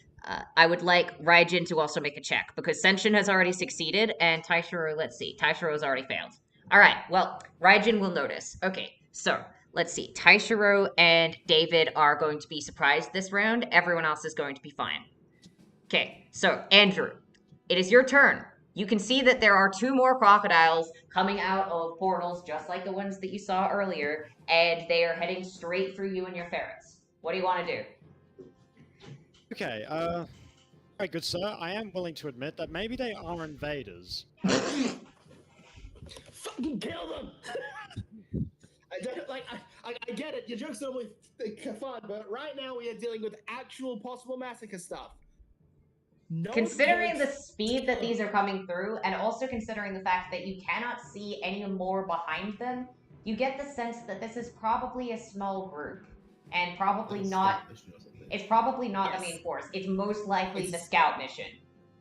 It's the scouts, yeah. So if we kill the scout, that's a good thing. Yeah, but like this is just going to be the scouts. This is not a serious, full-on I invasion know. just yet. Exactly the point. Well, yeah, but the less they know, the better we are. Yeah, So. yeah. I'm just letting you know that you guys don't seem to see the entire force of the invasion, so it's not like they're doing it all 8 days before they said they would. They're just I know sending that. scouts. It's just guaranteeing that we don't have to deal with them anymore. All right, Just Andrew, kill 'em. Alright, what do you wish to do? okay, I think we'll need to have to convince them to see the error of their ways and see that show business is the way to go. Oh my And- fucking god. Yep, so Andrew will take Yeah! out- Ferrets, ferrets, ferrets. Hey, maybe we should sing the ferret song for them to convince them to join us. They are actively trying to attack and kill all of us in the future. How is that even close to a sane response? Well, I mean, they are. sane responses are overrated, don't you think?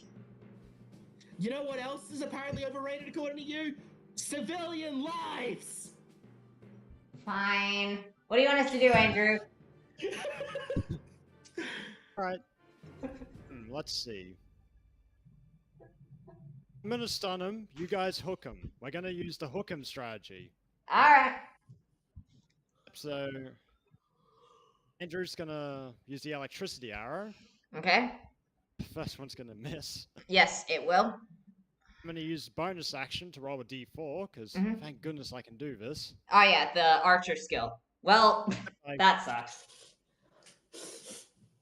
okay, that one hits. Yep, I'll that roll will the hit. damage, which is 2d6. By the way, what's your proficiency with that? My proficiency on that one is Journeyman, so I'm using the electricity baby to try and stun it. Okay, since I will say, if you beat the AC of these things by 5 or more, that meaning that you get a 24 or higher on a to hit, then you will end up directly damaging the fairy.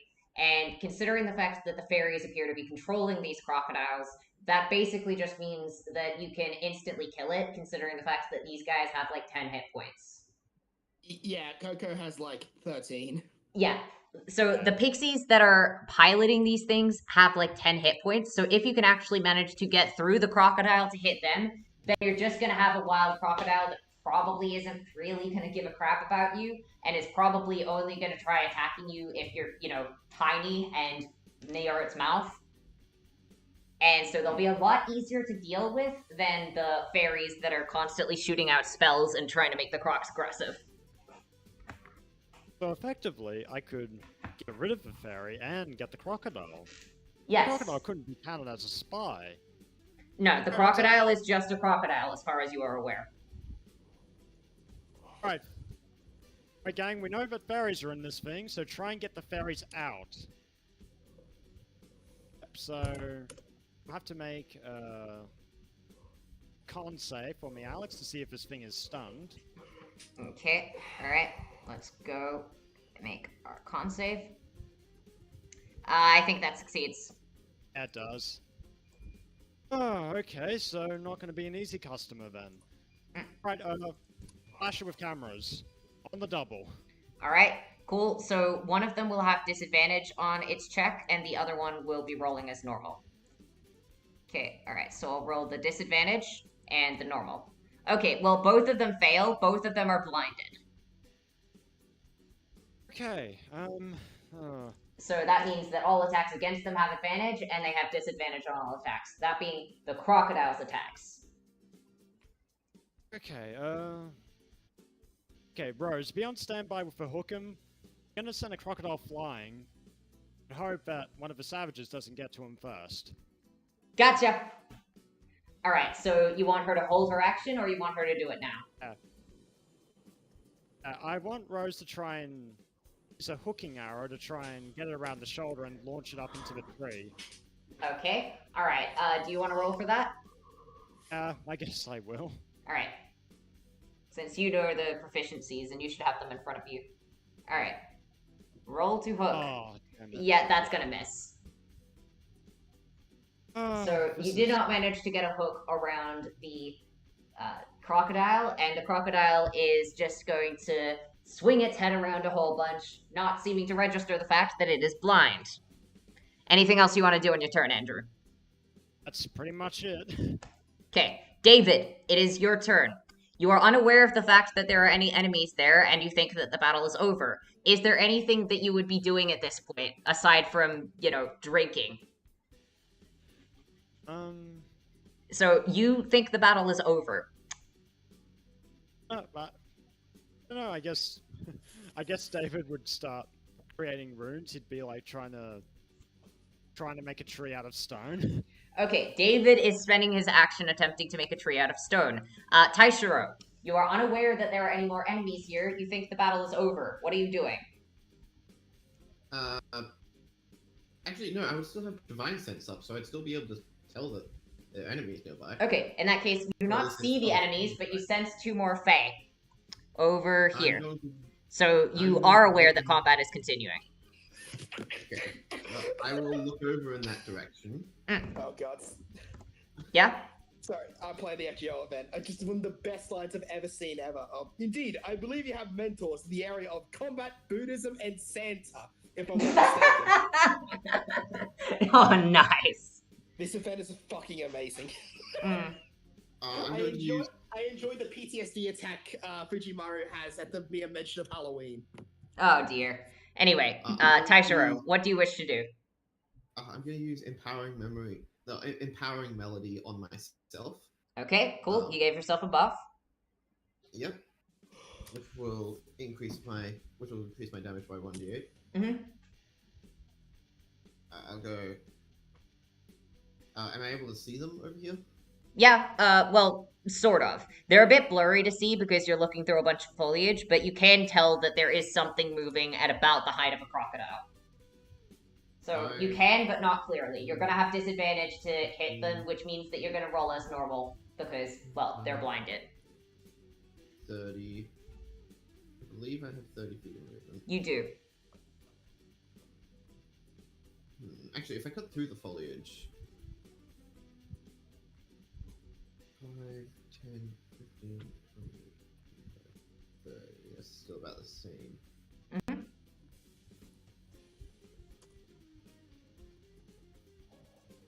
Okay, well, I'll run up to this one and attempt to cut. Alright, roll to hit with advantage. Oh, wait, with advantage? Yep, Or with they're blinded. disadvantage? Because- Advantage. Okay. So take the higher number, which is still the 17. Alright. Okay. What does your total come up to 24 or more? Let me check. Yes. Alright, cool. In that case, roll an additional d10 to keep it separate. That will be the damage you deal to the pixie. Okay. Roll 3d8.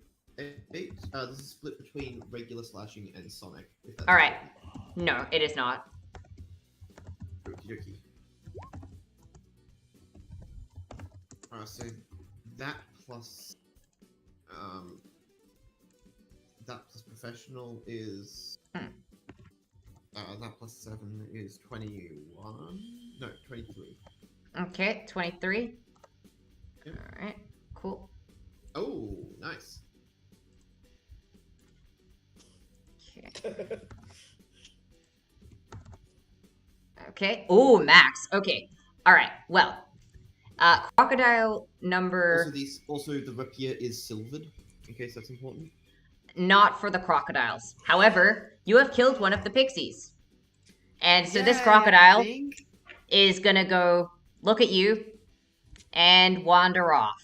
And it is going to be mildly damaged, but it doesn't want to fight you. It just wants to mind its own business. So this crocodile is out of the combat. It's not trying to fight any of you. Unless a ferret lands on its nose, it's probably not going to attack any of you. So you managed to get rid of one of the crocodiles. Okay, so please, good sir, please don't try and kill it. I want a scaly friend. That's all I ask. Well, I'll make friends with a scaly or we kill the other thing. Alright, we can take out that one. Leave that other one alone. One that's just wandering around minding its own business. Yeah, because again, it's a wild animal. It doesn't care about a war. It is just a crocodile. Okay. Alright, anyway, Taishiro, anything else you want to do? There's nothing else I can do, so I'm just gonna... Senshin, there is one crocodile that has wandered off and is minding its own business without a pixie in it, and there is another crocodile, which Taishiro is in front of, which has a pixie in it, and still looks a little aggressive. Well, I guess I'll get to here then, to fight it. You have advantage to hit it because it is blinded. I just for it, I start saying just to the pixie that's inside it. You sure you want to do this? We already killed 2 of your friends. I can't find a portal, so I have to. What does that mean? It means that the portal to the Feywilds has disappeared, so I can't stop doing this, because otherwise you're gonna kill me. Are you acting as scouts? Are you acting as scouts? Obviously. Okay. I prefer to go back, but I can't find a portal, so, you know, I guess I'm stuck here now. Okay, I'll make this very simple for you. Give up and surrender, and we won't kill you. You tell us everything you know about the incoming invasion, and you get to live. Maybe you'll even get to go back to the Feywilds afterwards. Otherwise, death. And I'm very good at giving it out. 2 seconds, and you'll just see that the pixie will appear out of the crocodile's mouth, look over at the other crocodile, look over at the dead one, and we'll just go, as long as you don't hurt this guy here. And we'll just gesture down to the crocodile. He's a friend. Oh, I'm still gonna eat the dead one. I have not had food today. I don't care about any of the other ones, just not this one. Okay then, good. Now, you are... And she will just crawl out and will just sit on the snout of the crocodile, who will seem to ignore her. Alright, I'm sitting here. I'm not doing anything. I can't see any portals, so I guess I'm not gonna try flying off. Now, we're going to be taking you into custody as a prisoner of war. You will be treated humanely, because if anyone doesn't, I will cut their heads off. Wait, you actually care about your prisoners of war? I do. Wow. A lot. And I'm also a representative of the war leaders, so yes, I guess we do. At the very least, I'm representative of one of the biggest fighting forces. Huh. Honestly, my plan was just to be nice to you until I saw a portal open up and then fly off, but alright. Okay. You're just gonna hear that noise. He's just gonna look over at Raishin just look at it right. Look at the dead pixie over there. The dead pixie is currently inside of the crocodile in both It cases. just wandered off. Oh yeah, no, the dead one, because you said it fell out of the mouth a little bit. So Yeah, the dead crocodile the pixie fell out of. The still living crocodile that has the dead pixie inside of it is kind of just minding its own business. I just And you can't see it. Yeah. Huh. Well, I guess that was necessary. Perfect. Well, okay, we are going to restrain you so you can't escape, but we will need you alive for information. I'm also going to completely assume it's going to be pointless for you as a hostage because the Fae seem to be kind of dicks. Yeah, let's face it, they didn't particularly care about any of us. I'll be honest, we were barely trained. We kind of just got sent here in the crocodiles in the hopes that, oh, they won't kill a wild animal that they recognize from their world. I don't know why they thought that. We were kind of expendable. Excellent. Well, that's not where I got the idea from. That's where my superiors who sent me here got the idea from. I understand. I'm not stupid. I can understand context. Well,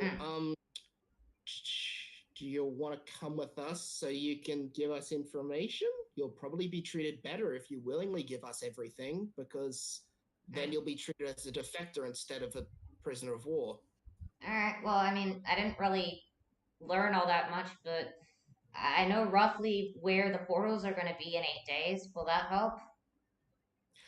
Yes, actually, that is probably the most useful piece of information you could give us.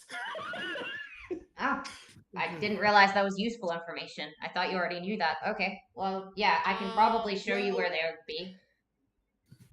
Yeah, that's pretty good, right? They're not going to be in this forest. It's a different forest that the portals are going to be showing up in about 8 days. We know they're going to be in Ilda's forest. We just don't know specific locations, right, Alex? We don't know the specific locations. You don't. You just know that it's going to be somewhere in the forest. If we do that, we can set up preemptive traps and, well, you know. Yeah. I can show you a couple of spots I remember from the maps, and I can also probably look around. There's little markings on the trees where the portals come through. And she'll just gesture over. You see that one there? There's a little marking on there. You can see that the branch is at a particular angle, and you can also see there's a little carving there. That shows that this tree is a portal. So if you look around for stuff like that, you'll be able to see portals to the Feywilds. You won't know exactly when they're going to be showing up, but you know which ones can be used. And if you cut off that branch, then that tree stops to be a portal. So if you do a little pruning, you should be able to, limit the number of portals that they can make, and you should also be able to figure out exactly where they are. You could probably set up some pretty good traps. If you're willing to let me go around the forest with you, I could probably point some of them out. Yeah, we'll just you just might want to come back with us. We'll just go over this with the other people. Yeah. As long as you treat my friend here well, I'm good. Honestly, if you give us this stuff, you'll probably be rewarded by us. Really? Yeah. I thought you guys would hate me because, I was with the army of people that are trying to invade you for some reason or another. Yes. However, 1, you seem to have been conscripted. 2, you are willingly giving us information. 3, you basically surrendered unconditionally. And 4, you're giving us vital information that could win us the war before it starts. That sounds good. I really don't like those guys. They took me away from my family and then kind of sent me away here. Okay. Yeah. No. Okay. They suck. You want to come back? Also, I think they were trying to capture a bunch of people to use on necromantic experiments, and that's just. Yeah, and she'll look over at Taishiro and said, people that look like you. I'm not sure what you're called. Knolls. Okay. No. Yeah, people that, Knolls, that look like that. I'm just trying to think. Why did they say that was? It was some kind of soul site, and they were looking for some ancient creature that was older than the big tree. Older than the bark dragon, something like that. I'll think on it, and I'll let you know if I can find out the exact phrase. Fair enough. Do you want to come back to the castle with Okay, us? yeah. We'll probably get your little buddy some good food there. Once, All right, nice. lift And up she'll on just the start other arm. scratching the crocodile's head. All right, sweet. Come on. Let's follow these guys. And the crocodile will just look up and seem to give a bit of a smile, and will then just start walking and following you guys. Neat. Essentially, we'll just pick up the the one he killed to bring back and cook, because, well, spoils of war. It's like, that went way better than I thought it would. Holy shit, I'm so glad I asked questions. Yeah, and the other crocodile is just kind of wandering around minding its own business.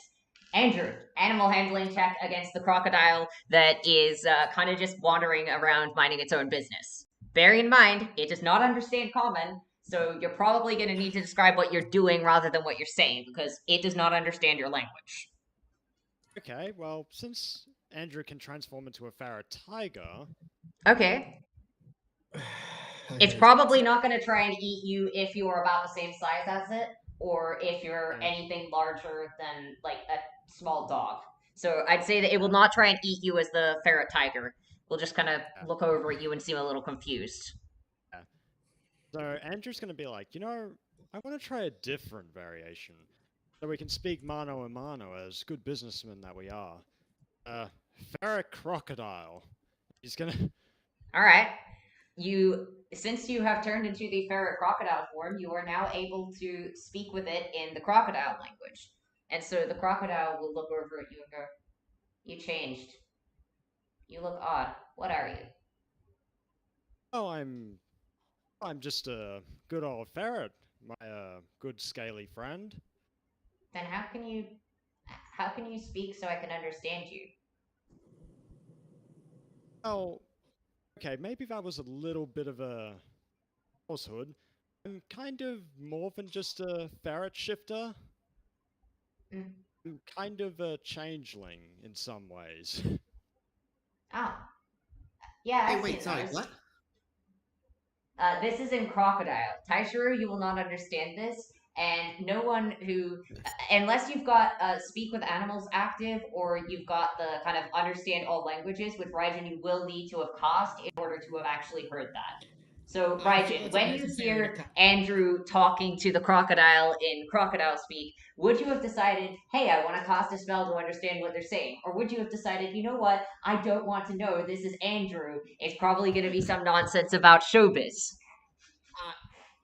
Basically, Raisha's choice was just, you know what, I'm just gonna not do this. I would rather at least I'd rather have a conversation with, like, Coco and stuff, because she's also from the Feywilds. She might have some idea of what the fuck is going on with the invasion. Yeah, and Coco will have a look over and will go, "Hey, I think I've seen you before. You're from one of the farms on the outer reaches of the city, right?" And the other girl will look up. "Oh, my lady, and she'll just look a little bit panicked and will start to fly up and go onto Ascension's shoulder. Uh, are you gonna hurt me?" "No, I'm friends with these guys too. You don't need to worry. You haven't done anything wrong, especially not if they've done all of that." "No, I work with these guys. I'm her summon. Basically, I get a bit of mana. She gets to call me for help whenever she wants. It's a good deal. But you don't have to worry." But they don't know that. Raijin, would you be alright if I went back to the Feywilds to maybe gather some information for a day or so? They don't know that I'm working with a human, or rather, they think that I'm just using you for mana, so of course, naturally, they're going to assume that it's not mutually beneficial. So, what do you say I go back there and allegedly pledge my support so that they can tell me a bit more of their plans? Oh, that sounds lovely. Alright. In that case, I should be able to activate a portal, and I will be back, let's see, maybe tomorrow, day after tomorrow, and I should be able to get some good information from them. I'm pretty high up in the port, so they should trust me. Oh, good to hear that, Coco. I'm glad we saved you. Well, for multiple reasons, but now I have a, what's the word, tangible benefit, I guess, from it. That sounded better in my head. It's fine. Maybe you should work on that a little bit. All Okay, right. if you In must that guess case, what- I'll see you in a must couple guess of what days. See you then. All right. Yeah. And she will just go up to the tree, will cast a spell into the specific spot where the engraving is, and then a small pixie-sized portal will open up, and she'll just go through it. See you soon. It'll just wave by. And then the little pixie will just go back onto the crocodile. All right. I'm honestly shocked that someone who's so high up in the courts would want to help people outside. A lot of them usually seem to have a pretty big problem with people like you. I I'm confused though. They say you're savages, but you seem to be really concerned about even people that are your enemies. I I'd like to know what you guys are like. It's clear that there's something deceptive being said, but I don't know how they could. Well, it probably just because not all people are good, much the same as not all of anyone is good. There's a lot of Mm. bad people around, the same there's Mm. many good people too. Mm. Well, I hope I'll get to meet some So- of you good people. As well as Yeah. yourselves, I mean. It's not too ridiculous to call us savages considering my eating habits. Yeah, no, if you want to see savagery, just look at him. He eats more terrifying than a wild beast. That makes sense. We usually eat some pretty big beasts as well. Also some seen man-eating a- plants. Have you ever seen a single person eat a wyvern? I don't see wyverns in the Feywilds that much. Okay. Now imagine this. Okay, so basically. I don't think I've you know- ever seen a wyvern actually. I've seen pictures of them in books, but I haven't seen a real one. Well, imagine a single person eating one of those in 4 minutes. I don't know what they look like, so I only have a I'll rough just see idea. the- Okay. At that point, the castle comes into view, seeing the fucking gigantic. Well, seeing the wyvern riders. Whoa. So that's a wyvern? They're so huge. You were able to eat one of those in 4 minutes? I was hungry. Wow. I'm not surprised you said you could eat the whole crocodile then. Yeah, no, that wasn't hyperbole. Mm. I'm literally going to be cooking this. Mm. Just says holding up the crocodile, other dead crocodile by its tail. And I'm imagining that you're leaving Andrew behind to instruct the crocodile and just have a bit of a chat about the I facts. have learned that the best idea to deal with Andrew is to just, once he starts on something, just leave. Okay. Let it happen. Andrew, you are currently having a nice little chat with the crocodile and planning out attacks that you can do with it and planning out all of this other stuff about how a crocodile can become part of the ferret group because apparently your life goal is to become the most notorious bandit and turn everyone into a ferret. So, Yeah. congratulations, you are talking with the crocodile. Oh, a good scaly friend. What is your name? Do you have a name? I don't have a name. I thought those were only things that people had. Oh, today is a very special day for you, my scaly friend. Hmm. So what kind of name would you like? I don't know, something aggressive. Something that makes me sound powerful. Aggressive, powerful. Ooh. Those are nice words. Steve! I like the sound of that, random ferret. Right, we'll call you Savage Steve. Yeah, I like that. I like that. I thought it was only appropriate to name after the crocodile hunter. Yeah. Yeah, that's a good name. Mm. Then make it so. We have Savage Steve. Mm. I don't suppose you have spoilers about what these Fey overlords of yours were trying to do? Let's see. They were trying to feed me owlbear meat, and then they were trying to feed me some plants, and then I bit them, so then they stopped trying to feed me plants, and then they tried to feed me displacer beast meat, and then I think they were trying to get me to work with that one pixie. Leaves a pretty bad taste in my mouth, but I kind of had to follow whatever the pixie said because some magic. My brain kind of stopped working, and then I just ended up doing whatever the pixie said. But I mean, they fed me afterwards, so I guess that wasn't too bad. Yeah, and now there's no pixie, so. Is there still going to be so meat, cool. though? Sorry? Is there still going to be meat, though? Stuff to eat? Oh, absolutely. We can definitely hunt Yeah. that down for you. Alright. In that case, I like the sound of this. Bunch Oh, of I meat, guess- no pixies to order me around, someone I can talk to. This sounds like it's going to be fun. Yep, so Andrew's gonna offer his claw, I guess, like the Mhm. crocodile claw, and he's like. gonna Crocodile will handshake also him. put out the claw and will handshake. Yep. Oh, Andrew's made a friend. Andrew Savage has successfully managed to make a friend with the crocodile. So, yeah, your plan to ask Pinko to convince the crocodile that it was a ferret did not work, but luckily you managed to use your own abilities to make friends with crocodile. So, yeah, now you have Savage Steve the crocodile, who is now a member of the ferret gang, despite not being a ferret. This is all I could have ever wished for. I feel like shedding a tear. I'm just kidding. All right. Well, Andrew has successfully managed to do the thing that he wanted to do, and now a bunch of the ferrets are starting to film some very cool chase scenes with Andrew on the crocodile in elephant form, Andrew on the crocodile in ferret form, Andrew running around next to the crocodile in crocodile form, and they are having the time of their lives. With that being said, let's get back to the rest of the party who is currently bringing in. Yeah. Let's get back to the main plot.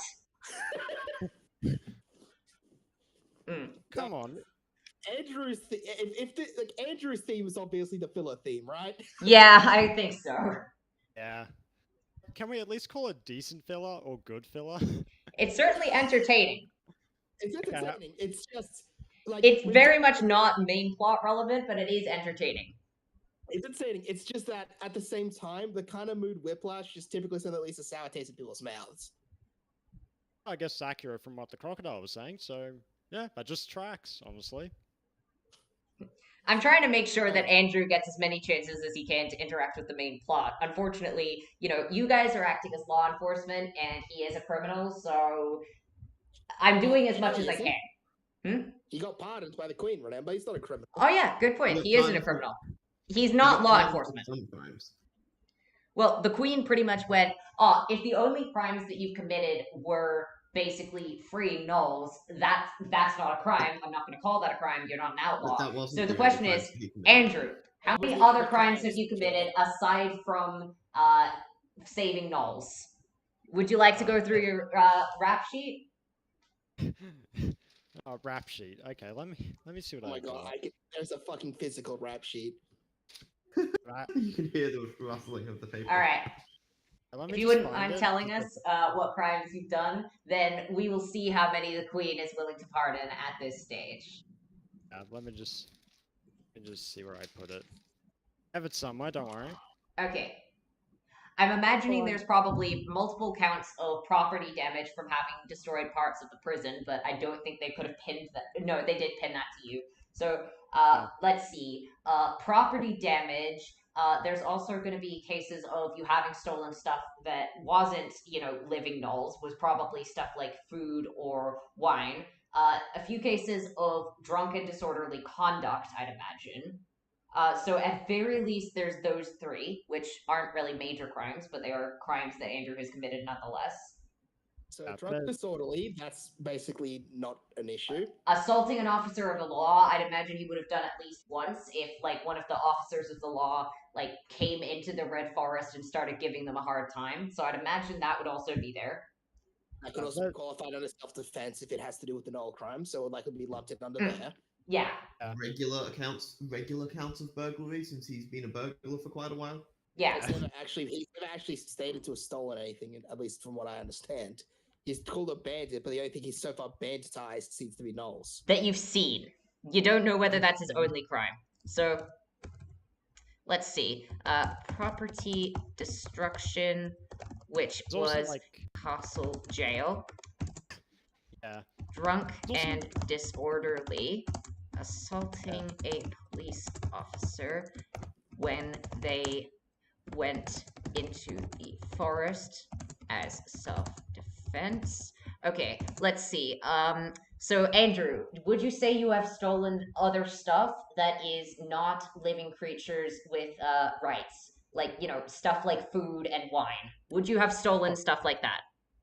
But yeah, I definitely would have. All right, banditry. Would you have broken into anyone's houses to steal stuff? Yeah, absolutely. I mean, half the thrill of it is breaking through a window. Don't you know? Okay, all right. And any Oh, other nice. ideas of other crimes that he would have committed? Oh, Jesus Christ. So Yeah, let's see, the property destruction, Well, he you is really guilty. need to be able to show up more. Drunk and disorderly, Less which he likely did that'll do, be. but it's a minor crime. Assaulting a police officer, which was self-defense, so that will get scrapped. Banditry, which is also a minor crime, which can be ignored. Burglary, which is also a minor crime, which can get ignored. So, as far as I can tell, it's probably going to be like a minor fine at worst if you get charged with anything for these guys. I mean, there's also the guards that he sent to the psych ward because he was literally not making sense, and he made an eldritch abomination of like a showman shadows. speech. I don't think that is going to be something that you can get charged for, because I don't think being weird is a crime. So being weird is not a crime. So even though you did send them to the psych ward with what you did, it's not technically a crime. So I'm gonna say that, yeah, that's it. So you probably can be pardoned with like a minor fine. I mean, there's also. So you won't be incursion- arrested on site. Robbie, serious question. Oh, You wanted to be able to show up more because if you just keep listing off crimes, it's going to make that legitimately harder. Oh, don't worry, the another list thing is that about he's to get a almost lot certainly- longer next session. That and is- another thing that he's almost Oh, certainly no. guilty of is criminal mischief. Yeah, it's criminal mischief. Like, I'm playing Which a is an criminal. actual thing. Yeah. No, no. I'm not gonna list that as a separate dot point. Yeah. It might be, but as far as I'm concerned, it's about the same severity as all of the other stuff that he's done, and it can kind of get ignored about the same as a lot of the other stuff. So yeah, I think Andrew is going to be receiving a fine, but I think that's going to be about it. A fine for the couple of crimes that can't be completely ignored. There are going to be more crimes. In the I next know, but session. with the crimes that he's done already to date, it's only going to be a fine. He's not going to have to be arrested or anything. So he is able to go into the city. No, that's all you think he's Sorry, doing? what? I made a joke. No, not that. I was just looking at YouTube. There's a fucking Club Penguin movie that Why? advertised here. No, I'm not done. That I'm done. Animated the same style as Akira, like by similar people, and apparently seems to fucking include the Vietnam War. I definitely need to look at the trailer of that later. For I now, don't know if this is real or not. Penguin's Memories. It's not actually Club Penguin, sorry. It just looks a fuck ton like Club Penguin. okay. Anyway, you guys have returned to the castle, and you currently are walking through the main street of the Noble District with a crocodile with a pixie sitting on top of it, and are just walking back. And Levi will look over at you and will say, isn't that, and he'll just gesture to the pixie. Is she with you guys? She's a defector now. Yeah. So yes. Hi. And she'll just start waving. Oh, okay then. All right. I'll get back to my business then. And Levi will just go wandering off. You know, I think the best part about it is like Sonny's just like I can fuck with Levi one way. My favorite way is by doing my job in a way that completely surpasses him in a way that makes him just confused. Yes, you have confused Levi, but I mean, he's not going to stop you. You said that she was with you, and you're not doing anything wrong. Like, she's very clearly under your custody, and also, like, there's no reason why he can legitimately complain about it, and also, the longer he complains about it, the longer she stays on the main street, which he would rather not have to deal with the possible threat of that, so, yeah. he'd rather just leave you do your job. Mm-hmm. So Levi will head off, and everyone will arrive back at the castle. Kana, I will go over how your meeting went, like the exact specifics of it in your own time. For now, I'm just going to say in general, it went quite well. Your family does, in fact, have quite a number of supports. You'd probably be expecting about 200 of one type of support, and let's see, about 100 of another type. Damn, that's a lot. So basically, between the two sources that you and your father managed to communicate with, you've got another 300 units. That's a lot. Jesus. And I will say that all of them will have access to the ability to fly. So 300 flying units. And I think about 100 of them are going to have Hero Steel already in their possession. Actually, no, all of them would. Yeah, all of them would already be armed. Enough. So you don't need to arm them. You've just got another 300 units.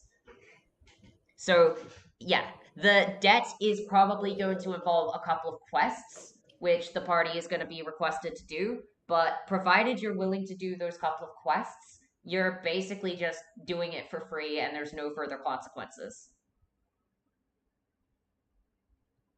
So they'll send you a couple more of the details of the quests to the party, and then that's going to be something that you can do later. So that's it. Like, just you're getting sent on a couple of quests, and once you do them, then you're square.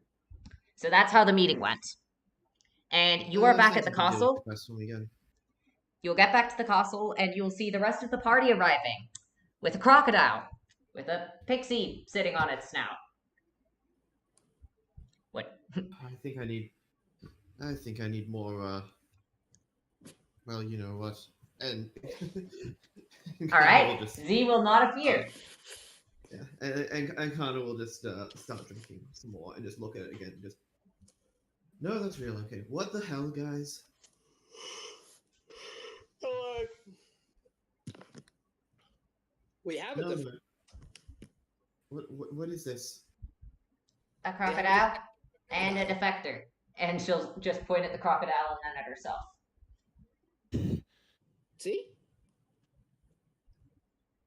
He said that if I gave you guys information that he wouldn't kill me, and also he was very successful at doing that with the guy that rushed up ahead, so I decided that I'd come with you guys. So you have a prisoner of war?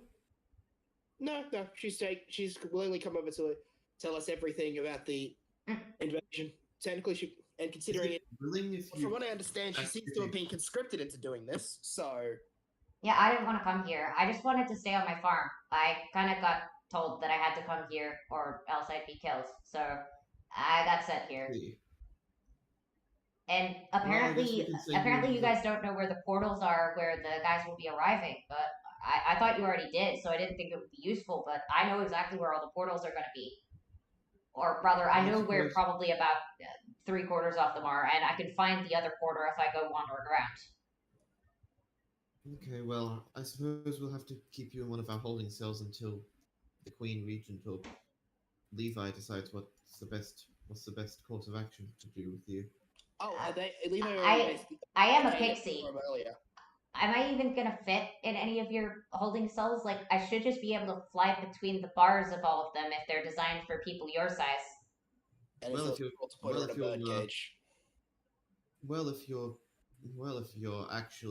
you're actually honest about wanting to help us, then you'll have no reason to fly between the bars, right? I will, but it also just seems a little bit pointless. Yeah, I mean, look, I can say this pretty easily. I don't believe she would want to go against us because it would not be in her or her crocodile's best interests. Well, then think of it as a unnecessary. A trust exercise. Kana, we're on time constraints here. I'm gonna go. We're on an 8-day time constraint. Let's at least inform and every the Queen. second. That's what I was planning to do as soon as I got here. Yes. I mean, I could go into the holding cell, or I could always just stay with him and take him around the forest, show him where all of the portals are going to be, and then go into the holding cell after I've already told you the stuff that's going to be helpful to you. I feel like that So might be I'm- more helpful than immediately going to a prison that isn't going to be effective at holding me, that I'm not really going to want to leave anyway. Like, I'm gonna bring her with me to the Queen, and she'll be the one. And since she is the ultimate authority, she'll decide what to do. I'm gonna put in my that's with her directly right now, though. So, she should be. Is she still in the castle for me to do this? The queen is still in the castle, yes. Yeah, I'll check if I can schedule a quick meeting with her about this. Well, there isn't any reason to go out into the forest yourself to find the location of the portals. You should just use a map. No, I know where about 3/4 of them are from a map, but there may be others that I'm not immediately aware of because they weren't pointed out to me. But I know how to find them. Because trees will have these little symbols that are on them, and that'll show that they can be used as a portal. And once the symbols are destroyed, then the trees can't be used as a portal. So while I think I know about where 3/4 of them are from a map, it would probably be difficult to show that on a regular map because it doesn't show individual trees. And also, there's probably a whole bunch that weren't specifically pointed out to me in the briefings. So it's going to be more effective to make sure that we go through and point out the trees manually. Otherwise, you're probably going to miss a whole bunch of people and not know where they're going to show up. So I'm going to go check with the Queen directly about this, get her input on what we should do, and then after that, as I put in my own 2 cents and ideas for it, and then after that, I'll do whatever she says. Though I believe that what we should do, which would be of utmost concern, is reducing their amount of entryways and then trapping the largest ones. Well, we can certainly try, but when it comes to portals, I don't know if blocking an entryway is going to work. I'm not blocking the entryway. I'm saying we trap everything around it so that we severely reduce our ability to fight before they even come in. You know, using that nice old-fashioned deadstone. Yeah, is that what the Jubel family decided to? No, provide? they brought that up, and they brought up the possibility of using it for some traps, and then I suggested some form of dart traps around the local areas, and maybe able to take down the large entrances. That would be able to take down many of them and weaken them regardless. Their range capacity and the fact they'd weaken Fey beings as much as they do together just makes it excellent. That is certainly a pretty good strategy. If you can get little spikes of them, if you stab them into the trees which are being used as the portals, it'll weaken people as they go through the portal. You won't need to use as much. That's excellent. Thank you very much for that knowledge. We'll be able to reduce portals and weaken them as they come through. Perfect. Well, it'll be more effective than leaving it on the ground, since that's more likely, especially if people go through like I did inside animals, they're probably going to end up just weakening the animals that, let's face it, they're just wild animals. They don't really have any particular Fey ancestry or any even desire to fight you guys. They're just being controlled. So you might as well go for the option which will weaken everything that goes through, especially the Fey creatures that are controlling the animals. Plus, then some of the animals might even fall out of control and will just go away from the battlefield willingly. This is perfect. Okay, yeah, I'm checking with the Queen. So I guess we'll check to get a meeting with her ASAP. Yep. So you will actually be able to see the Queen from where you are. It looks like she's standing on the castle grounds and is talking to a bunch of kobolds who are standing with wyverns beside them. And she will just be saying, all right, now, many of you will likely not be able to fly within Ilder's Forest, so I'm going to have you a bit further back. All right? Senshin will basically at that point just call out Your Majesty. I've forgotten her actual name. I would remember it. So Mizé. Queen Mizé. Okay. So, Your Majesty, I have some pretty useful new intel. All right, of course. Yeah, I'll go over some more positioning later. It'll be likely more useful once we have more forces and know where they're going to be positioned. For now, that should be all. Thank you. And she will just nod to the captain of the Wyvern Riders, who will just get on their wyverns and start riding back towards the stables. Yes? What were you able to find? Well, this little missy here, so essentially will indicate for, I guess, the Fae to sort of come up to near where, the Pixie to come to near where he is. Alright, the Pixie will fly up and will just fly to near where Senshin's shoulder height is. Yeah. well, I'd say best time for this is captured member of the scouting party that they sent through a little while ago. Yeah, they sent us through inside some crocodiles, and, well, I didn't really want to come here. I just wanted to stay on my farm, but they sent me here, and, yeah, Senshin here said that if I was to give some information, then they'd let me live, and I'd get to not have to deal with those guys again. So, yeah, I didn't realize you didn't know where the portals were going to be, so I know where to point them out. Yeah, well, that says. So, in essence, she's a conscript from the other side. I felt qualifying her as a defector is probably a lot better than a prisoner of war, seeing as how she willingly came over here without a fight and essentially surrendered unconditionally to me. All right, then. Alongside that, it is willing to point out where every one of these portals are. And the information she's told me means we can severely reduce the amount of Deadstone we'll need to weaken them in their initial thing, and even reduce the amount of points where they can come through. That sounds like incredible information. And you surrendered unconditionally? Yeah, well, the plan that they said with their invasion... This guy would be fine. And he just sort of picks up the crocodile, like, sort of under and just scratches him on the head. The crocodile will seem pretty happy about it and will just lean into the scritches. Yeah, I see. As long as this guy was fine was the condition, so... Well, if you are willing to support this nation, then you, of course, will be granted a place within it. As far as I can tell, you don't have any lost love for the people that sent you here. No, they sent me away from my family and my farm. I don't think they'd take me back, even if I did somehow manage to survive and get back in there. And also I heard about what they were trying to do. There's a lot of people over here that they're trying to hurt. And I don't know why. It's not really... Most of the people here haven't done anything. It's just some attempt to get back at one guy who tried to talk with Big Tree. I don't know why they're trying to go after everyone in this kingdom for it. And Queen Mazay will just look over and say, Could you repeat that again? The reason they're doing the invasion is because one guy, I think he's an Eladrin elf. His name was Freed Rinsei. He did. He tried to communicate with Big Tree, and the queen didn't like that, so she decided that unless his family was willing to pay reparations for that they'd invade the home country that he cared about. Even though he said he didn't particularly care about it, they still decided to do it anyway. I don't know why they care. Freaking stuff is this Reed guy gonna be responsible for? Well, he's dead, so he can't be responsible for anything else. Yeah, we thought that, but then he's apparently responsible for this shit. Well, he was. They also said that there was going to be a check-in. They also said there was going to be a check-in with one of the other Rinseis, one of the guys that he supposedly has under his control. They said that they were going to be trying to get intel from him about what you guys were doing, as well as the scouting party. So today was supposed to be a big information day. Where's Yusuru?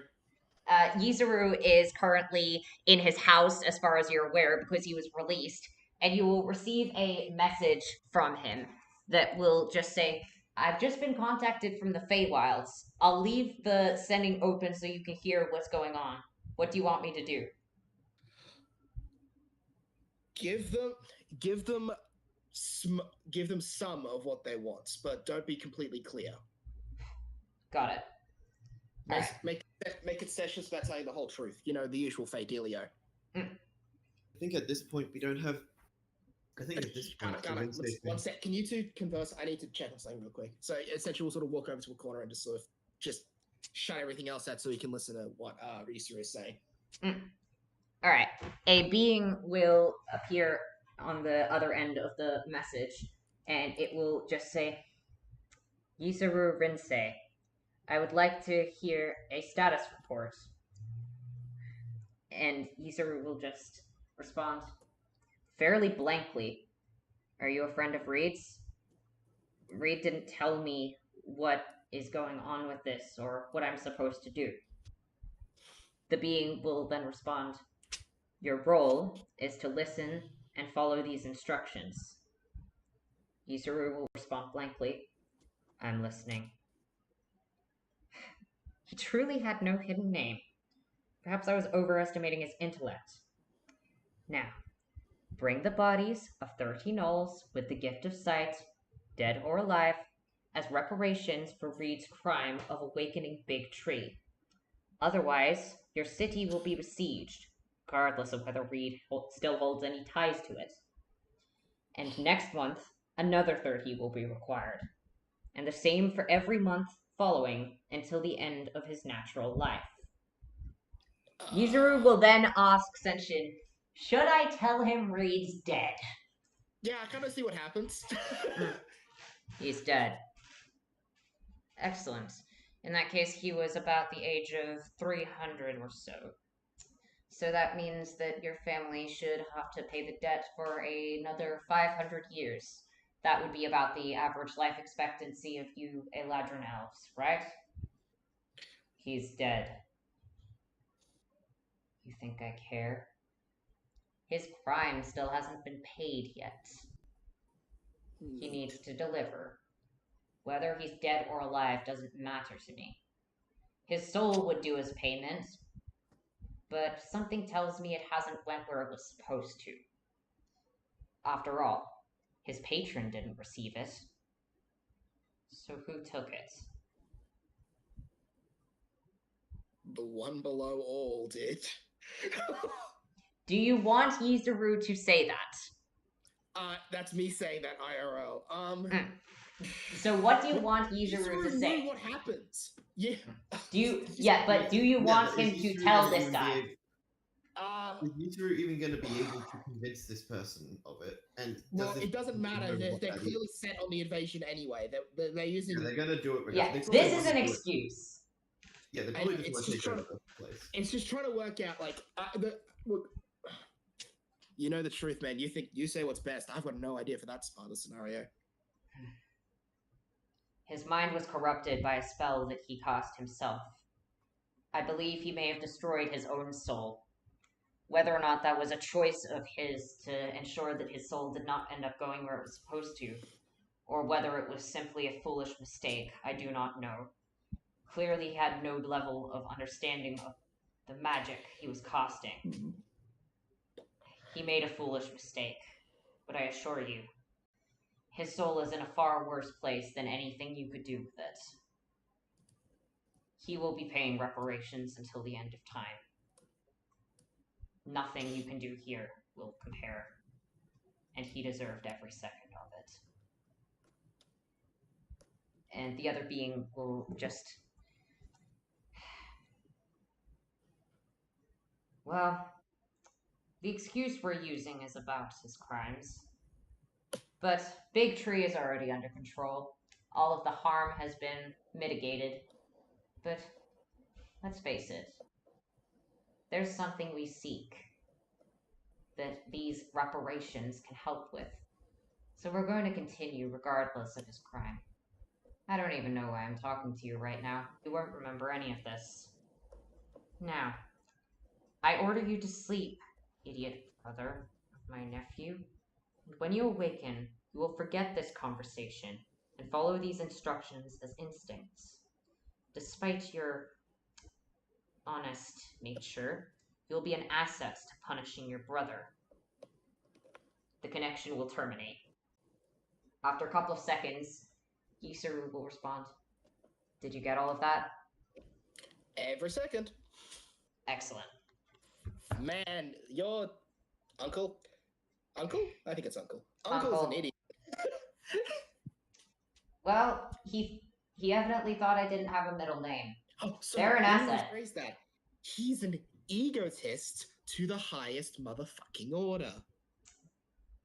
For some reason, he thought I didn't have a middle name, so he presumably thought that I was charmed during that entire conversation. Yeah, something tells me he didn't make the consideration that you can, like, be like a fae and just tell him the truth. Mm-hmm. You know, but not all. This is Awesome. I've just been styling on them all day. Man, I was swinging 3-pointers this entire day. Well, Sweet. now Yeah, I we have should- his connection, and now I know that he's a major part of the invasion. If you have any misinformation you want me to send across to him, I would be more than happy to say that I've heard someone say this. Because, well, it technically isn't a lie. Okay. Wait on that. We've got the war council meeting probably tomorrow. If All we've right. got- if they, I'll bring it up. I'll bring up that fact there, man. But Well, if you find anything that you want me to tell them, I'm more than happy to be an informant, especially since they consider the fact that I'm mind controlled to be on their side. look. Oh my god, the information game is so going in favor of this kingdom. Ooh, I can charge so much more after this. Basically, just because you guys ended up finding a couple of Fae that just really hate the Feywilds with a passion and will use all of their power and influence to help you guys, just so that they can screw over these assholes.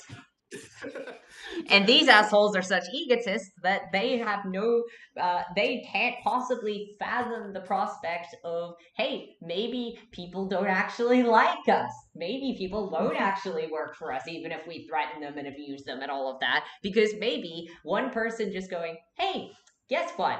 We're gonna feed your crocodile, is enough to convince them to defect. Literally just, we won't kill you, we'll feed your crocodile. Look, leave your crocodile and surrender and you won't be hurt. Okay. Wow, that was easy. Wow, now I gotta feel bad about the other two. Holy shit, that was easy. And yeah, the pixie will just go, no, the other two were hotheads. They absolutely would not have listened to that. Oh, okay. Oh, guilt leaves. Okay. Oh my god, I thought. Oh god, fuck. Yeah, those guys actively hate everything outside the Feywilds. Also, I think that they kind of volunteered themselves to join. I was the only one in the scouting unit that was conscripted. Wow, that is so lucky. Holy shit. Yeah, well, I'm glad you talked to me, and I'm glad you decided to give me a chance to help you guys. I hope I can keep them out. Don't worry, I kind of get what it's like to, deal with the angry person who hates everything. Yeah. Well, I guess after the meeting, then I can help you around the forest. Of course, if the queen here will let me. And the queen will just look over. Well, as I see it, provided you're willing to keep an eye on her and are willing to vouch for her character, provided she's under your supervision, she's fine to remain freely able to move. And I will discuss the exact terms of the reward afterwards. As I see it, she has not committed any crimes against this nation. Based on what you've told me, she hasn't even struck any of you once. It sounds like all she has done is walk through a portal on a crocodile. I can't exactly fault her for that. She literally didn't try to attack us once. So, yeah, she is, by every definition, innocent. Alright then. Provided you're willing to keep an eye on her while you're going around and finding the different trees, I'm fine for her to remain unrestrained. You fine with that? She will work with you, and that is good. That is my condition. Oh, great. Great. Thank you, Your Highness. Do you have a nickname, by the way? Because I've kind of just been calling you the Pixie so far, and that feels kind of hard to do forever. Let me see. Well, I'm mostly known as Reyna to my friends, so I guess that. That'll do. Reyna it is. Alright. Well, I guess, yeah, whenever you're ready, I can show you where all of those trees are, and we can start either weakening them or cutting off the portals in them. Right. Well, we'll do that after lunch, because, as I said, I haven't eaten yet today, and I'm very hungry. Alright, I hope you enjoy it. Sure. I mean, hey, do you want anything to eat? I mean, if you've got any small plants, then I'll probably have something like that. So I'll just shout to the kitchen. Yo, kitchen! Kojigoku Uberei! Kojigoku Uberei! Which you would understand, but Raijin will. You guys got any plants? Any specific requests? What would you like, Reyna? I'd like to try some of the plants from this realm. I haven't tried any of them before, and I'll be interested to see what they taste like. So if I could just try a couple of different things, that would be nice. Whatever the little lady wants, he'll just say that. I'm gonna cook this on my own and just lift up the entire crocodile. All right. Yeah, if I could just have maybe a salad, that would be nice. And they will just start going to set up the salad. All right, we've got a salad. It's not for sentient. We'll be fine. Our larders will survive another day. Can I borrow a spit? I need to cook a crocodile.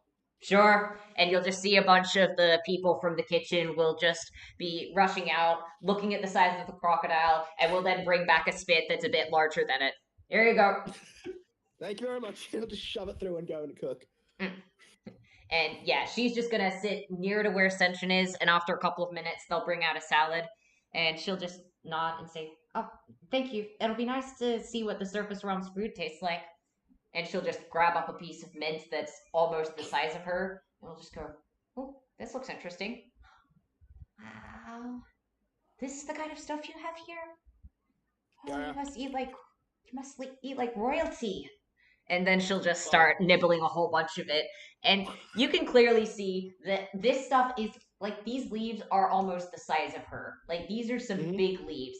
And she just manages to shove the entire things in her mouth. She is very clearly, despite being tiny, not a tiny eater. And seems to be really enjoying every little bit of it. And she's sitting in a bowl that's like double the size of her. And she's emptied the entire bowl. And they just start going, "Oh, get along." And it would just be, she's tiny, but she's got an appetite like Sentient. Bring out another few bowls, and they'll just keep bringing bowls. It's clear that she's probably eaten multiple times her body weight in salad by this point. But she is still going while Sentient is cooking. She's probably gotten through about 4 or 5 bowls by the time Sentient's finished cooking the crocodile. He's just eating it like he eats everything, which is like a wild animal. Yeah. Well, considering the fact that she was eating stuff that was almost bigger than she was, it looks like definitely they're two people of very similar appetites. I guess Link has got his Navi now. All right. Nice. Thank you very much. That was very nice to be able to try a lot of the salads at this realm. I think I'm going to like it here. It looks really nice. Yeah. It seems a lot less toxic as well. I don't feel any weird after effects from these plants. Yeah, that's why I didn't eat anything when I went to the Feywilds. That place was not fun. Yeah, it doesn't have a very good effect on people who don't live there. Hell, I have resistance to that stuff and it still wasn't fun. How'd you manage to get resistance to it? I know most people don't typically have that. Inborn ability plus some weirdness surrounding my soul. I bet the higher ups would hate to hear about that. They always like to think that they're so powerful against everyone outside the Feywilds, and the second that someone shows up that's able to even somewhat resist their power, they don't have a clue what to do. Yeah, my entire family can do that, and there's about 200 of them willing to fight here, so yeah, this will be fun.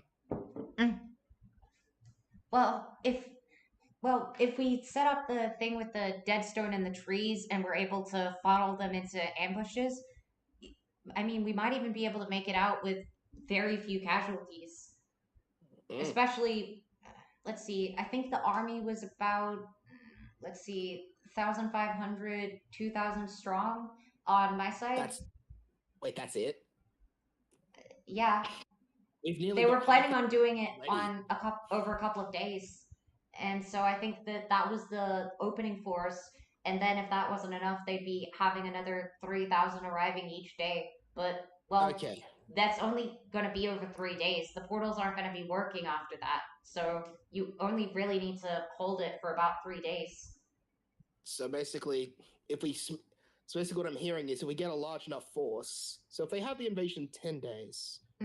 So it'll be happening on the 28th, and then I think the last portal should be closing on the 3rd. So that means that if you can hold off the introductory force, then that's likely to be the worst of it. Right. So all we have to do is basically if we destroy. If you can we hold the defeat line for handily, 3 then days, then you'll be completely done, and they'll give up on invading. Because after that, there's not going to be enough of them to be able to hold off the Unseelie Court. And since those two are basically always at war, well, they need to make sure that they're able to maintain their other war. So if they run out of excess soldiers, then they're just going to retreat and start fighting amongst themselves again. So what I'm hearing is crush them, and so that they have no desire to come back. Exactly. Because if they lose that many soldiers, then they're going to figure that it's probably more important to fight the Unseelie Court, and that you guys aren't easy pickings. Yeah, that sounds like something they'll learn. Mm-hmm. Especially because of you, because you kind of just lost them the entire war, basically single-handedly, if we do this right. And they thought I was useless. Well, maybe they thought you.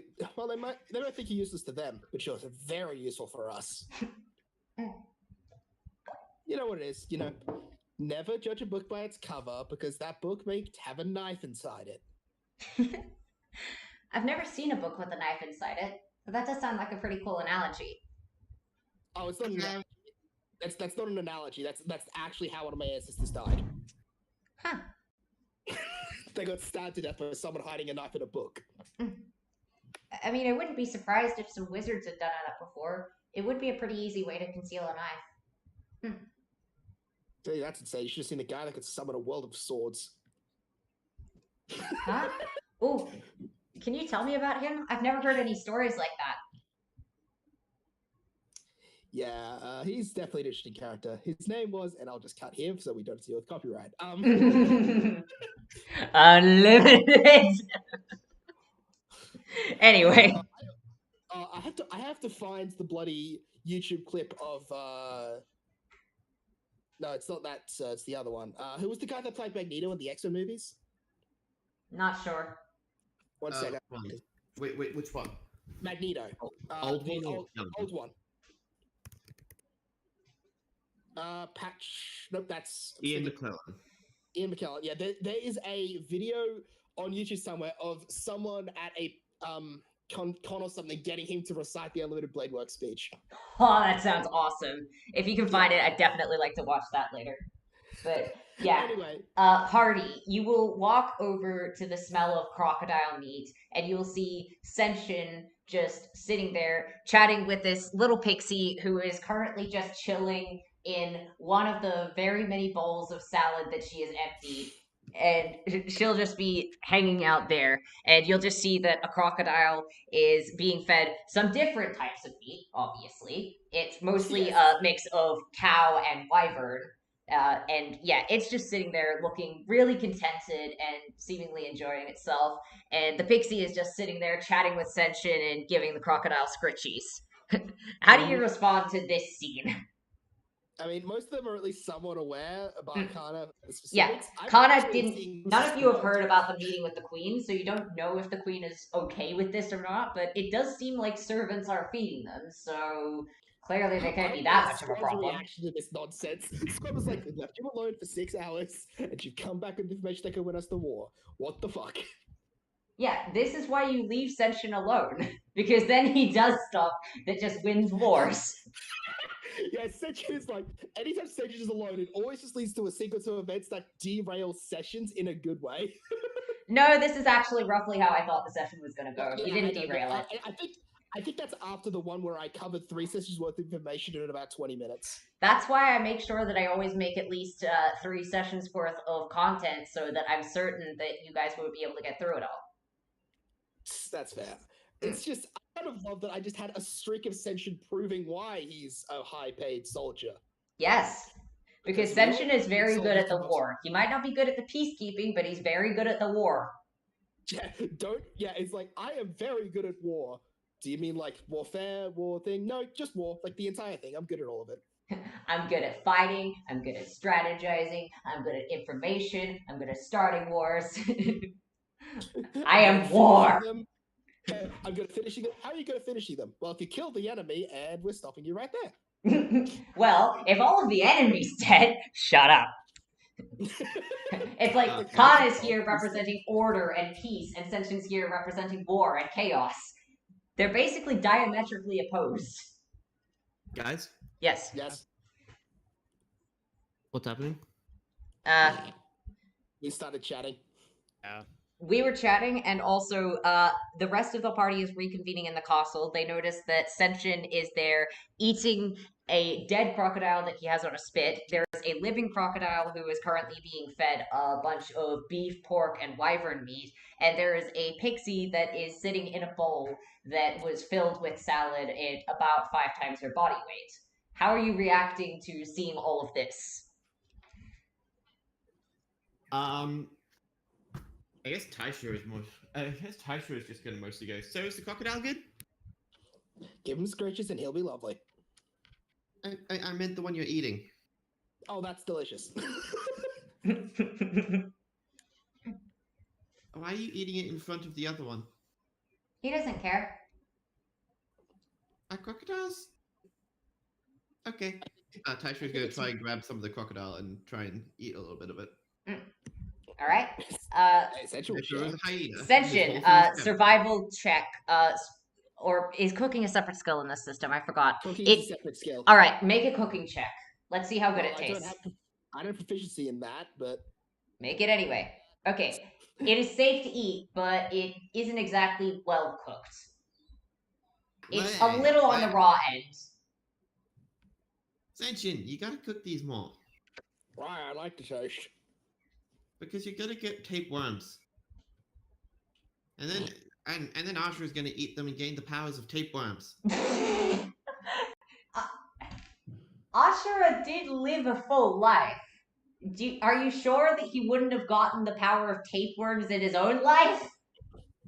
I assume He's a not, demon. because he was a bit busy. He's a demon. He's probably eaten people with tapeworms before. I And also, assume not are you because really is Ashura really going to become more threatening if he gains whatever the abilities of tapeworms are? Well, consider the abilities of tapeworms include being able to proliferate through a person's poop and then get into other people via said poop. Okay, Yeah. Ashura will not gain that Proliferating ability from Ashura- tapeworms. I don't Because think it doesn't Ashura say is that- going to gain any new Because powers, even Ashura if he will- ends up having a tapeworm. I don't think he has the ability to do that from size differences alone. Even factoring out, okay, I think you've Taishiro, forgotten the fact Ashura will not be getting any new powers from tapeworms because tapeworms are really, really, really, really weak next to Ashura. It needs whatever Ashura eats needs to be humanoid or stronger with unique abilities that he does not already have. That is going to be the level that Ashura needs to eat in order to gain any practical benefits. So Ashura will not be gaining the abilities of a tapeworm. Oh man. So anyway, yeah, it is a little raw. Taishiro, make a cooking check to see if you can cook it to a acceptable degree where it tastes good to you.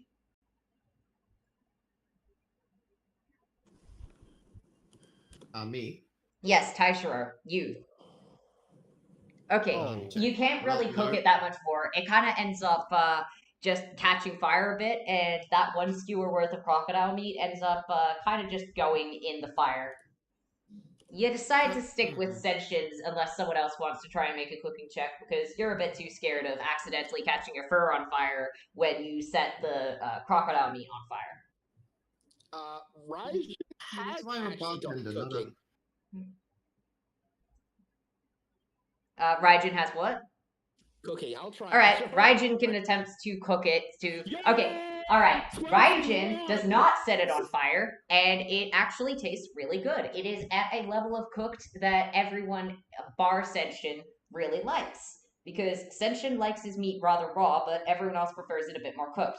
Raijin manages to cook it to an extent where it tastes pretty good. No, it's my crocodile ate. Oh, well, I don't care. Just keeps eating chunks of it. And yeah, Senshin, you will notice that since they've noticed that a bunch of the other party members have arrived, they will start like bringing in dead pigs, dead cows, dead other stuff that you can put on the spit, so that if you guys want to continue cooking outside, then you can continue cooking stuff on the spit. Yeah. So, so what time is it, by the way? It is 5:30. This is the end of the session. This is just basically you guys hanging out, Oh, debriefing I after thought we- everything. So we aren't doing so we'll do the war council next session. Got it. Yeah. The War Council is probably gonna end up taking a bit too long to do it this session, so I'd rather do it next session. That's fine.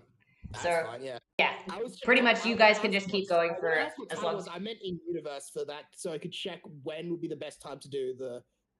Actually, I'll probably bring up the specific points. It's of the- evening. Like, it's about 5 p.m. Thinking about it, I probably should tell the. We should probably map out. So I'm stuff here. It's like, okay, I can see in the dark decently well. Can you see in the dark as well, Raina? Yeah, I can see in the dark just fine. I can also Wonderful. create little lights, and she'll just cast a little light spell, and it will appear to light up a little area at least the size of her, but then she'll just go and grow, and the light will grow pretty much up to about the size of David's body, and then she'll shrink it back down. So if we need bigger lights, then I can make them. Fair enough. Oh, that'll be useful. I was also meaning we should both go out and like Okay. scope it out. Oh, by the way, different. My brother sent me the full movie of the Club Penguin. The Club Penguin Goes to War movie.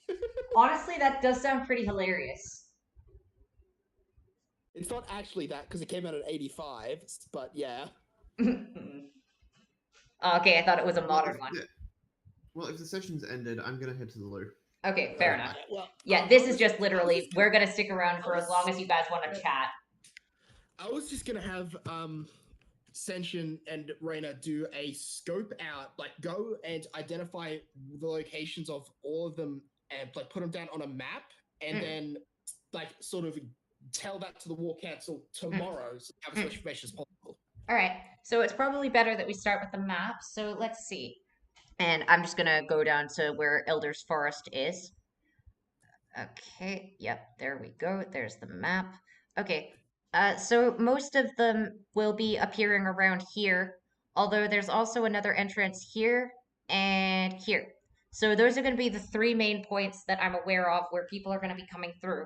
Of course, there's a distinct possibility. There's a couple of like circles of mushrooms around here, a couple of circles of stones around here. So I'm going to want to check around there just in case some extra portals have opened up that aren't on the map. Those are the three main invasion points that they were pointing out, but there are a few other areas around the forest I'd like to check. Perfect. That way we can figure out which ones would be the ones that should be most dangerous to leave alone, and which one would be best for us to basically choke all of their forces through. If they go through one entrance and we have that heavily trapped, that'll basically move is vital, and if they lose the ability to move freely, then they lose basically. Yeah. It's probably better to make sure that these houses are evacuated, and if you get rid of the bridge, then that should at least somewhat limit their ability to move overland, although their ability to move over water is still pretty good. It's probably a good idea to set up a bunch of traps there. So they're going to try and use that main road to enter. They're also going to try and use this road to enter, and then they're just going to be getting a bunch of their forces from inside the forest to pop out with sneak attacks. So what we should do is we should guarantee destroy any portals inside the forest. Yeah. And there's also this one, which is on the outskirts of the forest. Yeah, we've got the two main points. What we should do is instead identify the areas where they can come out of. And then, this should be, I'm one person. I should not be the entire suggestion of it. I have got ideas what we should do, but we definitely shouldn't do it alone just in case it's a bad idea.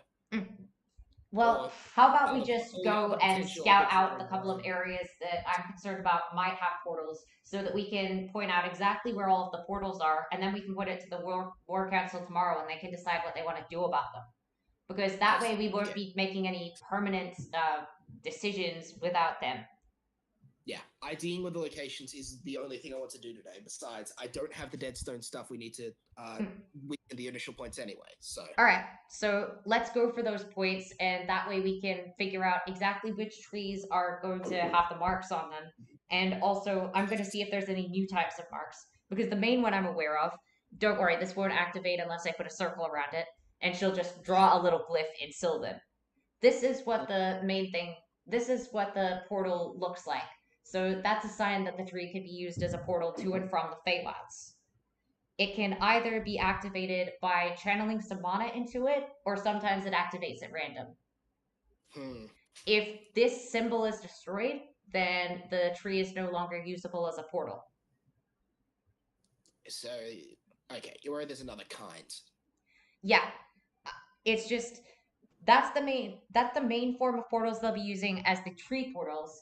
But you know, fairy circles, they're always a bit of a risk. Those are just going to need to be destroyed.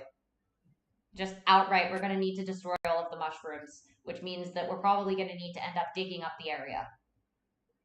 Because that's also another type of portal they could use. And there also are going to be a couple of cairns set up, which they might be able to use. But I think those are the main three that they're going to keep an eye out for. So I'd like to keep an eye out for, fairy circles, cairns, and also the trees.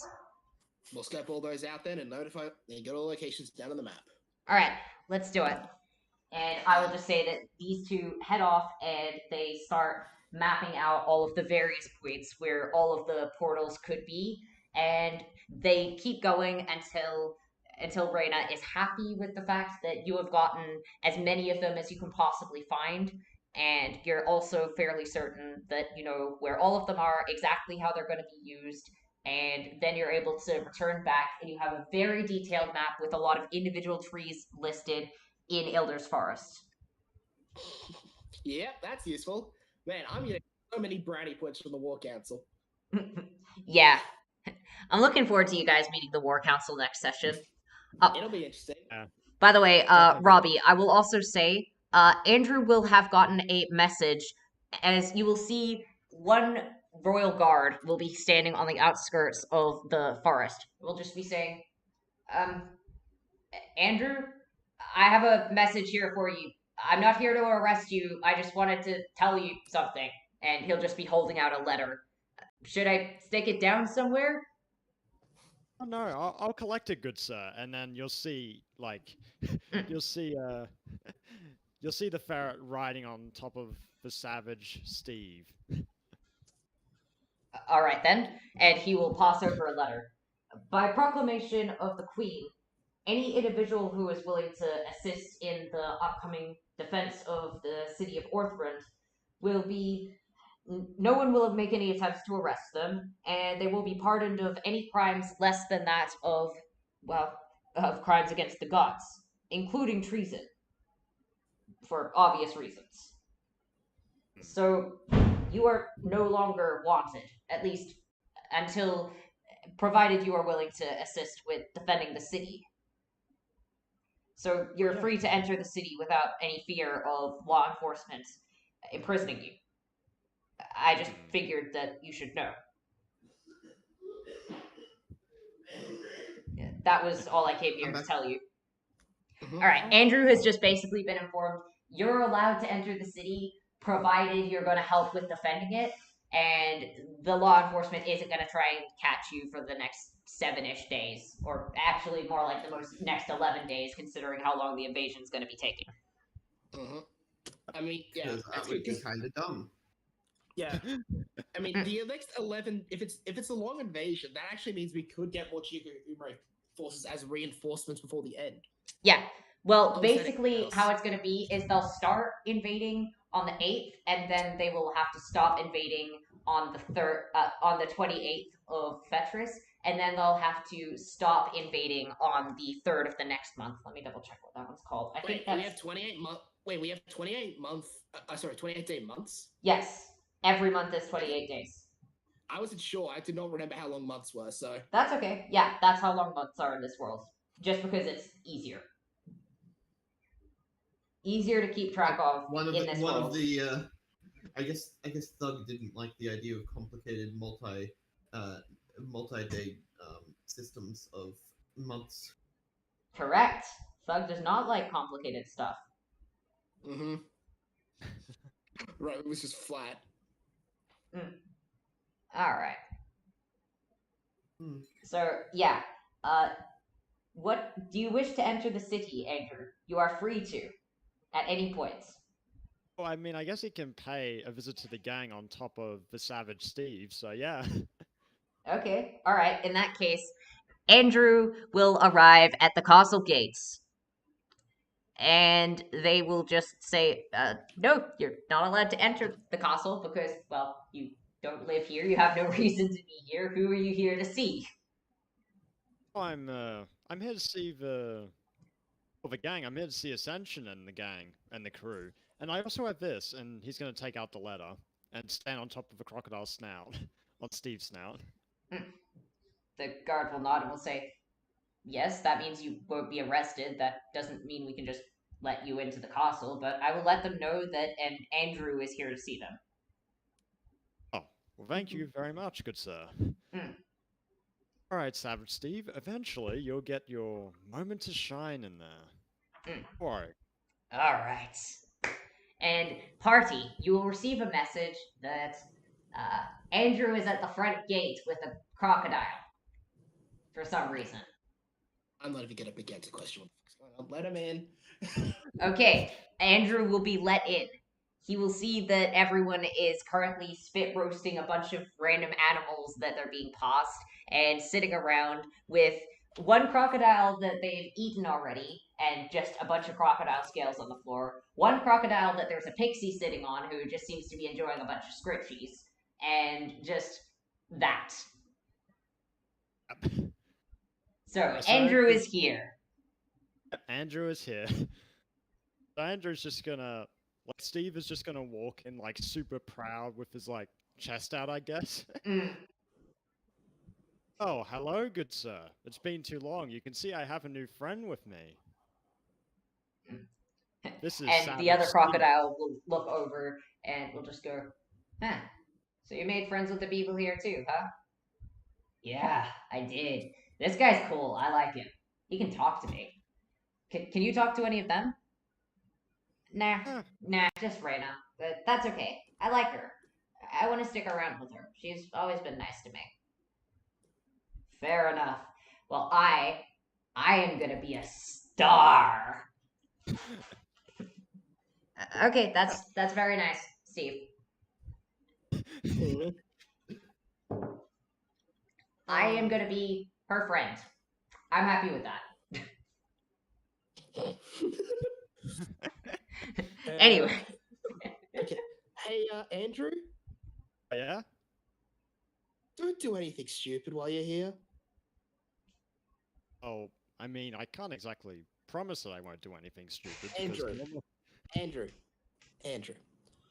You'll get plenty of fame and legend from you willing to fight alongside us in a war against an entire dimension.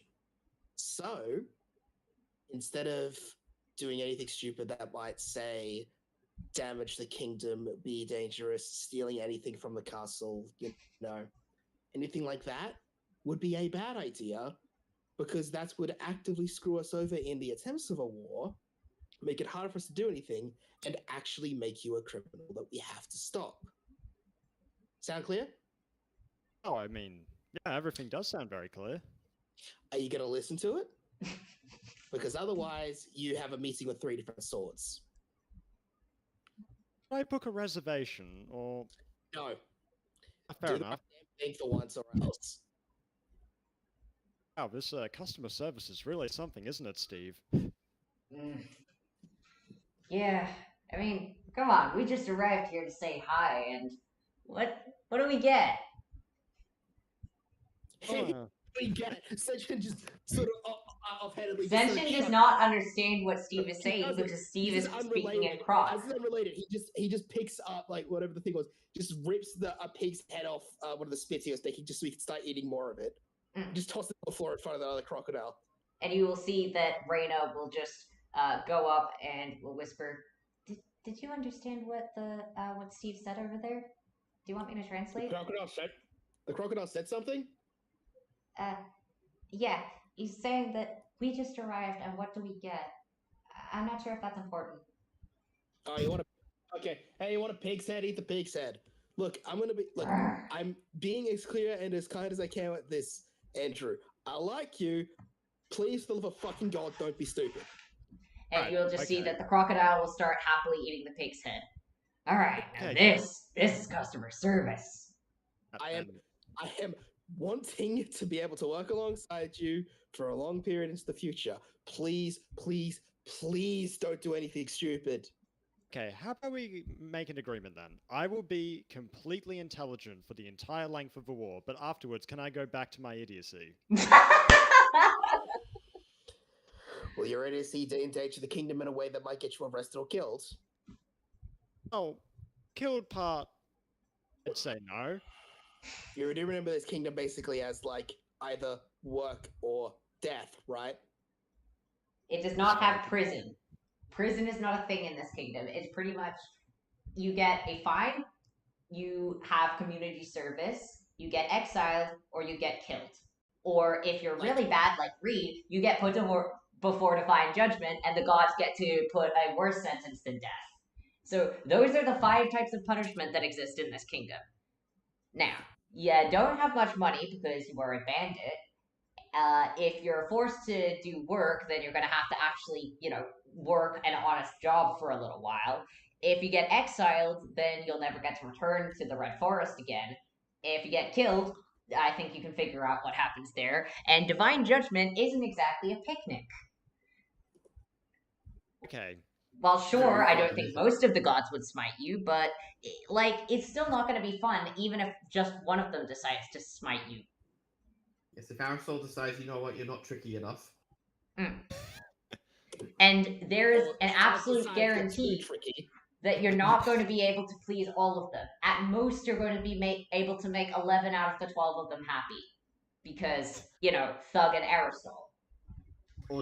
Or Dane decides you're a bandit and therefore must be evil because he's a kid and doesn't have a full understanding of how this sort of thing works. That's a fair point. Look, I promise my idiocy won't cause too much harm.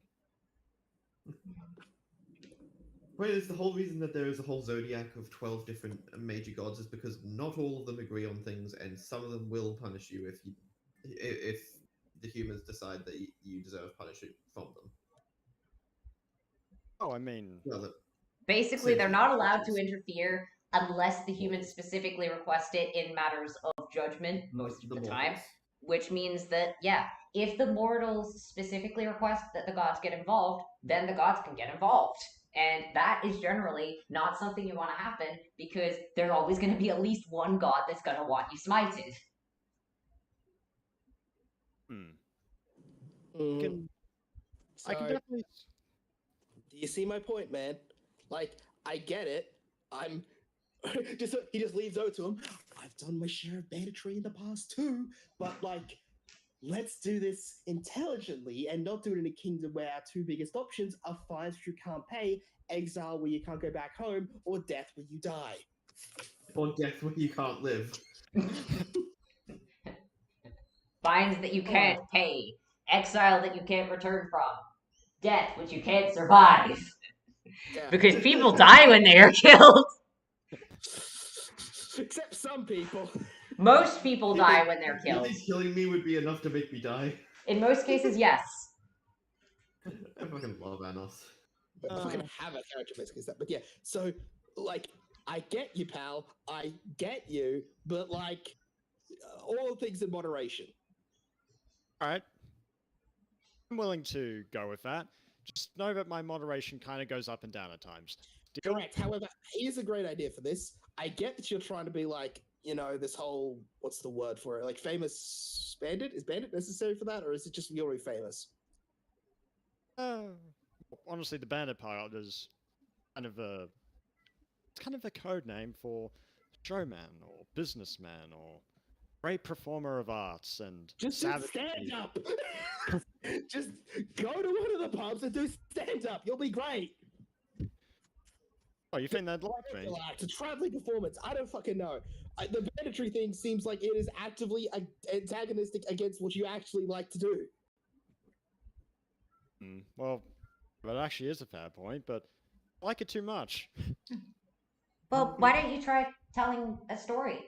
I mean, of all the cool stuff that you do. It seems that you really like to tell stories, and it seems like you really like to put on a show. I mean, if you don't want to do it in a pub first, maybe I could watch? College of Heroes, Legends, whatever it's called. Tashiro, what's your school called? College Got it. The College of Senshi. Wait, you're a bard? It's completely missing, is it? Quite. I don't think you're quite that legendary yet. I'll get you there though. So what happened was he had two people talking, and he got infused with N's, and the Sen I heard before it, so it just got fused in a College of Sensions. And it completely doesn't register. Wait, you have a college named after you? Connor just says, "Oh dear God, please no." For what now? After the who? You said College of Sentience. Does that mean you have a college named after you? I don't think I have a college named after me. I have a road and a lavatory, but I don't think I have a. I don't think I have a car. A college. A car. Yes. Cars are not particularly common in this universe. I'm not going to say that they don't exist because Fetris has definitely got a car of hers. But Fetris made an Iron Man suit. Fetris has made a fucking car. Yeah, Fetris has a car. Ferrari for herself because Fetris has a car. Probably several, loyal priests of Fetris have cars. Nobody else has How cars. crazy would it be if we were going through a medieval town, a regular medieval town, and like modern Tesla Ferrari? Nah, a motherfucker drives past in a Porsche 911. and then it's just like, get in, bitch! The gods want you. and then you say back, that's only got 2 seats, and we're a party of like 8. It's bigger on the inside, and then you'll just notice a whole bunch of extra doors will start appearing, and there will be the Porsche 911. Yes, the Porsche 911 clown car, my favorite Porsche 911. Let's see Richard Hammond say why that's better than every other car in existence. I have no idea who that is. Top Gear. You don't know who Richard Hammond is? Come on. Really? They go on about Hamster all the time whenever we're playing GTA. Because Alex Hamster. To be fair, you're the Stig, and you're the one which the joke of the Stig is that they 1 never talk, and 2 they're just existent everywhere. So the ever-present Stig. Yeah. So the Stig's deal is all right. The Stig's thing is they always have the Stig as the driver for their thing to see who's fastest around their track.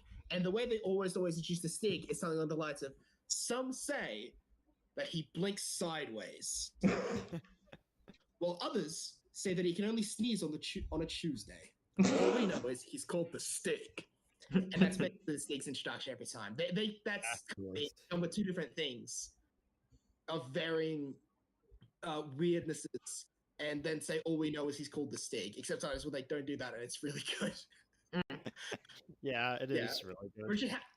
Richard Hammond is one of the 3 pairs of Top Gear, of which each of us have kind of staked a title of. I'm clearly Clarkson. And I am Richard Hammond because I am short. That's the only reason I got Hammond. Well, there's some other reasons why you're Hammond, but yeah, there's that. And then we get. That's the main reason you keep saying, though. Well, it's the main reason, but there's some other ones. And Robbie was given May because, well, his personality fits with him. You end up with the Stig / the other half of Richard Hammond because you're a lot of his personality, Eli. Yay. But I was given Richard Hammond because I'm short, and apparently that means that I get Hammond by default. Pretty much, yeah. Which is what he gave you Stig. But thinking about it, he matches better as basically what we've got is we got 2 full Top Gear hosts, and then we've got 2 of them that need to do some sort of fusion dance to become the true Richard Hammond, which basically just means it needs to be short. So basically, it's going to be my body with Eli's personality? Yeah, pretty much. That's the fusion fusion dance. Which, by the way, the fusion dance in what's it called again? The fusion dances in Steven Universe are just references to the Dragon Ball Z fusion dances. Yeah, that doesn't surprise me. It's not an exact reference because the Dragon Ball Z fusion dance is specific. Well, yeah, in Steven Universe, it is specific, but each different character has their own specific way that they do the fusion dance, which they do with every other character that they end up doing it with. So, honestly, Garnet always uses the same fusion dance, regardless of who she's fusing with. Yeah, no. So the thing is, if next time all of us hang out in public, me and Eli could probably show you guys the fusion dance. All right. Well, yeah, we really should do that at some point. Yeah, I assume you know it too, right, Eli? Yes, the Dragon Ball fusion dance. Yeah, you do know that, right? Yeah. You know Yeah, what? there's a So, lot of dude, different fusion dances in you know Steven what? I Universe. just wanna Every do that. character has You a know different one. Next time we're hanging out in public, just mention that. I just want to do it so that no matter where we are or what's happening, we just go out and do the full fusion dance in the middle of the street. All right. Sounds Yeah, fun. fair. Just Anyway. confuse people immensely. Anyway, I think that we're very much done. I think that we've went through all of the chatting that we wanted to We've done do. everything we So, needed to do. We've covered everything. Yes. all right. What do you want to do now?